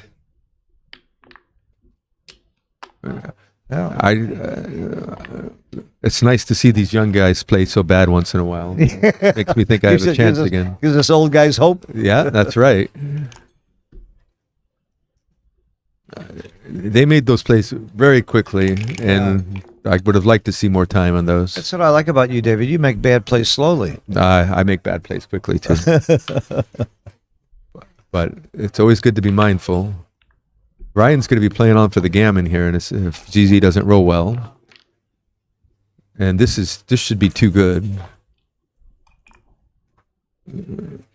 Oh, it's borderline, it's almost too close. good. But let's hit plus plus and see what it has to say. 0.004 to too good. Too good, too good. There we go. Yeah, good call, David. And if he doesn't roll a 5 here, even if he rolls a 5, it's too good. That's it's a 5-1, 5-2, or 5-5. And just slot the back of the prime, maybe? By This too is good, fine. what we mean is that if he doubled, he would just win a point. By playing on, he's going to win 2 points. He's got too many gammons to just cash and take the game. I like this play. Yeah, you don't want him to make the ace point, and you're not really terrified of him rolling the ace. Even with no covers, you would do that. Oh, you have a lot of covers. You have 8s, 9s, and 10s. I got you. C.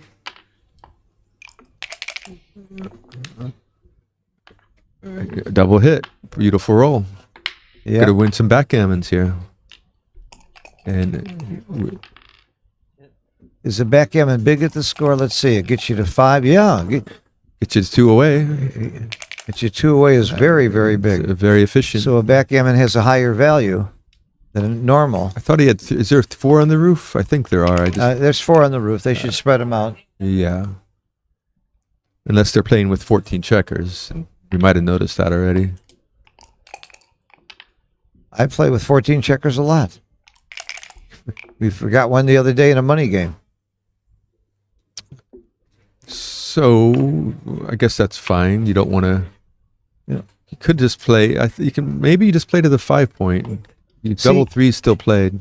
I didn't see that one. These aren't that easy for me. I'm worried about crashing and getting stuck. You do need to worry about that, but I here also want more covers. There weren't many rolls for that. Double 3 still played well, so okay. This looks like the right idea. Ryan should. There it goes. Ryan will be able to win a. I don't know the exact number, but it's not insignificant. The amount of backgammons. Mm-hmm. But if Ryan, it looks like Ryan may win this match and the PR, and then we're going to have a tied series. It's going to be 4-4.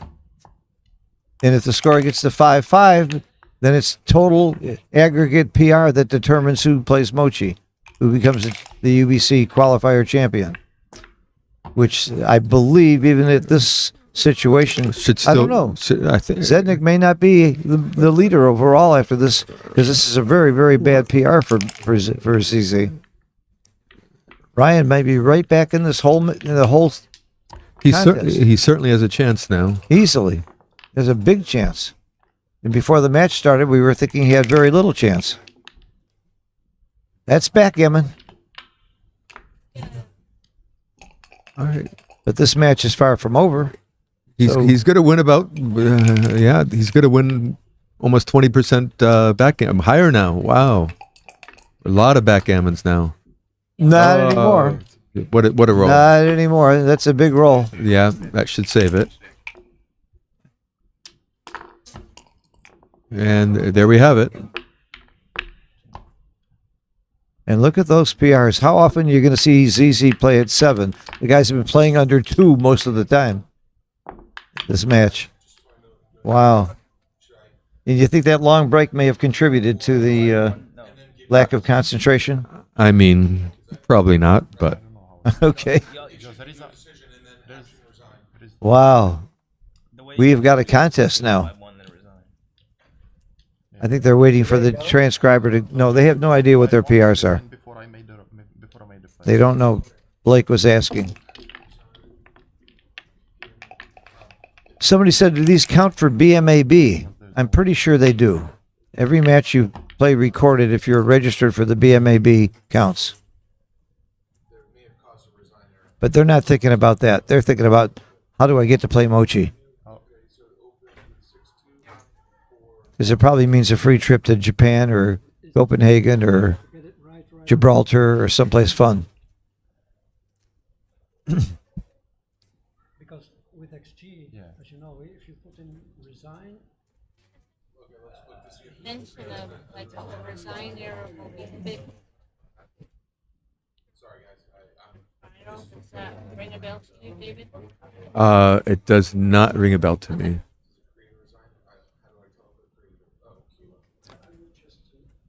Okay, 3-away, 4-away. They're having a technical problem right now. They're having a technical problem. While they're doing that, 3-away, 4-away, there's one very interesting thing about this score. You know what it is, David? I mean, the trailer needs to be extra aggro. Yeah. And the leader you got it. The leader needs to be extra safe because the Recube take point for the leader is 40%. It's the highest Recube take point you have pretty much in a standard match. At 4-way, in Gammon's positions, you can be very light with that cube.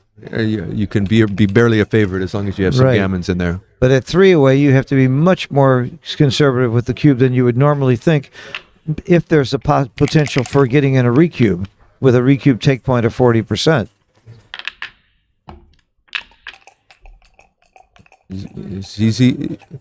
ZZ's thinking about it already.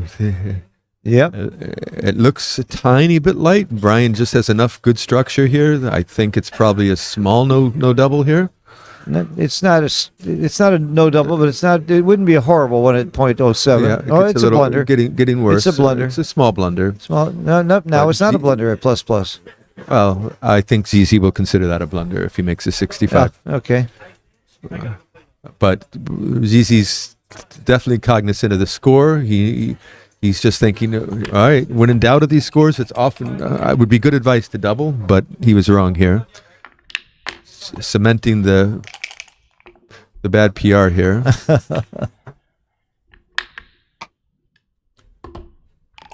I think if Ryan just it would have been a big double if Ryan didn't have the 7 point. Ryan's structure was just too good. Just slightly too good. Yeah.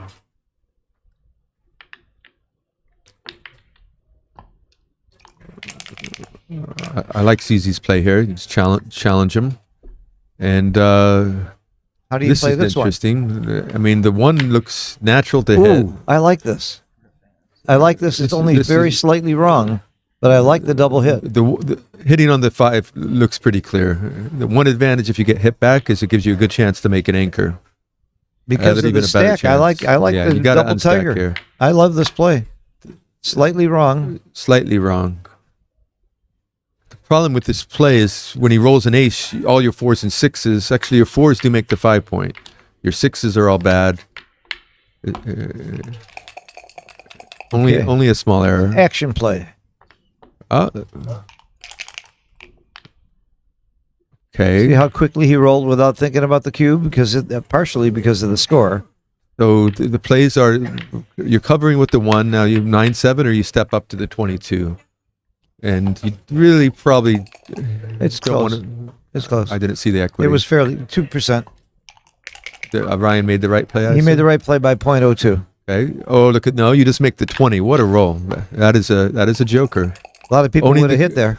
Well, owning the cube, Ryan loves this game. Even race with an advanced anchor. This is the game you want to play at this score. Yeah, virtually no gammons when you're holding the 20 point.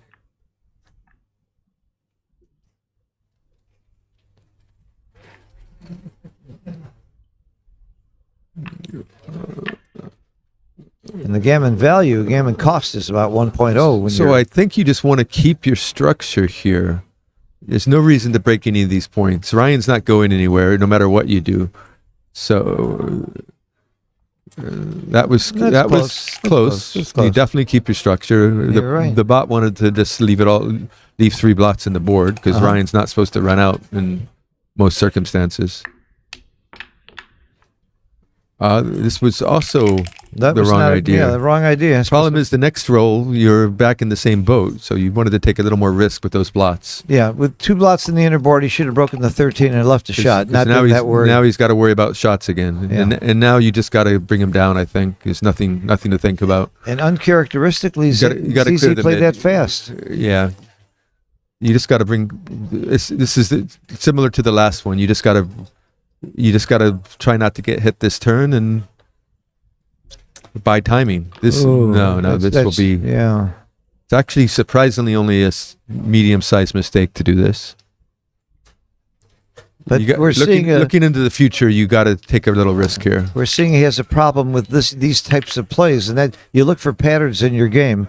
If he's got a pattern of not being really sharp, by next year he will be sharp. He's going to look at these. I mean, what are you going to roll next turn? You basically have to roll a double. Yeah, it's called being stripped everywhere. When you only have 2 checkers on all of your outside points, your 6. Ryan has plenty of time to hold this position. No, all right. Yeah, this was not a good play. Not a good play. Not a good play.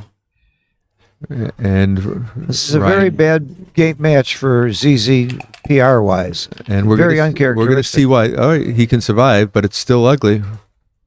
And make the ace. Yeah, make the ace, save the 3. No, don't make the ace. 3. I think he made the right play. 3 to 2 looked right. Okay. Okay, this is an. You could actually leave that. I don't know if this was right. I would want to think about it. I don't like the fact that he played that so fast. Could have been right. Might have been right to leave the double shot. This is just 13-6. What else? There's nothing to think about here. It is 5 numbers, but only 5. I would have liked. Did we see what if Ryan made the right play there? Did we played it so fast?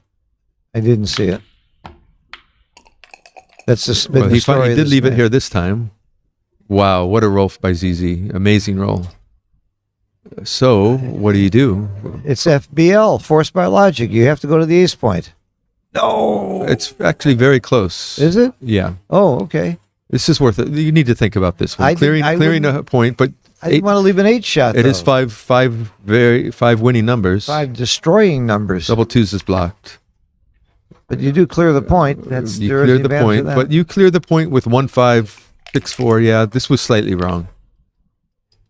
Slightly wrong. He's got a slot and bring a builder. This is not an easy one to bring home. Being 6 away is the nightmare. And must not leave the 8 again.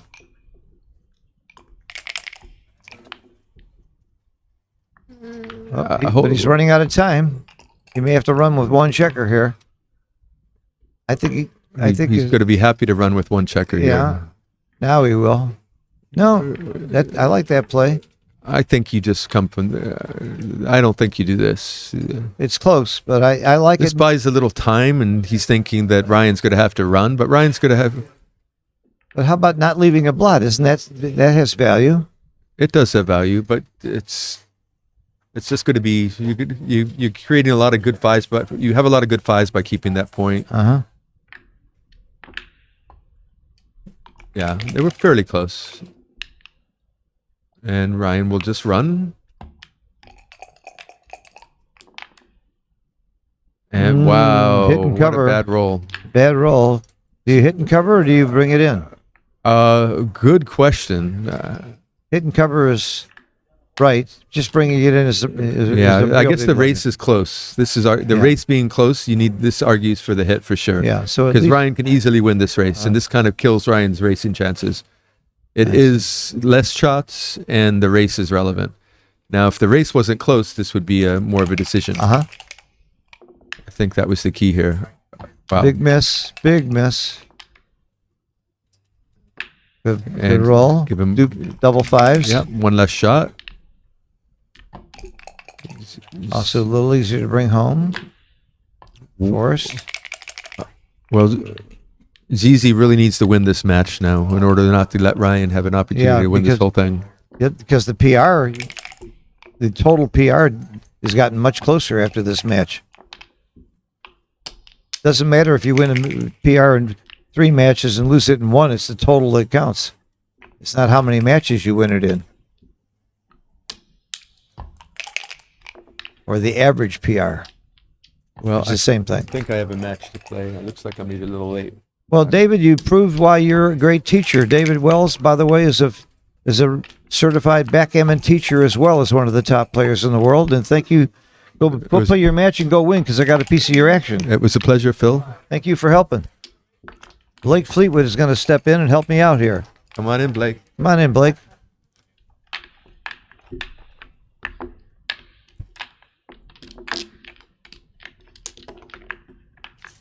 So from the viewpoint of a great sailor, tennis player, and backgammon player, what are your thoughts so far in this match? You've been watching the whole match, Blake? Yeah, I've been watching the whole match. Fabulous. I'm a little disappointed in ZZ. I thought he was so omnipotent the last match. Please don't use long words like that. You're going to lose me. Omnipotent? Come on. You're right, though. He was amazing. All right. It's 2 away, 3 away. I love what Mark Olson said in one of his online lessons. He calls this gammon go light. Is that right? The up 2 up? Yep. You don't want to expose another blot. You're going to get blitzed. Looks like a lot of gammons. Yep. Quickly gives the cube. 6-8 men in the zone. Yeah, he didn't have enough men in the. If he had more men in the zone, he'd be too good. This is a double take, a very, very fine double. Of course, Ryan did it with about 3 seconds of thought, and a very big take. And a lot of people might drop this at this score. The gammons are 25%, and you take this cube and get gammoned. It's not fun. It's the match. 8 men in the zone.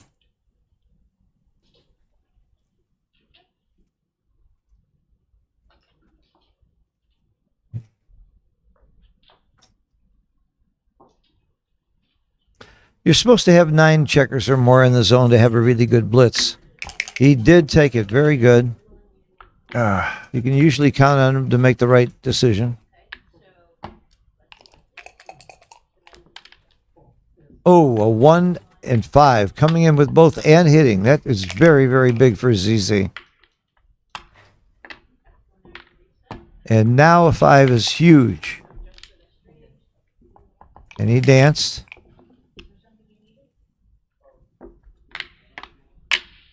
Come on.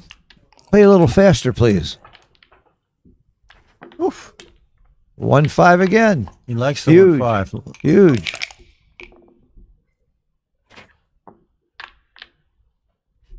Wow, this 4 is not easy. This is not an easy play for me. What do you do, Blake? Come up. Come up to the 20 or out to the 18? I like the 18 because of the stripped 8 point. I like that. I like that play. Hit, or the hit, 3 hit. point. No, I the 5 point out after you put 2 up. Yeah, but you're stacked on the 6. Yeah, but it's such a much more important point. Remember, he's holding the cube. He's not about to recube too quickly. Not when he's winning 2 away and he's holding a 2 cube. I learned that a while ago. In the old days, you could do that. Now it would be an illegal cube. You can't get it. You can't do it even by accident.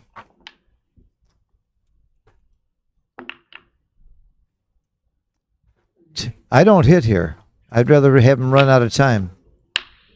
Yeah. No, the hit gives him a better backing.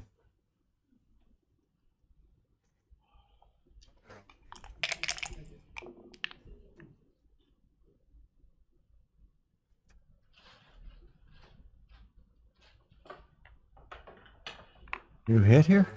I don't think you hit. You hope your opponent just rolls big doubles and crashes. Yeah, I don't think you hit either. I don't think you hit. I might hit with the 2-1s and play 2-1. Yeah. But I think the hit just helps your opponent in this game. If you hit, you're going to be very sorry if you roll 4-4 or 6-6 after you hit. No, I don't like the hit. What's XG say? It's wrong to hit. It was wrong. I learned a lot about playing back games by playing Pasco Gammon. Great training game. Good roll. And a great play. Very good play very quickly. He's going to have to hit somewhere, I think. He could, yeah, you could play it without a hit, but I would play it without a hit. I would. I played with the 13 without not hit. No, My play's right, by the way. XG agrees with me. Really? Don't hit there. You don't want to help your opponent's timing. But it was close. Yep. Oh, look at that play. Oh, my goodness. Pasco. I guess he's not afraid of PR when you make plays like that. Because you know that could be a PR buster. Extreme Gammon could be wrong about plays like when you get into this area, you really have to roll it out for Extreme Gammon to. By the way, I'll remind you what you're looking at on the screen as far as the PRs is not official. That's just the quick PR.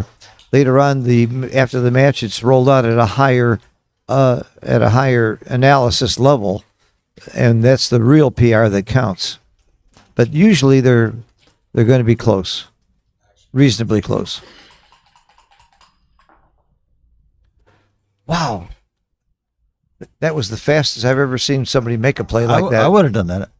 You would have done that? Yeah. But you'd have thought about it. Because Pasco. remember, you're worried about PR too. It's not just having fun.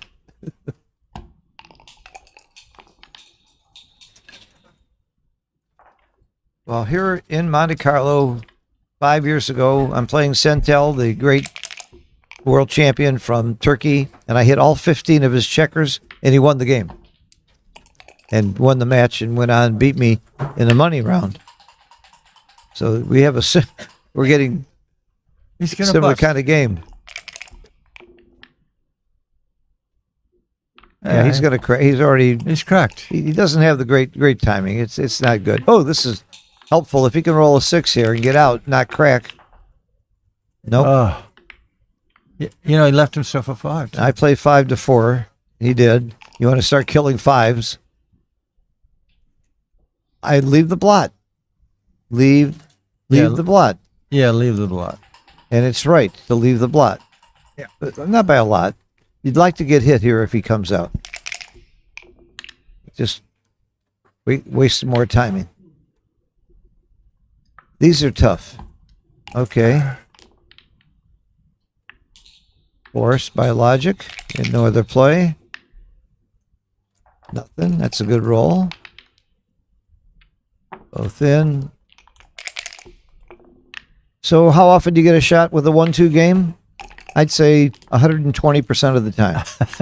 But how often do you win in the game? Well, that's different. If your board's crashed, you don't win, but you're always going to get the shots. And I may be a little off when I say 120%. 4 checkers on the 1 point is really bad. Well, the good news is it doesn't matter if he gets gammoned or backgammoned. So he can stay forever for that last shot to try and win. But he has to win.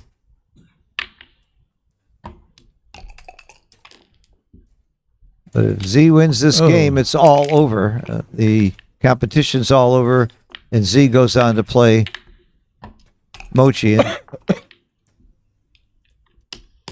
It's forced. 4 off. We may be seeing the end any second now of this competition. But we got plenty more action coming from Monte-Carlo for the next week. Oh, a 2. All right, there's still hope here. 2s and 1s. Nope. I wanted him to hit just because it would be exciting. Not that I'm rooting for anybody. What else is there? Come on. That's it. Same thing. Yeah, same thing.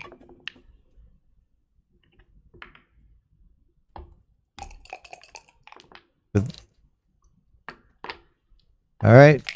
A 2 where we can pretty much forget about this. This whole competition is going to go to ZZ. Should he stay with, on the ace point there? Why not? You don't create. You give him. Yeah, you stay there. Oh.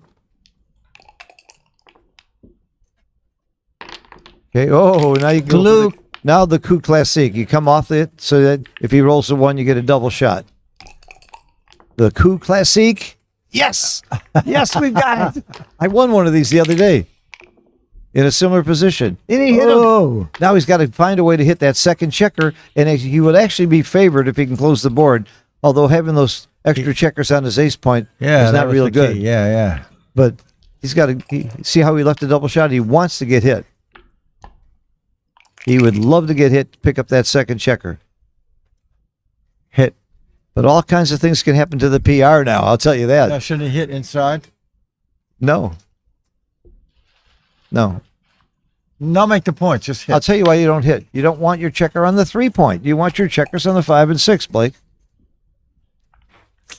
And you don't want him dancing. He would have danced. You want him to roll. Roll a 1. Come in and hit.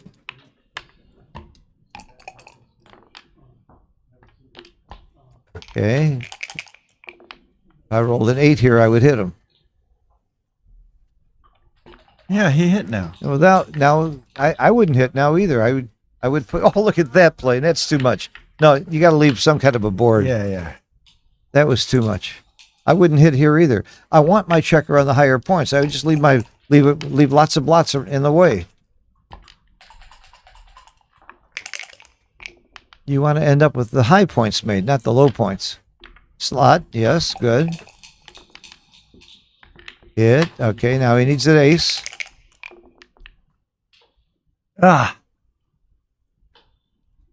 So now you got to worry about the jokers, the 5-5 and 6-6, how they play. Yeah, he blocked 6-6.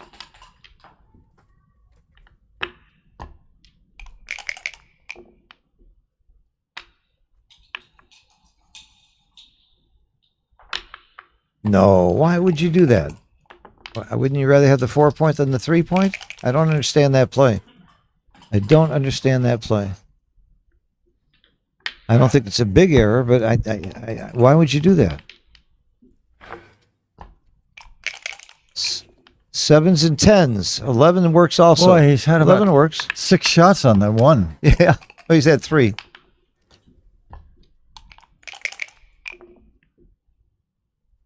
I'm not covering. I do not cover. You want to get hit. You need that second checker or you're a big dog. When you hit the second checker and close it out, you're a favorite. You're not a favorite with the 4 and the 1. I think you still are if you can close the board. You'll be a slight favorite, maybe. Yeah, you'd be a very slight favorite, even with the extra checkers on the ace.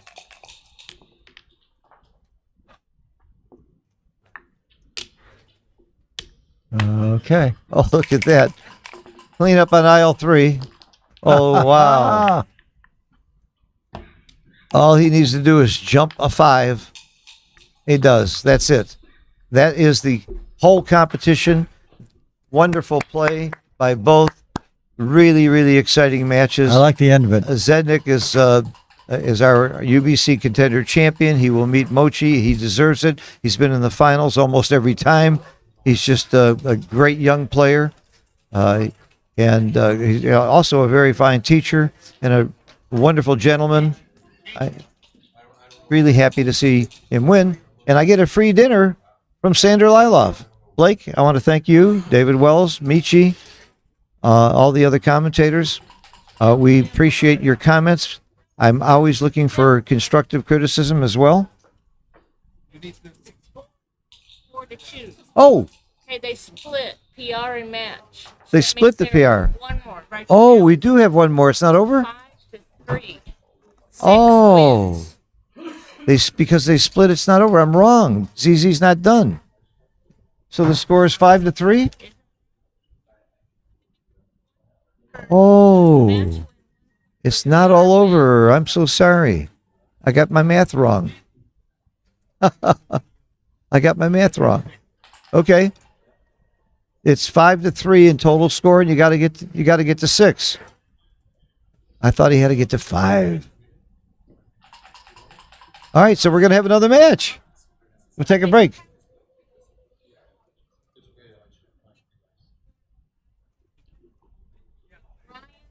Win both PR and match score. It would be 5-5, and a tie is decided by average score. Okay. So thank you, Tara. Tara just explained it in total to me. The score right now is 5-3. Zednik is winning. So the next match, Ryan will have to win both to make it 5-5, and then the lowest total PR will decide the match. If Ryan doesn't win both the PR and the match next time, then Zednik goes on. So I jumped the gun. Zednik is not the winner yet, and we will have another match. We're going to take a break and be back soon. Thank you for watching. Stay tuned for another match, and it could go. No, it can't go 2 more matches. It has to be 1 more match. Either Zednik wins or Ryan ties it by winning both. So either way, we're going to have 1 more match to play. And Blake, thank you. Thank for you. your help. Appreciate it. And Zednik is the we'll see you soon. presumptive winner. Yeah, well, as they say in politics. I wanted that dinner from Sander. I had a dinner bet. That's what I got all excited with the way it finished. We'll see it soon. Hey, Phil. Yes. Any issues with the transcription? Anything I can do better? Or you were fine with Did it? you do the transcription? Yeah, I was. What? Rory Pascar did such a good job on the transcription. That's amazing. For a person of your intellect, amazing. Thank you, Rory. You did a great job. I transcribe my own matches all the time, so I'm comfortable with Thank you. Rory did the transcription. I wasn't aware of that. He's a man. doing the last match as well.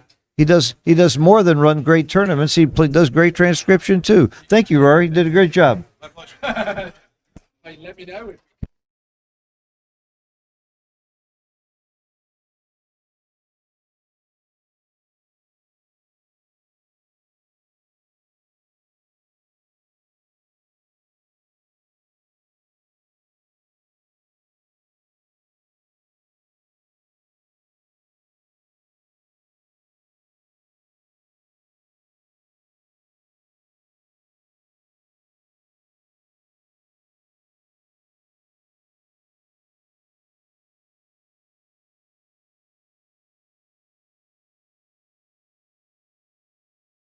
Download the Backgammon Galaxy app for iOS or Android and see how you rank among the stars. Backgammon Galaxy is the main sponsor of the Backgammon World Championship. What's up, Backgammon fans? I'm Mark Olsen, Backgammon Grandmaster. In front of me, I have one of the coolest backgammon boards ever designed, the Casio Void board. Go check it out on the Backgammon Galaxy web shop and get your board right now. What's up, Backgammon fans? I'm Mark Olsen, Backgammon Grandmaster. I've just written a new book, How to Not Suck at Backgammon. So if you're a beginner or intermediate, you better get this book and your skill level will increase dramatically. It's easy to read, it's fun to read, no math, all about strategy, pattern recognition, and logic. So get your copy right now, and I'll see you in Backgammon Galaxy.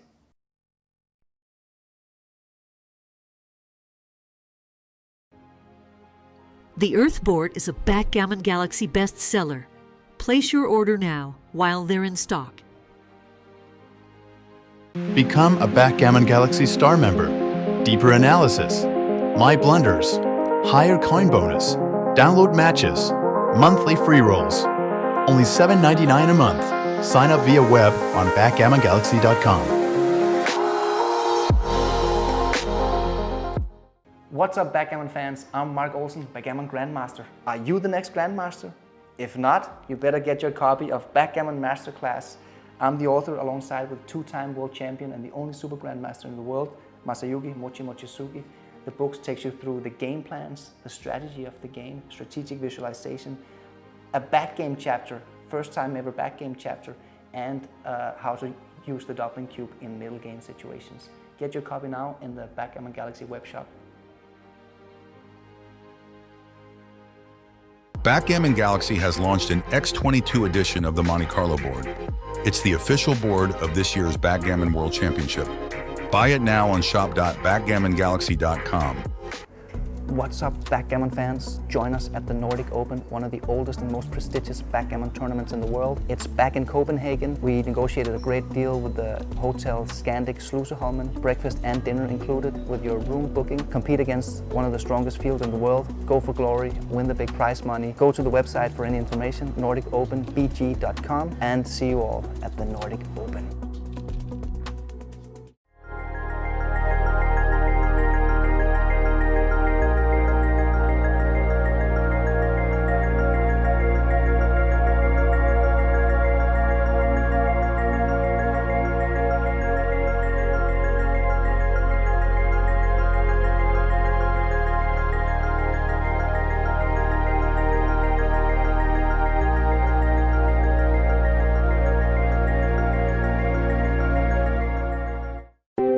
I'm Jason Pack. And I'm Alex Hall, and this is Disorder, where we'll be connecting the dots using our own experiences as well as talking to people at the forefront of global affairs. The Disorder podcast is out now.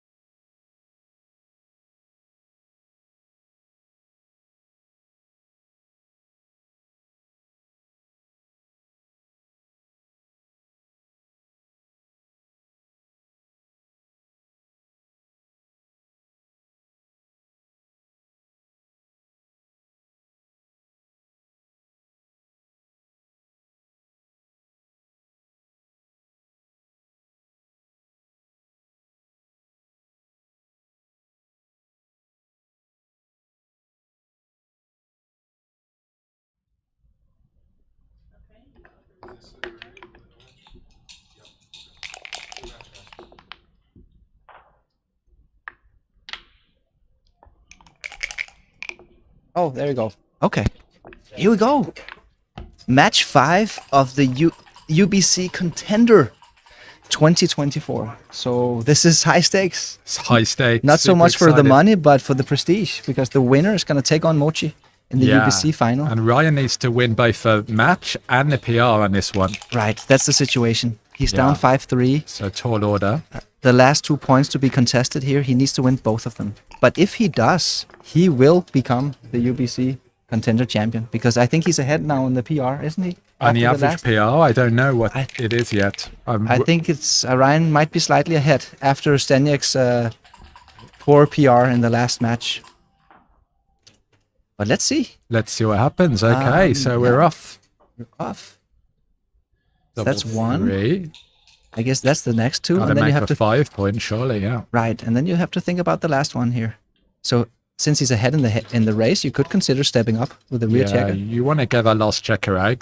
Gives you more numbers to escape. Right. Now it's launch ready when it's up there. I think that's my move. Yeah. Let's see if the transcriber, Rory Paskar, is going to use the hint function here so we can see what the best move is. He does. Yep. Okay, usable. Well played. Seemed logical. Oh, he just... what is he doing here? Play from position. Transcription error. 1. Okay, got 350 people watching. Awesome. Okay, so we lost some viewers. We're up to more than 500 I think it's growing again. Yeah, this is a big one. The final of a UBC final. Yeah, we see Staniek just shaking his head a little bit, like trying to bring out the last energy to concentrate. So breaking contact there, slightly up in the race. Getting off the 18 point. Right. Okay. I lost checkers in the danger zone a little bit.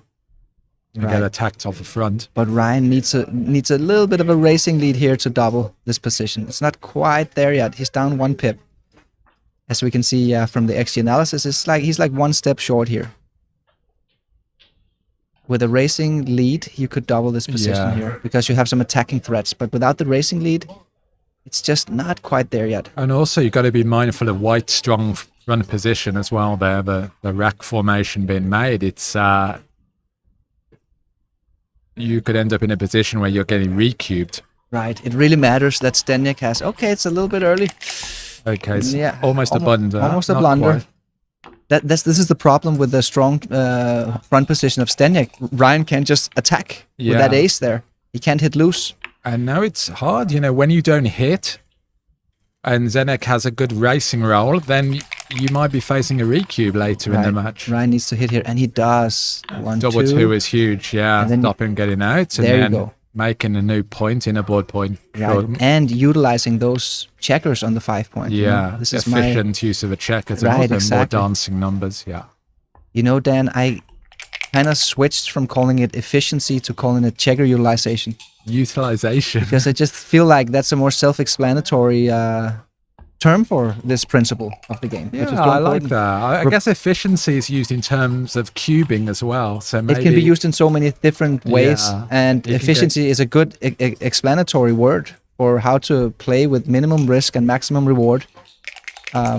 But to attach it to a principle, that's what I was struggling a little bit with. So I just tend to call it checker I like utilization. that. It's always worth looking where you have stacks and seeing, Right, exactly. trying to find how you can unstack them, putting all your checkers to use Right. over the board, right? The checkers wants to be used. We only have 15 of them. It's a scarce resource. Absolutely, yeah. Okay, so what is this 5-3? He has to find a way here. There's not really any supernatural play. I think you just stack the 5 points. He could also clear the 15. That's another idea while your opponent is on the bar, but he chooses to not leave any shots, which was the right play. Yeah, and Ryan's going to have some trouble clearing these points now in the outfield. Yes, double 3. Unless he rolls double 3. He's a crusher, and now there's gammons here, right? I mean, Yes. And the lovely thing in this format about this position is that now Ryan is going to get 10 super easy decisions. Yeah, right. And that's going to probably grind his PR below Staniek. But Staniek will catch up because he just has fewer decisions, so the next decisions in the next game will way heavier. So now, yeah, it plays itself, right? Right. Zenek's hoping for a fast entry. Really needs to come in pretty quickly here. Okay, we're up to 386. Smash our like button, guys. Okay, odds on the back. This is a big roll. Oh, he misses. He doesn't roll anything bad. Very happy with our 4-1. Right. 3-2. Clear from the rear because he's already winning a gammon. No need to fight for a gammon here when it's already in the back. You're happy for Zenek just to enter and get out your hair. Right. Double 1. Yeah, you might as well rip. I mean, this is getting really close now because if Ryan gets, which he will get ahead 4-0 here. He's a big favorite to win the match. And then it all comes down to who wins this PR point in this game. Yeah. So any error now can really decide who will be It's gonna hinge on one error, right? One bad take, or one. Yes. Yeah. Because now we see that Ryan is ahead in the PR, but he also had more decisions than Staniek, which means that Staniek's PR will fall faster than Ryan's, from assuming that they're not going to make any mistakes from here. So he will probably catch up. It seems to be like Ryan is getting, sharper in these later matches. Right. Anyway, 3-1 is clear, makes a point. One of the advantages from playing like Ryan does, this intuitive online style of moving checkers fast and shuffling them around and not spending too much time on decisions, is that he actually probably preserves energy. That might be why he's able to play so well in the UBC, where you literally play all day. I mean, I had troubles with this. I played really good in the first couple of games, and then stamina kicks in, right? But Ryan seems to be dealing really well with this. I love that play, the correct play, bringing 2 checkers up from the back because you're freezing the 8 point. Right. It's really nice. The Middle Eastern split, especially for gammon save. It's the way to. Yeah. It's the play that loses fewer gammons. And this one, a double hit. Okay, borderline decision. Right. He would prefer to play pure because he doesn't have many men in the zone, but you double hit and take away a lot of tempo. Usually you don't blitz with 8 checkers, but sometimes there's nothing else. There's no alternative, right? Yes. You can get maybe too fixed in a game plan and not be flexible in your thinking enough. Right. And that's what these guys It's a tactical maneuver, basically. You steal twice as much tempo when you hit 2 guys. Yeah. And then you can try to progress your back checkers. You prevent your opponent from developing his position. Look at this. Actually, the best play was 24-23 because Staniek had a stripped 8 point. Yeah. Usually, it's much better to be on the 24 than on the 23. You like that because then if White rolls a 4-2, right? Exactly. He leaves a 6 shot. Yeah. Exactly. And it's you're looking at where the checkers are utilized on. Right. Right.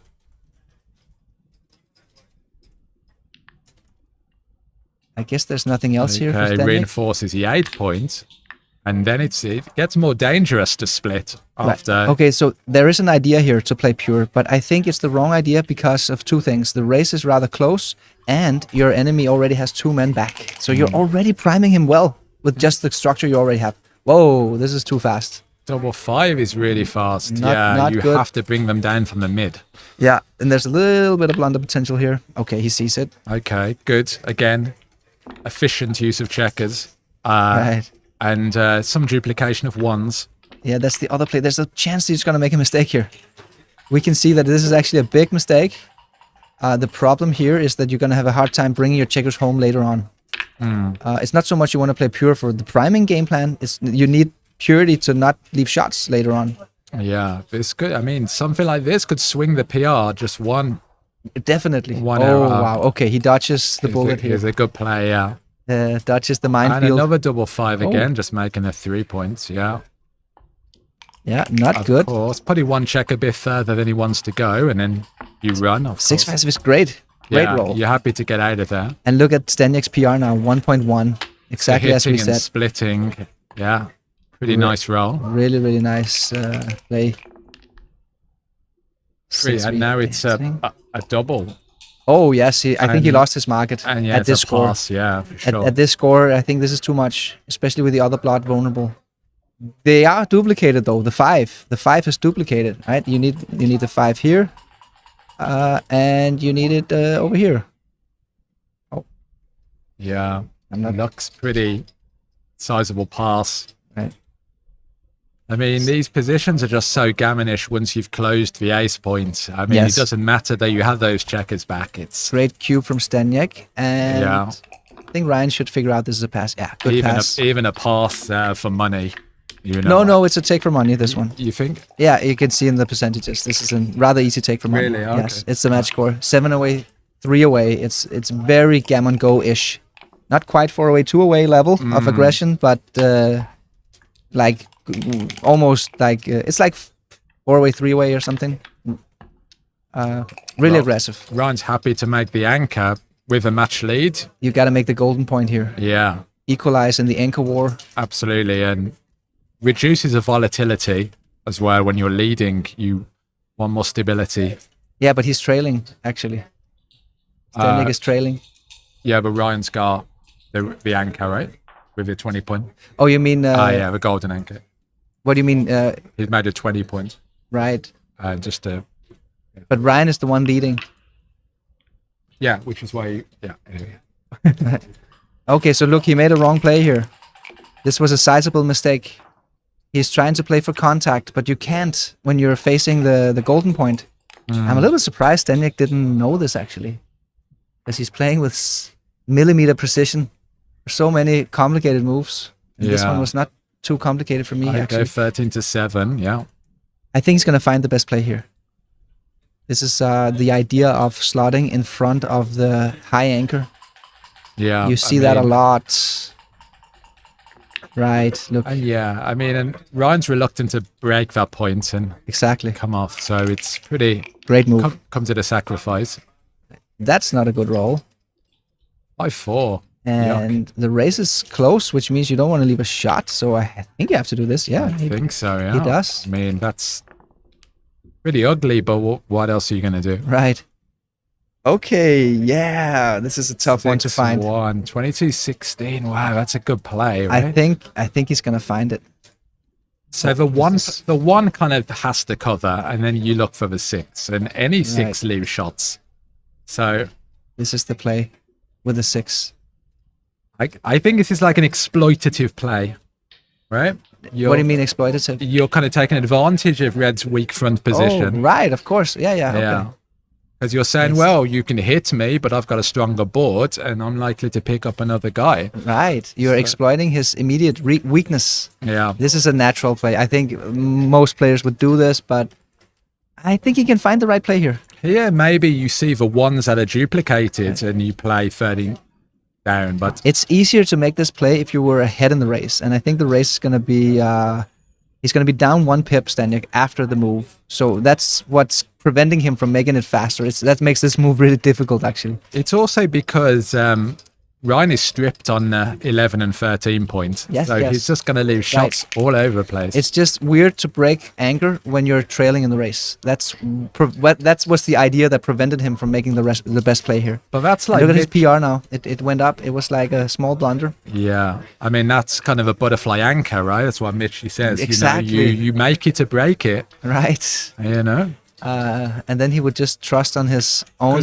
Because now, like, how do you get off the anchor now? You know, like it's more dangerous to come off. Right. Because he's got more checkers in the zone to attack you. Yeah, easier said than done. So now he's 3-2. He's really disconnected his position. He's in the disconnected state, as I like to call it. And that's just positional weakness, basically. But I mean, Staniak, that's helpful. And double 2's great. That's great. So you could make the 11 point here, but then we would still be stuck with a stack on the 8 point. Yeah, I think here is, like you said, utilization again, right? Just get those heavy checkers off. Well, you unstacked. That's nice, but you still didn't really get them into play. Okay, because double 2's great, yeah. They're still just spare checkers. And then you keep going, right? Yeah. Sure. Uh-huh. Looks about right. Kind of create some awkward 6s here, the red. Yes, true. I guess that's one of the arguments from switching from 20 to 18 point. Right, this is just regular holding game strategy, but actually he might give a shot in the upcoming roll here. Okay, 5-4 is pretty awkward. Yeah. Right. Ha, there's a bold play here. The split like this one with a 4, and then this one with a 5. Okay, Right. so That's the it bold kind play. of likes 39, 6-1. That's Oh, quite hard right. to find as well. right, yeah. right. Okay, small Okay. mistake by Ryan here. Again, white's got 2 blots in board. You can take some risks. Okay, 4-3. Wow. Hey, I don't. I'm not sure about losing a 6 points. Yeah. I mean, I would probably make that play, to be honest. Because you kind of want the inner board right now. You need the immediate strength. Now you have immediate weakness. That's annoying. But I get it. You know, the 6 point is... But you it's don't the mind most important Red point. entering low, really. I mean, he's still primed. So, yeah. Kind of awkward roll. Yeah. Right. Well, that is the best play. Keep the 4 prime intact. Keep the 6 point. Sacrifice the inner board strength. That's a good play to find. Yeah. It was. Good play, Staniak. Okay, 6-3 is pretty awkward as well. What do you do with that? Oh, what a terribly annoying roll. Oh, I know. for And Ryan. you just can't bury those checkers in your home board. You've got to. That's a great play, Ryan. Yeah, look at the blots in Staniak's home board. Yeah. This is, again, a kind of an exploitative play, right? Yeah. Right. It's funny, this word. Usually when I hear the word exploitative, it's in game theory where you're exploiting opponent's mistakes. Oh, okay. So, but you're talking about it as if you're exploiting the weakness in his position. Yeah, it's kind Right. of leveraging the position. You know? Right. Yeah. I get it. Okay, so I like that. Yeah. 6-4-5-1 is good. Well, this one has the problem of not creating immediate strength, and you need immediate strength You because need you're gonna hit one, right, for sure. hit a checker next roll. You need to secure things a bit. Right. I mean, that's a 3-point board is still, still dances 25% It's of the just a time. little bit hard to find this one because it's so unnatural. He doesn't find it. I thought he was gonna find the best play. Yeah. But okay. Ooh, 6s. Double 6 is not going anywhere. That's No. pretty bad, actually. But Yeah. look, now he doesn't have the inner board that he's supposed to have. Okay, here we so go. Now we've got the board to make for 2, yeah. I think that's best. Okay, wow. 2-6. Oh, wow. The PRs are very close now. Around 3 for both players.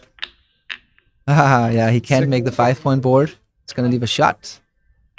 That's the 6, and I guess the 2 from the rear. You come up, yeah. Or 3-1, actually. Okay. I guess you leave a 5-6 here. Yeah, it's... But I like the 3-point a lot and more it than the has ace a point. blotting board as well, so Right. Yeah, that's true. you can... I would have made Staniak's play as well. Yeah, I think so. Okay. Okay. The problem here is that it's a gammonless position. And for that reason, Staniak shouldn't really increase his aggression level Yeah. compared to money game Well, strategy. 2 points are really valuable for Ryan to get to Crawford, so yeah, you Yeah, take but it is also valuable for Staniak because he gets to 4 away if he wins 2 points. 4-way, 3 But away, the yeah. two things kind of cancel each other out. So basically, Staniak should treat this cube as if it's a money game situation. There's not much adjustment going on here because of the match score. Mhm. Because it's so gammonless. It does have volatility. Like many of the doubles are almost immediate winners. Where? Yeah, it's still a blunder. I think you just need to wait a little bit longer because Red can take this, next roll, and if it's going to be a take next time, then just wait. Exactly. Right? It's basically always a take when you have the 5-point anchor. Yeah. As long as you're not crunched to a 2-point board. You can't really lose your markets, can you? Right. Maybe like double 5 or something. Yes. Yeah. But even then, Red would be down 10 pips. He might still have a take. Yeah, it's probably still a take after that, right? Right. Yeah. So this is here. Ryan has a 5-point board, so this is never a cube. It's just never a cube. He needs, even when he crunches to a 4-point board, it's still a no double. Yeah, right. It's only when he crunches to a 3-point board in these kinds of positions when you're trailing in the race that you can double. Yeah, right. Or there's blots in board or something. Yeah. Right. This is actually a position type that I studied intensively before the UBC with Peter Hallberg. Oh yeah. We were looking at exactly these types of positions. Double 1 is happy to make the board. So Really? now Yes. It's kind of getting closer now because Red's going to be forced off. Okay, so this is the tricky part. do you want to be 5 away or 6 away from the anchor? Because here he unlocks more of the sixes. Yeah. And in case it turns into a race, then you prefer to have them closer. So it's this balancing act. Do you want contact and prime, or do you also want to balance it with also? And I think because you're still trailing, you want a double 6 contact. And now look, this is a market loser. I think that's- there's duplication. There is duplication, but I think it's a market loser with the crunch. I think there are too many because of the score. I think this is something that Ryan can't take. Anyway, Staniak will double, 100% sure. That's not even. I mean, you would give 1,000 to 1 here, and he would dig. Oh, he should think about it because it's such a tough decision. Yeah, that was really quick. Those 2 points are valuable, and the take point is low. You know, so it's no. Well, I mean, there is some gammon here, so it's not exactly the same as before. That's costly. Yeah, I think I might have passed as well. But it was such a tough decision, you know. It's like you can't think that quickly about those decisions, can and it was you? tactical. And look, he's jumped up to 4 PR now, and right. this is.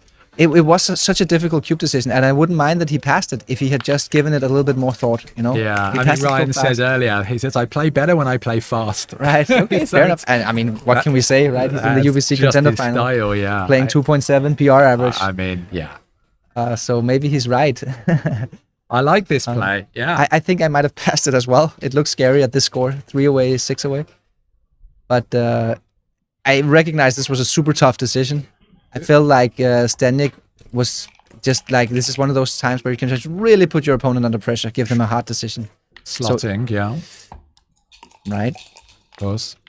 There's some duplication of a 4 as well. That's great. Makes a point. Yeah. Shout out to the Monte-Carlo board X22 edition. Beauty. An homage to the legend and world champion, Paul McGrill, X22. So if you know his book, the Backgammon Bible from the 70s, you will recognize it's the same color theme from the front cover. You hate playing 8 to 2 there, but where else is a 6? You can't just. It depends on the race, right? Look, he's ahead in the race, so why not just run? Right, it's got to be a clear play. I know, with a liability in the boards as well, it's really unfortunate. Right. And Staniak is... okay, I think you just make the points now, right? You don't want that, yeah. Sure. Yeah, there's a little bit of a need for immediate strength because Ryan might not safety his blot. Then you need to be able to hit it next time. There we go. He doesn't safety the blot. Yeah, and this sort of game is great for PR. Simple holding game, easier decisions, just bringing it home, right? Building the board. There might be... I mean, Staniak has it easiest, I think. Here, no, they both have it quite easy. The complexity arrives if there's a hit, or there might be a pay now or pay later decision for Staniak when he has to clear the midpoint. I think he just missed a small slotting play there, but it was marginal. Okay, so let's clear about the cube here. It's 11 pips. This is borderline. He can double this. Yeah, 5 away, 3 away. And no, wait a minute. The take point is really low for Ryan. I think he's right actually. I think this is a borderline, no like double. 18%, right? Yeah. Well, 5 away, 3 away. It's 20%, like 19.9% or something. Sure. It's or 18.9. It's around 19 or 20% take point. Yeah, but this is about the point. 15 pips is the holding game double window. Yes, but this is a bonus point because he has the 7-point mate. Yeah, so it's like slightly better. No, not slightly. Significantly better than the default holding game position. Yeah. And usually you can double around 11 or 12 pips ahead in that situation. So the position before he was 15 pips ahead. So it would be a normal double, but at this score, he needs a little bit more. A little bit more, because the take point is so low. So he the obviously point knows is that's because he's waiting because he wouldn't miss stuff like this. You know, I mean. And that's a benefit of knowing these match score variables, right? It really makes a big difference. Right. And another nice thing for Staniak here is that because he has close decisions, it counts as a decision. Yeah. So actually, for every turn here, Staniak is getting 2 decisions while Ryan is getting 1. Sure. And that grinds down the PR because the PR is an error rate. So it's accumulated errors divided by total decisions. Okay. So this is a bit of an advantage here at the moment for Staniak. Of course, in the long run, these advantages even out. But 6-5, yeah. This is the final match, so Staniak is really happy here.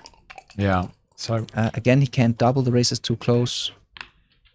5-1 shuffles, yeah.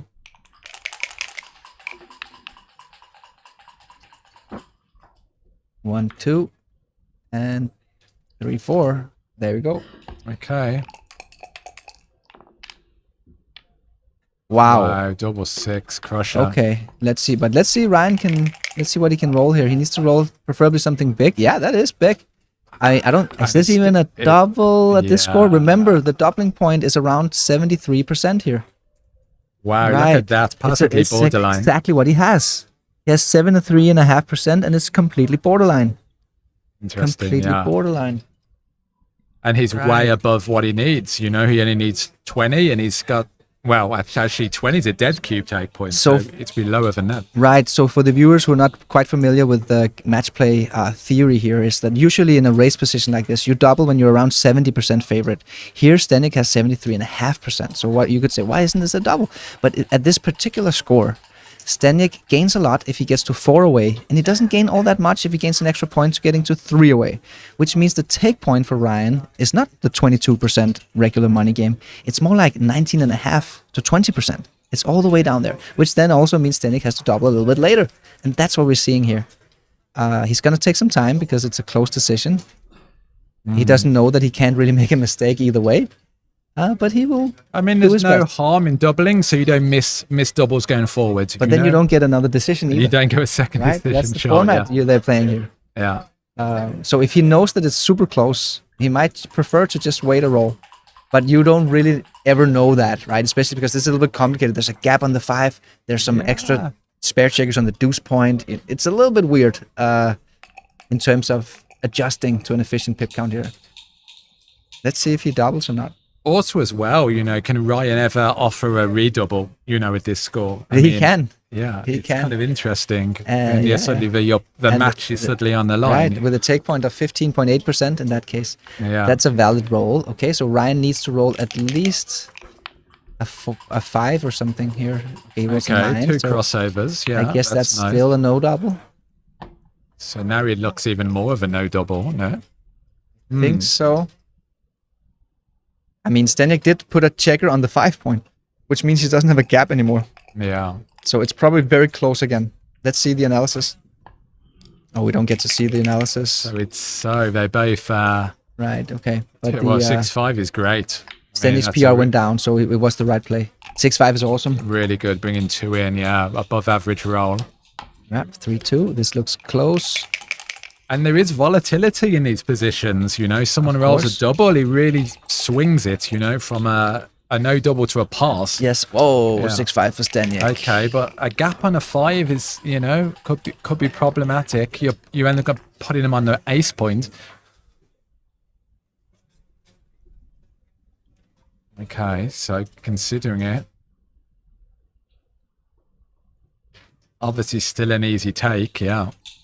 And now the double is pretty clear, yeah.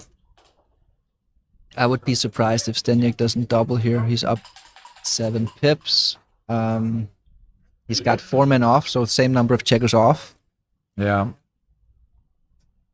He doesn't use the bear-off tray in this match. He did in some of the previous ones, so we can't see how many checkers he has off. So we have to count that he has 11 men on the board, which means he must have 4 men off.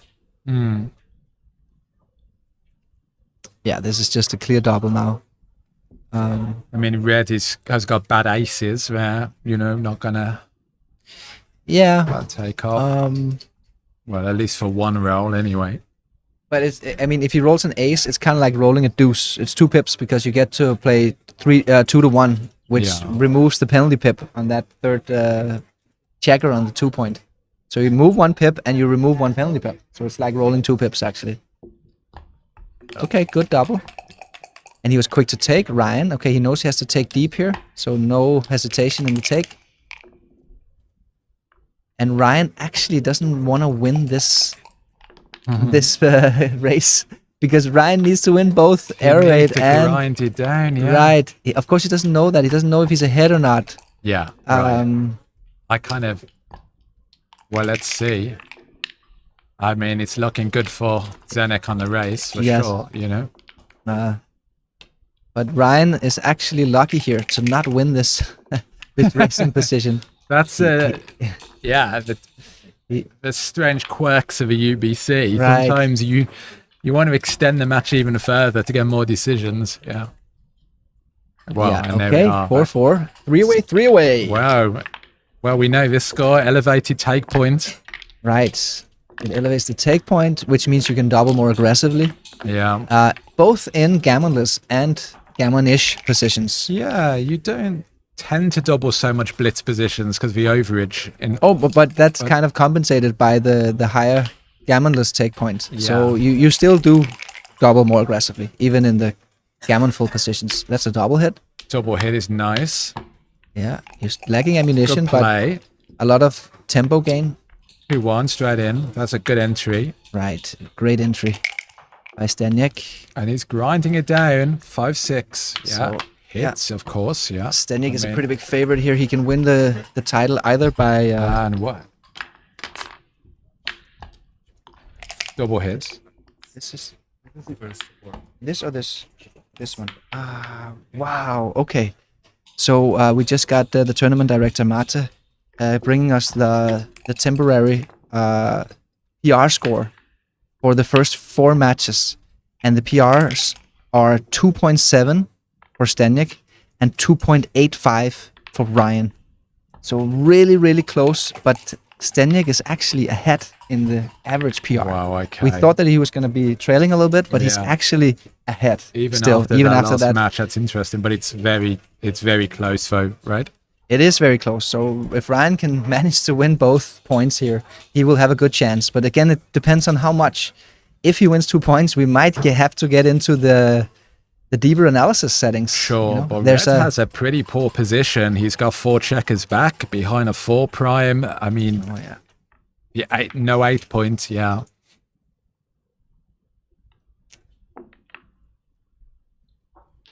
It's difficult. 23 to 11, yeah.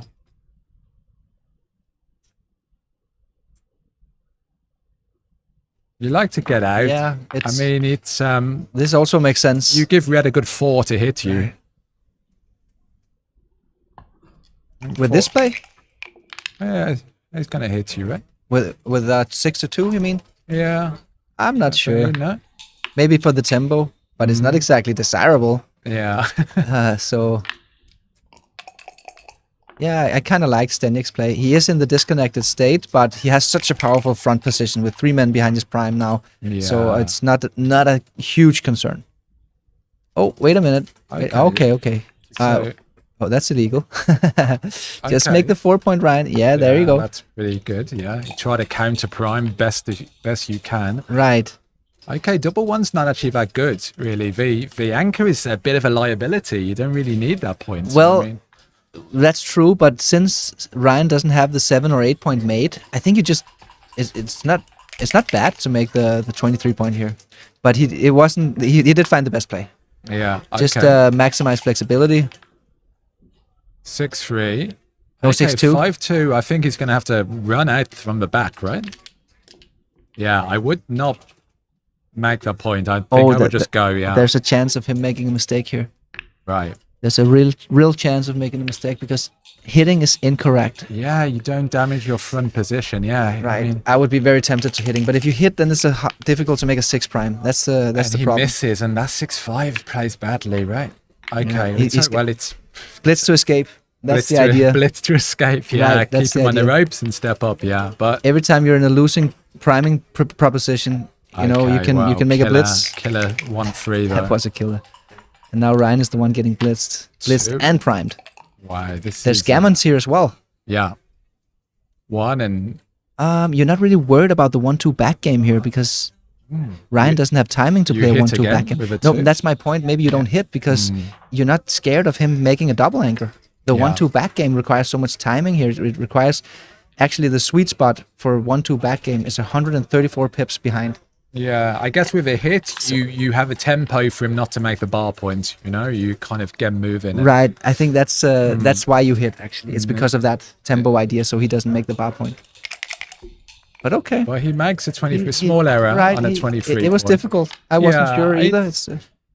Oh wow, that's a good one. Now you can go ahead and sacrifice a little bit of purity to just make the 2 point. Right, It's and I mean, I can't see him making any other This plays is here. the benefit of a prime. A prime can become a blitz. Right. But a blitz can't really become a prime, you know? So it's True. You open up 2 ways to win, yeah.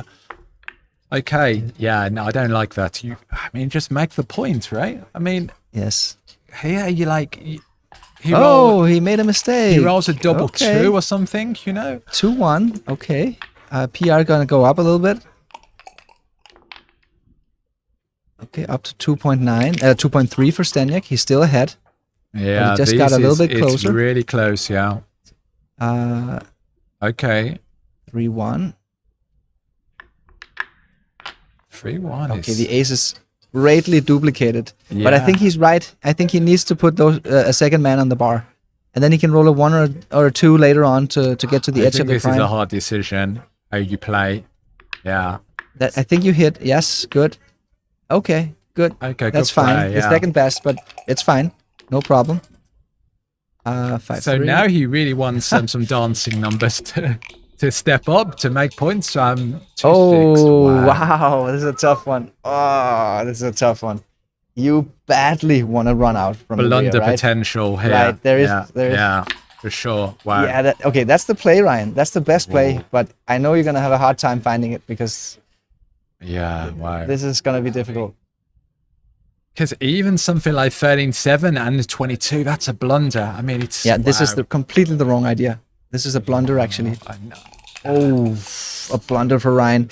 And he looked up at Staniak. He was feeling probably a little bit insecure about his move there. He's still looking up.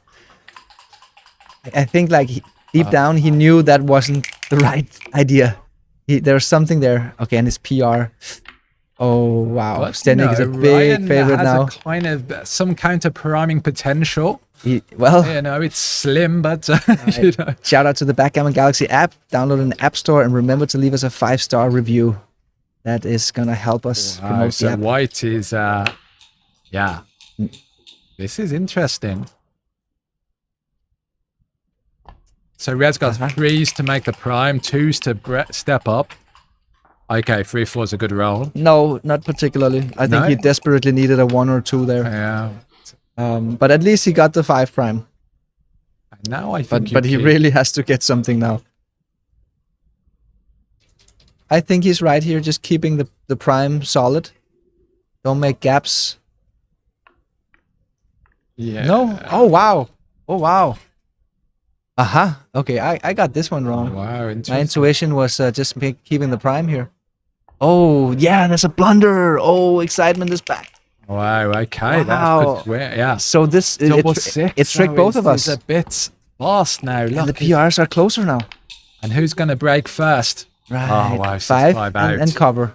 Now we know the idea is to cover, but he doesn't know that. It's a little bit risky to get hit there actually, because then he could have time to come up to the edge and start rolling 6s. So I think you need to cover it again. I think it's the same idea as before. Oh, he might commit recurrent errors here. Okay, this time it's not that This bad. one is much closer. much yeah. less bad. Because But he's gonna. Wow. Okay. But he is 1 making- and 6 is killed, which is good. Right. Keeps a front position. So Wow. Ryan wants to. So He badly needs a 1 or 2 here. Ryan- Oh, that's the wrong one. Wow. That's the wrong You 2. have to step up with a 2, right? I think you do. Yeah. Yeah. You have to do it's it. uncomfortable. Yeah. He's down to 9% winning chances in this race.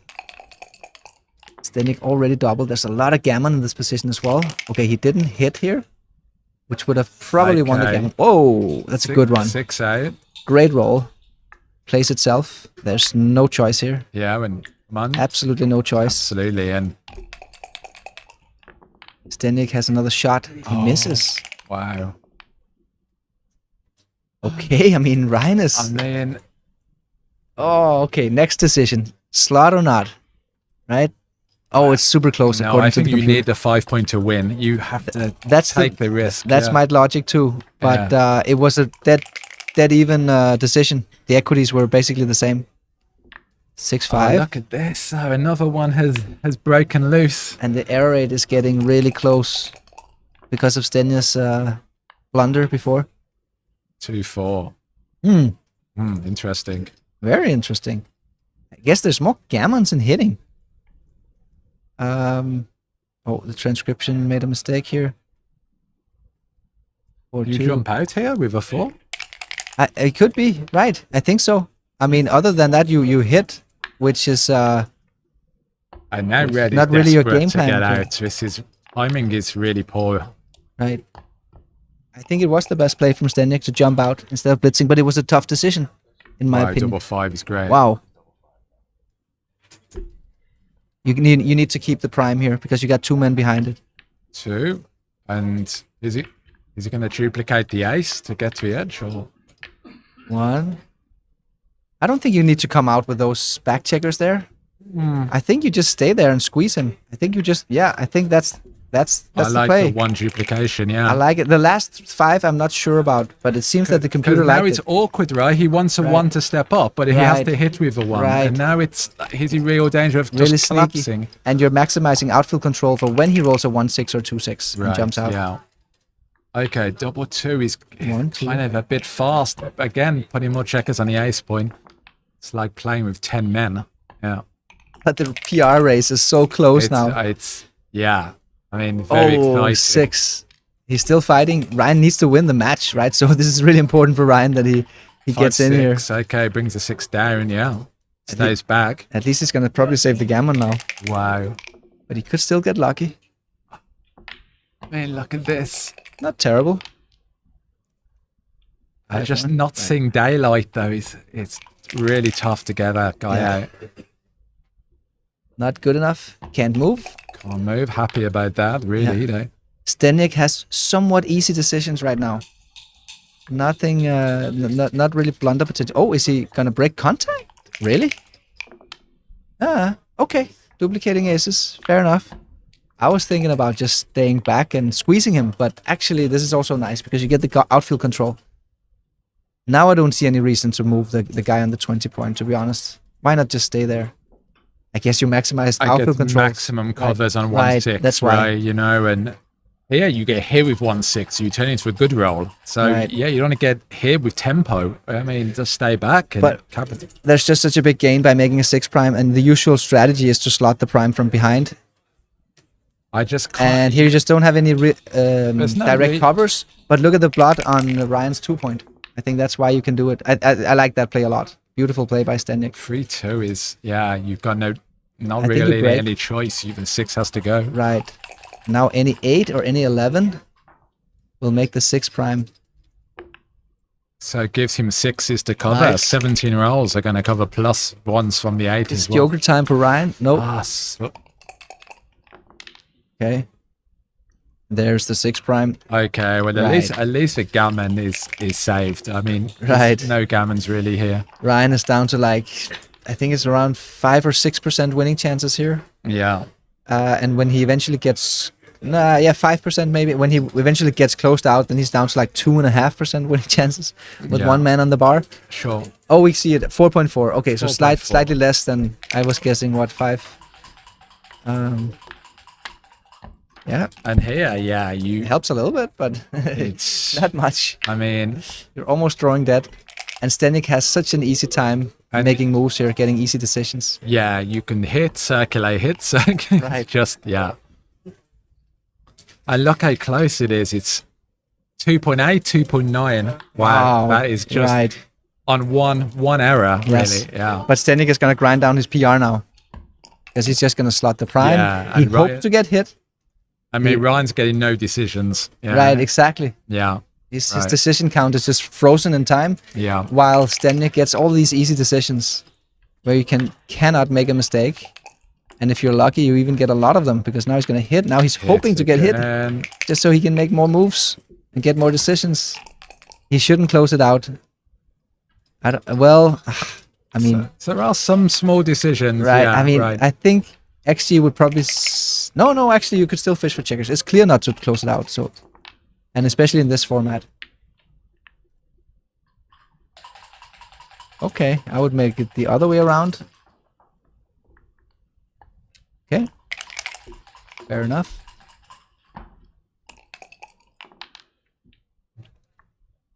Again, he doesn't close it out. Good play, Steniek. Still. And his PR just keeps... Oh! Still waiting, yeah. PR actually popped up a little bit. Huh. Maybe it was right to close it, yeah. Yeah, it was probably correct to close it. But still, it's gonna come down again the moment he gets in. Double 5. Yeah. All the way around. 6-2. Still plays. Yeah.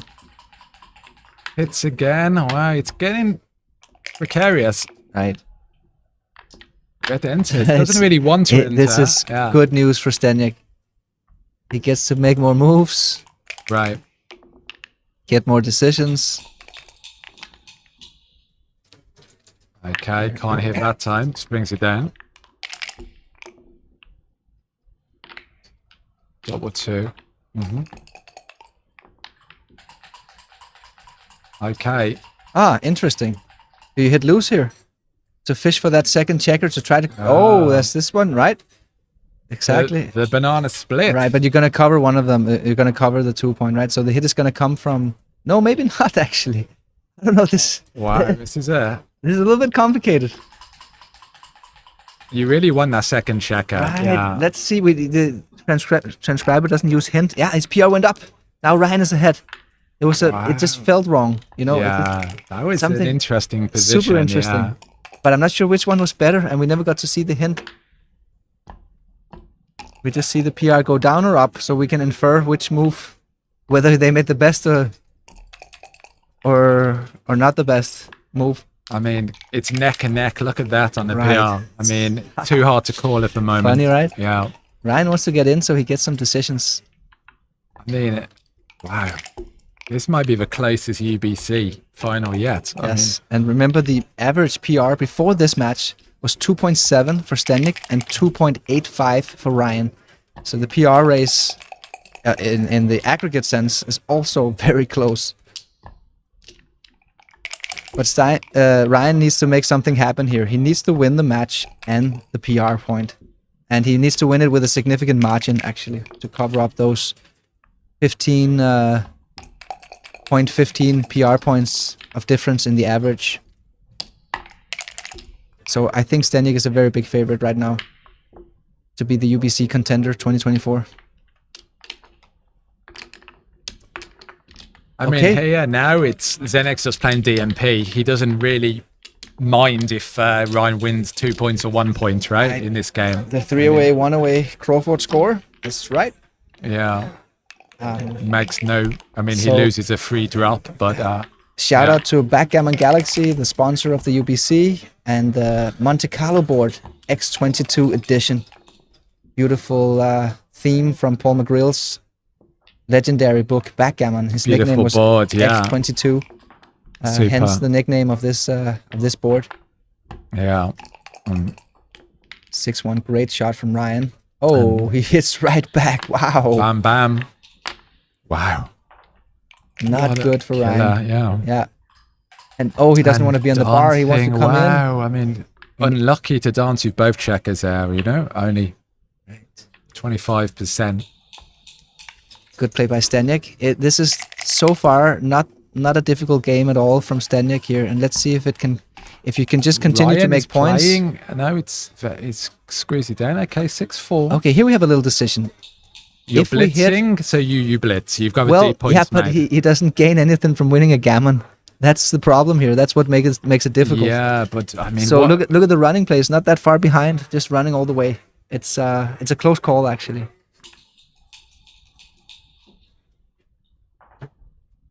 I mean, But if you're going to leave that many blots around the board, you may as well attack, right? I just feel... Well, I would make the same as Staniak here at the score. Worrying about overplaying my blitz.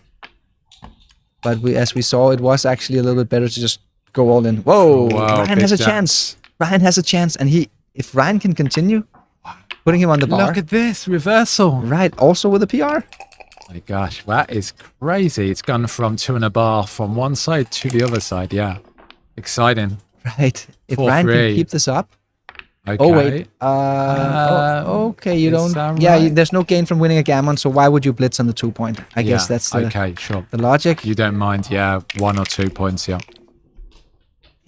He Ryan needs to win a dances. backgammon. Yeah, not many backgammons again when the anchor's made, but yeah. 2.74 for both players right now. Dead even tie in the PR. Okay. The dance. 3-1 dances. Okay. Wow.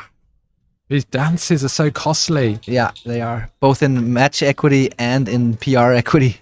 Because you don't get any decisions when you're in the bar. Okay, 21 to 14, yeah. It I looks like nice. it, yeah.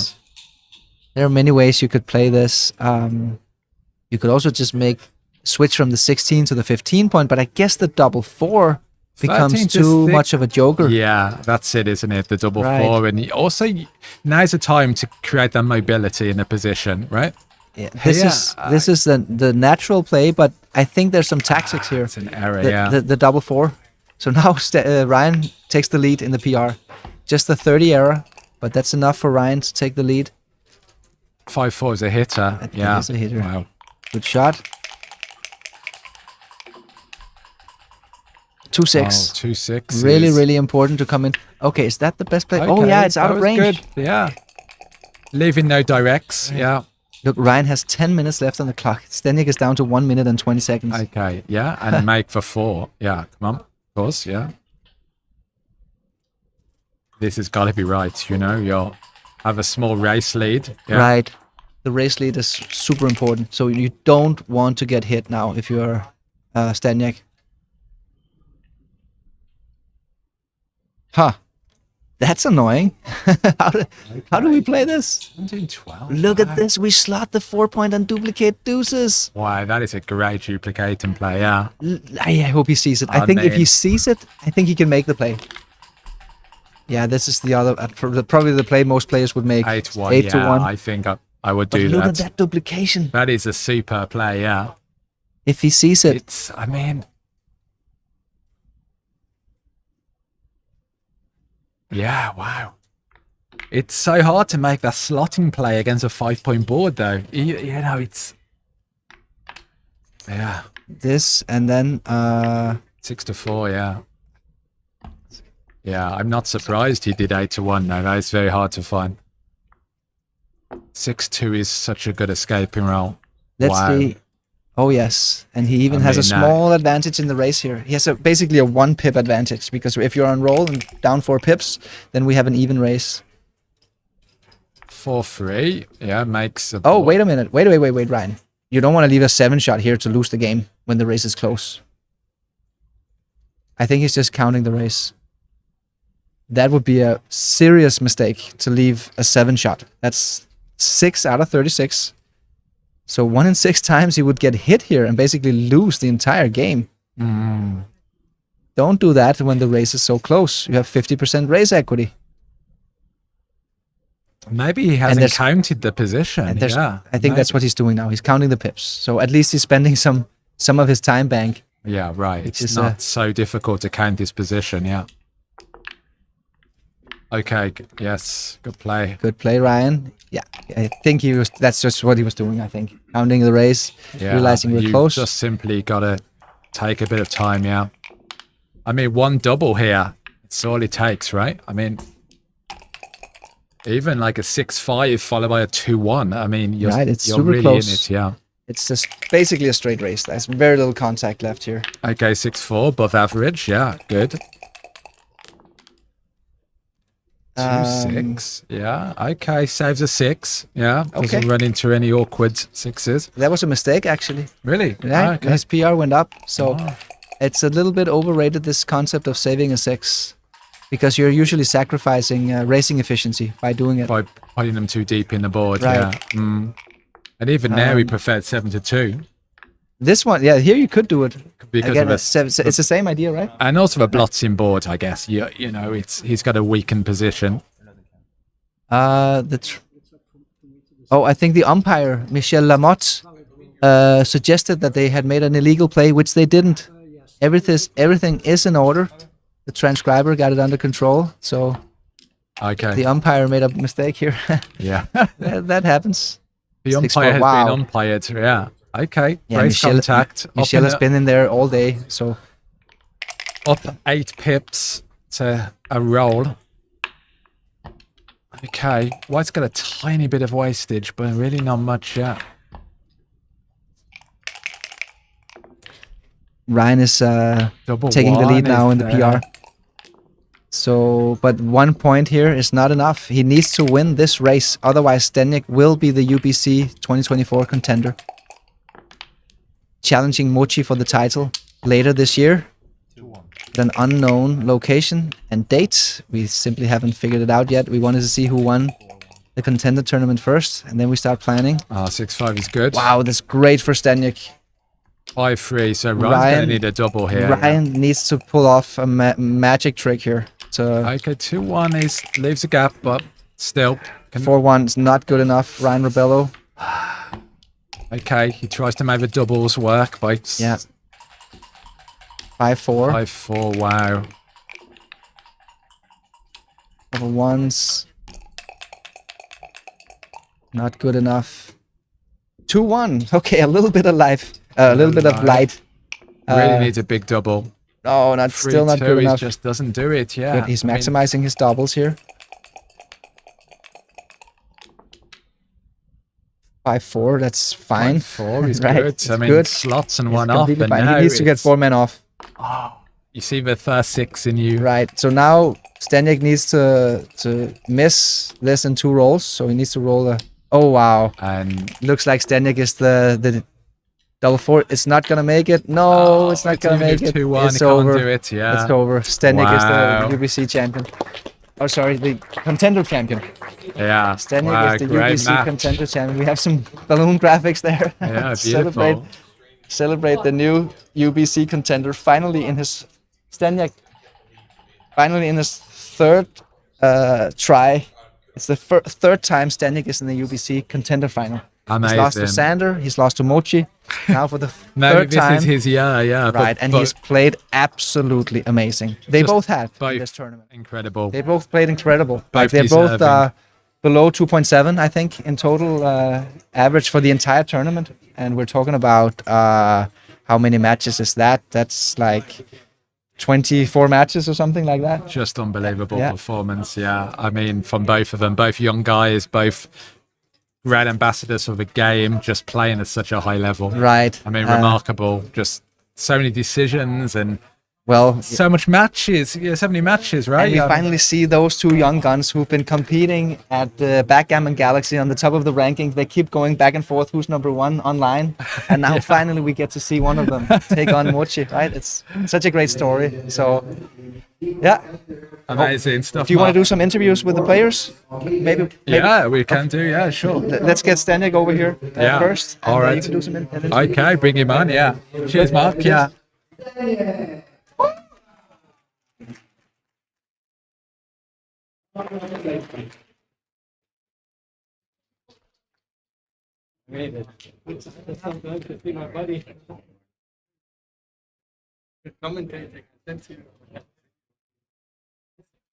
I saw you on the screen. You did? Oh, you did? I didn't know that. Yeah.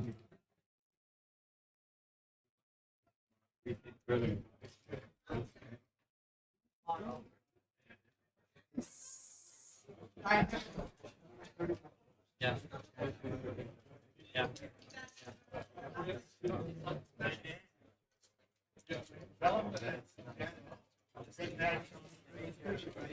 Right.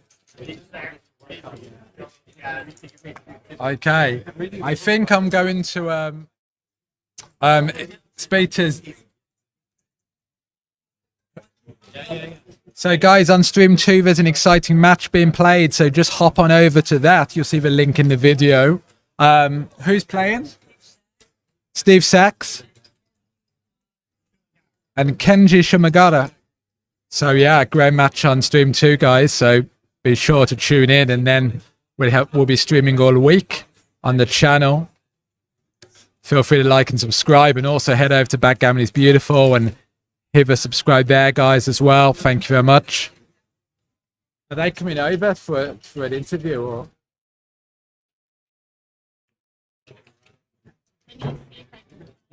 Yeah.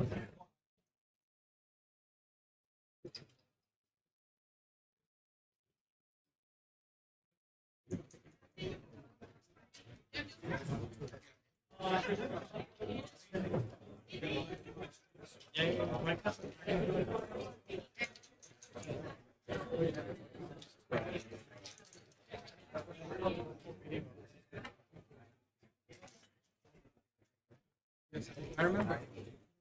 Okay,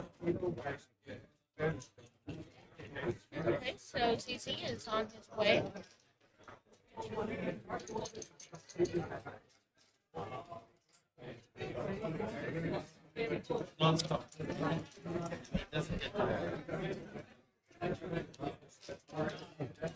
So we're going to have ZZ coming up in a bit, ask him some questions. Maybe we'll get to speak to Ryan as well. If you, let's see, they've been playing all day, so I'm sure they want to rest. But come on over, ZZ. Oh my God. How you feeling, man? Well, amazing, yeah. Yeah. It's all inside so far, but Jesus. Absolutely. Well, fantastic level of play, and congratulations for getting to the UBC final again. Will this be like your third time, or? Yes. First win, but third time, yeah. Third time, man. So wow. How was it for you playing those matches? I'm just out of words now because, I mean, obviously I haven't actually been almost speaking for the past 2 days. Yeah, it was very intense, the quarterfinal and semi-final. Today, obviously, we played, 5 hours or something like that? Yeah, right. So, yeah, exhausted, but feels just amazing, and huge relief at the end. Yeah, huge relief. Yeah, it was very close between you guys, and you both played super well, like 2.5 PR. How do you do that? I mean, were you preparing for this UBC before? No, well, funny enough, no. I was preparing for the 2 previous ones, but for this one I had a 1-year break basically, so not for this one, no. No, so the break probably did you good, right? You felt more fresh? It's, fresh, and I forgot all the mistakes, so I just had the right place in mind. And are you going to go back and review all the match files now, or, you're going to have a look or just move on? First thing what I'm going to do, I'm just going to have lunch because it's like evening, almost time for dinner. Yeah. But no, I'll definitely go over everything. I mean, now is the nice part, just to enjoy and see the commentary afterwards, review, rewatch, and yeah. Well, thank you, Zenek. You're a great sport, and I'm sure everyone's going to be really excited for the big final with you and Mochi. At an undisclosed location. We don't know where we'll be yet, but it's going to be a super match, and maybe it will be your year. Hopefully, huh? Let's see. All right, buddy. Good to see you. Thank you very much. Take care. Cheers. Thanks a lot. Bye. See you.